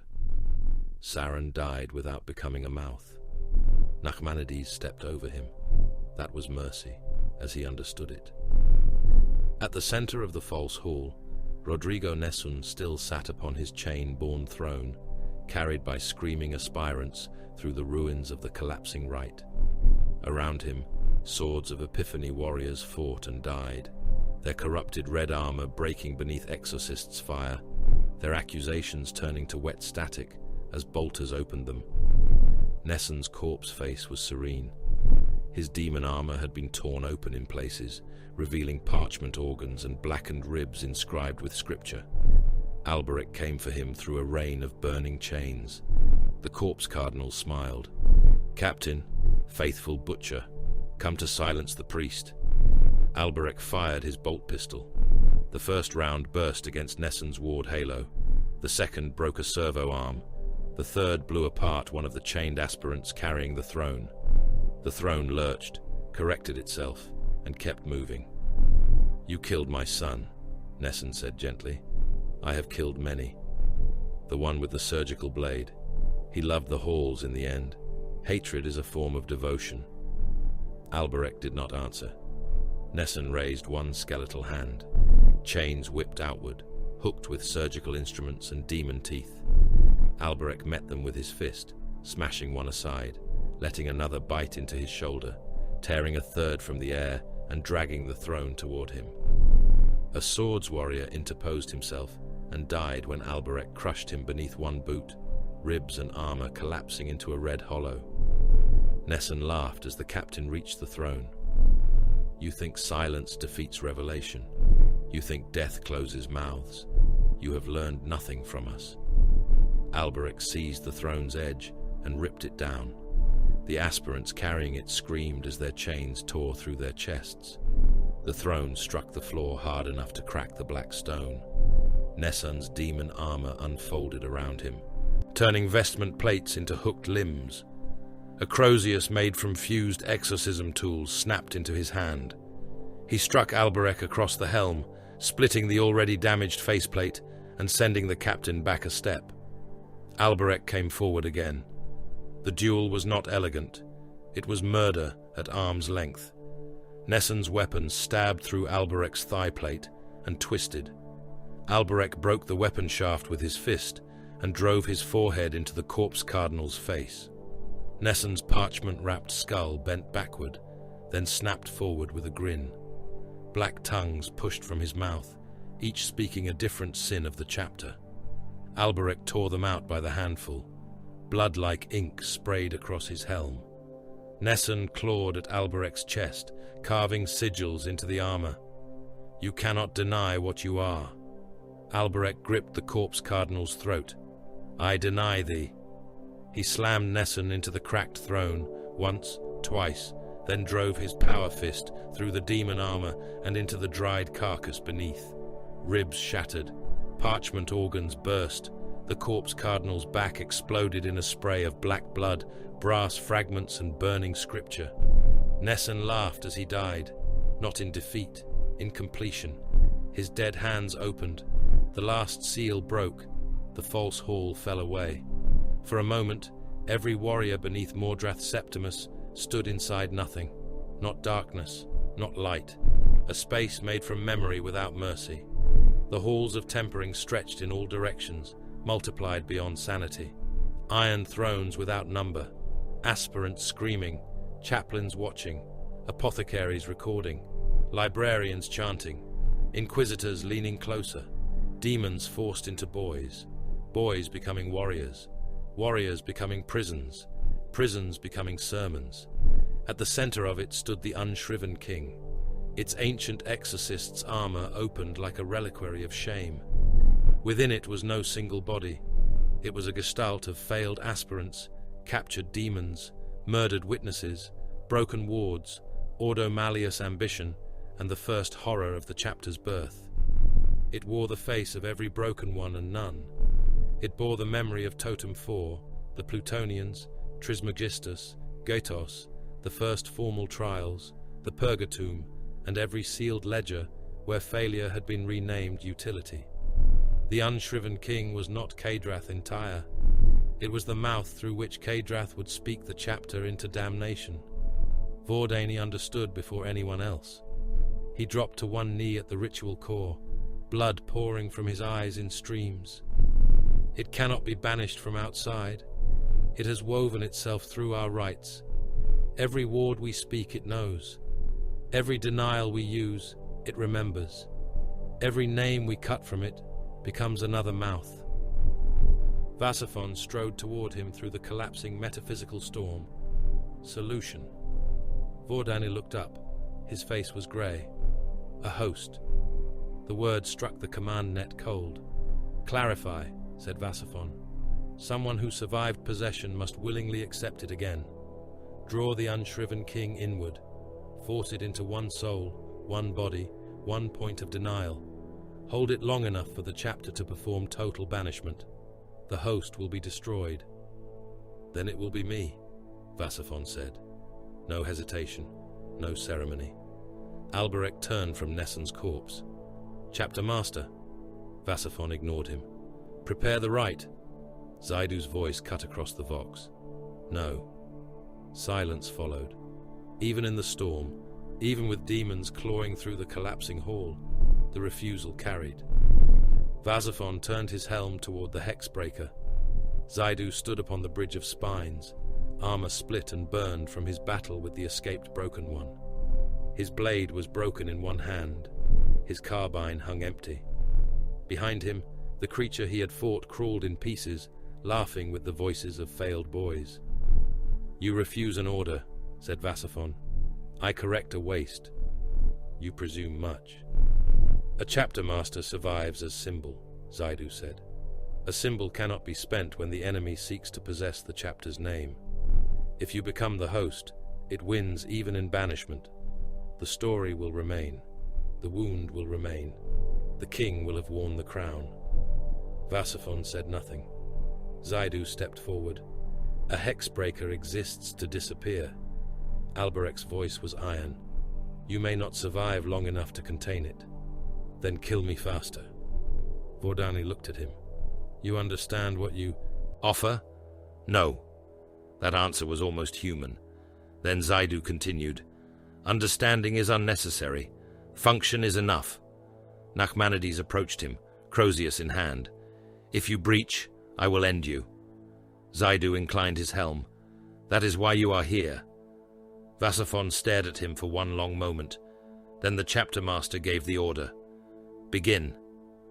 The exorcists formed the circle in the dying heart of the false hall. The Enochian guard locked shields outward as the demon horde threw itself at them. Alberich took position at the breach with blade guard and terminators, holding back swords of Epiphany remnants, possessed, demon hosts, and crawling shadows that wore the faces of loyal dead. His power fist rose and fell. His bolt pistol fired until empty, then became a club. He fought with broken helm and bleeding side, and around him brothers died mid-swing, mid-verse, mid-denial. Vordhane carved the receiving sigil into Zaidu's armor with a force blade. Nachmanides spoke the opening absolution. The Palatini dragged surviving broken ones into ward points, using their agony as anchors. Some begged, some laughed, some were too far gone to know what they served. Their chains were nailed into the floor. Their screams formed the outer wall of the rite. Zaidu knelt at the center. For the first time since the war began, he removed his helm. His face was scarred, pale, expressionless. Blood marked one eye. His breathing was steady. Vordane asked, "Final words?" Zaidu looked toward the unshriven king. No prayer. The ward circle opened. The unshriven king entered him. Zaidu's body arched as if hooked from within. His armor split along the breastplate and spine, ceramite cracking outward under pressure from bones changing shape. His ribs bent, his jaw dislocated, veins blackened beneath his skin. Something moved under his throat, pressing upward, trying to form another mouth. His eyes burned white, then black, then white again. The psychic shock threw 3 librarians from their feet. One died before he struck the floor, his skull rupturing from internal pressure. The demon tried to speak through Zaidu. He did not let it. He began reciting, not prayers. Reconnaissance first, bait second, annihilation third, western duct approach, hive Charon, kill angle, corpse market plaza, suppressor nest, high gantry, heavy bolter crossfire, shrine ruin, target priority, mouths, target priority, hands, target priority, command. His voice split. Under it came the unshriven king, trying to lace each word with revelation. He kept going. Salt trenches, northern salient, contamination status, total, witness risk, terminal, live fire trial, pursuit lanes, ash storm drift, neophyte squad Talvan, left flank correction. His bones cracked louder. The mouth at his throat opened. Nachmanides stepped closer, Crozius raised. Zaidu forced it shut with one hand, crushing his own flesh until black blood ran between his fingers. Liber Exorcismus, verse 79, Denial Clause, verse 112, Refusal of the Second Invitation, verse 206, No throne within, no guest without permission, no name accepted, no mercy to the speaking wound. Vordane understood. Zaidu was building a fortress from function, orders, roots, doctrine, verses, not faith, structure. The demon wanted confession, shame, revelation. Zaidu gave it logistics, kill geometry and denial. The Exorcists began the banishment. Every surviving librarian spoke, their voices braided through blood and ward fire. Vordani led them, screaming syllables that tore his throat raw.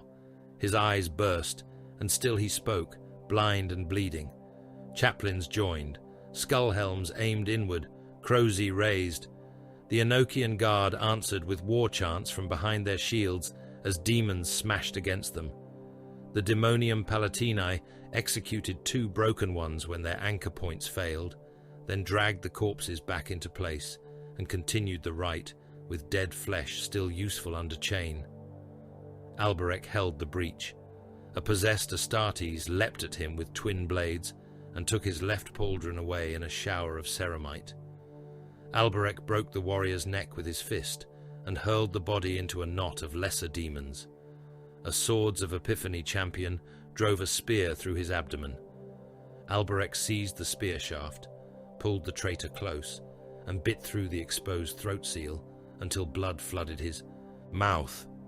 He spat the torn flesh aside and fought on. The planet screamed. Mordrath Septimus convulsed around them. Above the false hall, the 3 billion living shields wailed in unison. Across the surface, hive spires cracked, trenches folded, Manufactoria vomited fire, cathedral bells shattered in their towers. The remaining mouths of the demon choir tore themselves apart, unable to hold the song, while the unshriven king was forced into one unwilling host. Zaidu rose to his feet inside the circle. He should not have been able to move. The thing inside him unfolded his shadow into wings. His armor bled light. His face shifted, becoming younger, older, many, none. When he spoke, the unshriven king spoke with him. "Tell them," it begged in 1,000 voices. "Tell them what you are." Zaidu's lips peeled back from bloody teeth. "By my will," he said, each word dragged from the wreckage of his body. "I deny thee." The right struck. The unshriven king screamed through him as the exorcists completed the banishment. It tried to escape through the scars of every brother present. It clawed at Vasaphone's old wounds. It reached for Alberec's boiling blood. It whispered into Nachmanides' executions. It pressed against Vordhane's blind mind. It found only denial, hatred, pain, and walls built from chosen damnation. Vordhane spoke the final name. The unshriven king was torn from Zaidu's body in a column of black fire and white screaming light. Its armor shape shattered. Its many faces burst one after another. Failed aspirants, dead demons, Nessen's corpse smile, the blind helm from the purgatomb, all breaking into ash that fell upward and vanished into nothing. The false hall collapsed. The 9th ritual engine died. Silence came like a blow. Zaidu fell. No one moved at first, not because they believed him dead, because every warrior expected what would follow if he was not. Nachmanides approached with Crozius raised. Zaidu lay on the cracked floor, armor split, body twisted, blood spreading beneath him in a black pool. His throat had been torn open and sealed again by burned flesh. One eye was gone, the other opened. He breathed. Impossible. Nachmanides stopped over him. Zaidu looked up at the skull helm, and when he spoke, his voice was his own. Almost. "Contained," he said. Vordane, blind and bleeding, turned toward him as if seeing through some worse sense. "No," the librarian whispered. "Survived." The word was heavier than death. Vasaphon stood over the fallen hexbreaker, surrounded by dead brothers, ruined broken ones, and the ash of the banished king.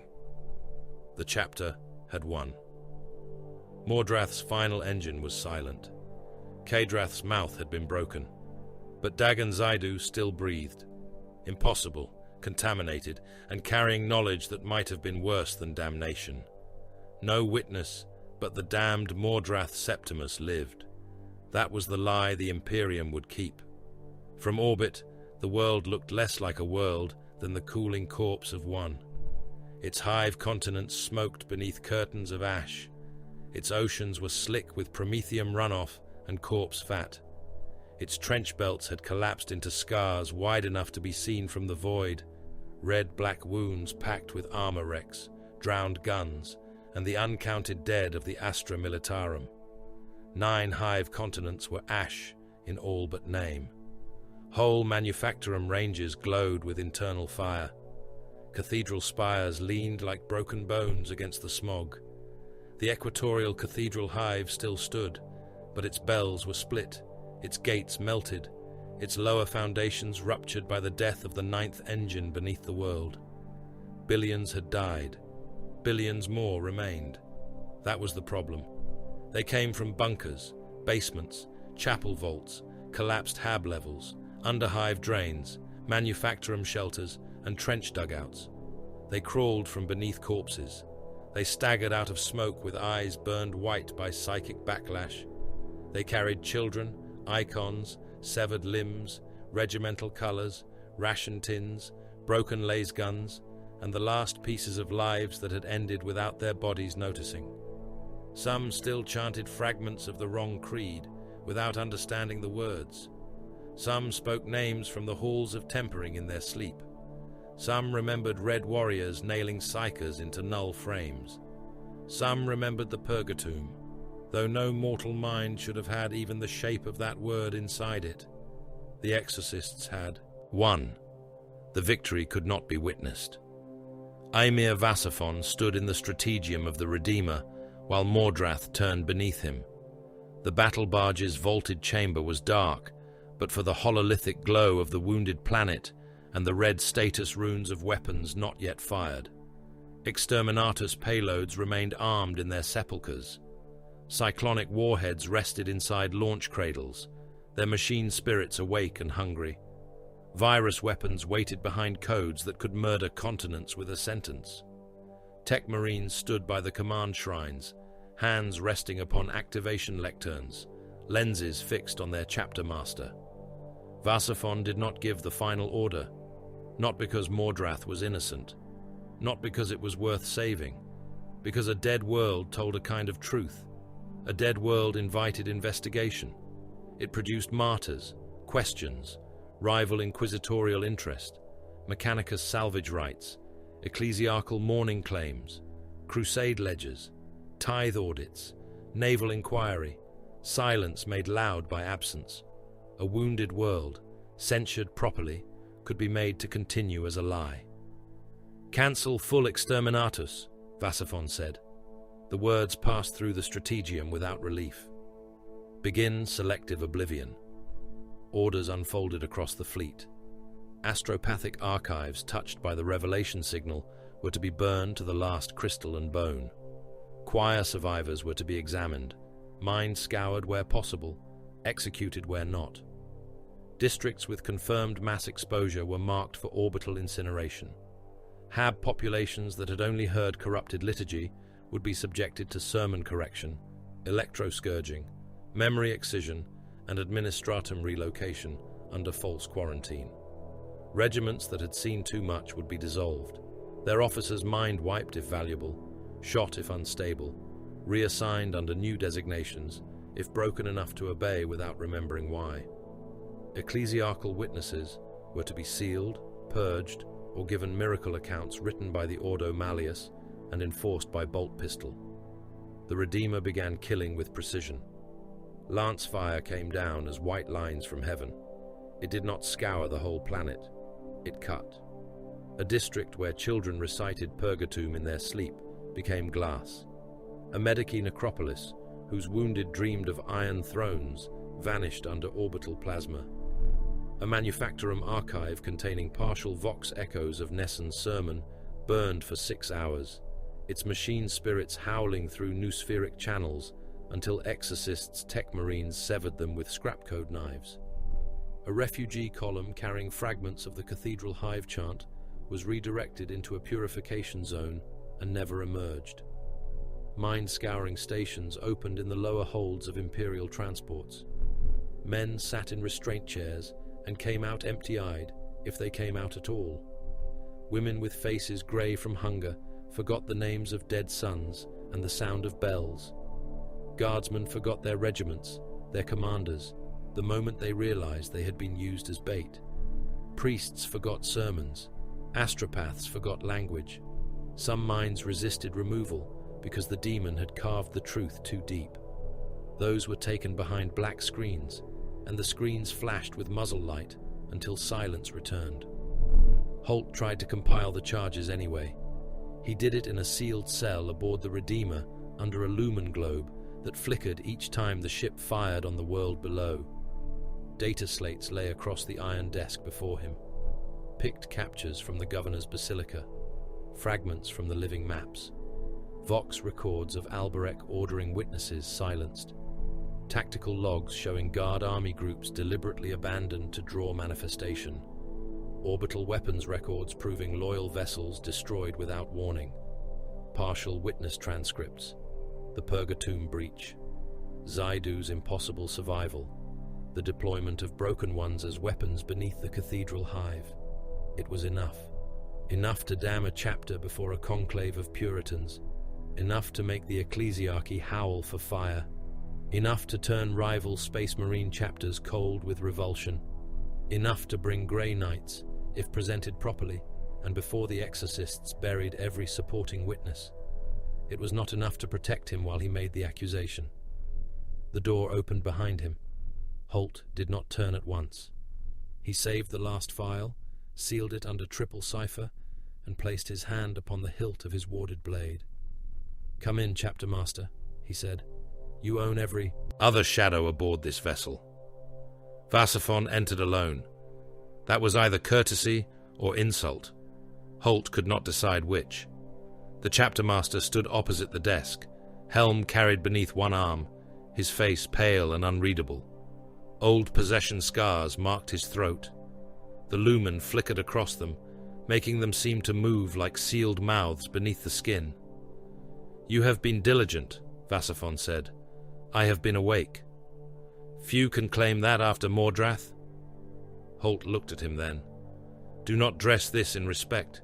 You murdered loyal servants of the throne to conceal your chapter's corruption. To contain a weaponized revelation. A convenient distinction, repeated often enough to become doctrine. All doctrine begins as a necessary distinction. Holt rose. I can bring this before the Ordo. Yes. I can have your methods censured. Possibly. I can have your chapter declared compromised. Vasaphon watched him without anger. You can attempt it. The Strategium's distant guns fired again. The deck trembled beneath their feet. Somewhere below them, another district of Mordrath ceased to be a place with witnesses. Holt gathered the data slates and placed them into a sealed case. You cannot kill every record. No, Vasaphon said, only every record that reaches the wrong hands. You admit intent. I clarify outcome. Holt laughed once without humor. You truly do believe this is loyalty? No. I believe loyalty is too small a word for what keeps mankind alive. The Inquisitor's face hardened. And what choice do you imagine you are giving me? Vasaphon stepped closer. Seal the record under Ordo Malleus authority. Classify Mordrath Septimus as a contained demonic uprising suppressed by combined Imperial action and unnamed Adeptus Astartes assets. Preserve what must be preserved under cipher. Burn what must be burned. Live long enough to understand why. And the alternative? Become part of the sealed record. Holt's hand tightened on his blade. For a moment, the chamber held only the sound of distant weapons and the soft hum of servo skulls recording nothing because Vasaphon had ordered them dead before entering. The Inquisitor looked into the chapter master's eyes and saw no threat there, only arithmetic. That was why he did not draw. Damn you, Holt said. Vasaphon inclined his head slightly. Already considered. Dagon Zaidu was brought before judgment in the Apothecarian Shrine, where the floor drains were still black from the blood of brothers recovered from the false hall. He stood without armor above the waist, though chains bound his wrists and throat to a warded frame. His body was ruined and alive in ways that offended every reading the apothecaries had taken. His ribs had been broken outward and reset from within. His skin was marked by black veins that had not faded. One eye was gone, sealed beneath cauterized flesh. Across his chest, a scar shaped like a closed mouth pulsed faintly beneath silver ink. Alberich stood to one side, repaired helm beneath his arm, face hard as a siege wall. Nachmanides stood to the other, Crozius grounded before him. Vordhani sat in a restraint throne nearby, blind eyes covered in black cloth, psychic hood still active despite the tremor in his hands. Vasaphon entered last. No one bowed. This was not ceremony. It was assessment. Alberich spoke first. Kill him. Zaidu did not react. Nachmanides followed. Agreed. He survived repossession. That is not proof of purity. It is proof of anomaly. Anomaly is breach until disproven. Breach is death. Vordhana lifted his head. He contained the unshriven king. He hosted it, Alberich said, and denied it. Survival does not absolve contamination. No, Vordani said, but neither does execution prove wisdom. Nachmanides turned his skull helm toward the librarian. You would keep a door because it held shut once. I would study a lock that did what no lock should have survived doing. Alberich's voice lowered. He carries it. Vordane's blind face turned toward Zaidu. He carries knowledge, scarring, echo, perhaps worse. But the chapter was born from worse being survived. That argument built the Purgatomb, Nachmanides said. Yes, Vordani replied, and the Purgatomb kept the galaxy, ignorant of things it could not endure. Zaidu spoke then. His voice was hoarse, scraped raw by a throat that had tried to become another's instrument. Execute me. All eyes turned to him. He did not look at Alberich. He did not look at Vordane. He looked only at Vasaphon. I contained it. That does not mean I am clean. The words were cold. Not guilt, not plea. Discipline. Nachmanides tightened his grip on the Crozius. He understands. Albrecht nodded once. Then end it. Vasaphon regarded Zaidu for a long time. You request death because it is efficient, the chapter master said. Yes. You believe your survival is a strategic liability. Yes. You believe the chapter would be safer if your ashes were sealed. Yes. You are probably correct. The chamber became very still. Vasaphon turned to Nachmanides. Release him. The chaplain did not move at first. Chapter master. Release him. The chains unlocked. Zaidu remained standing in the frame, as if the restraints still held him. Vasaphon stepped closer. You will not return to the Hexbreakers. Zaidu's remaining eye did not blink. You will be assigned to the Demonium Palatinae. You will take the black. You will guard the Purgatomb.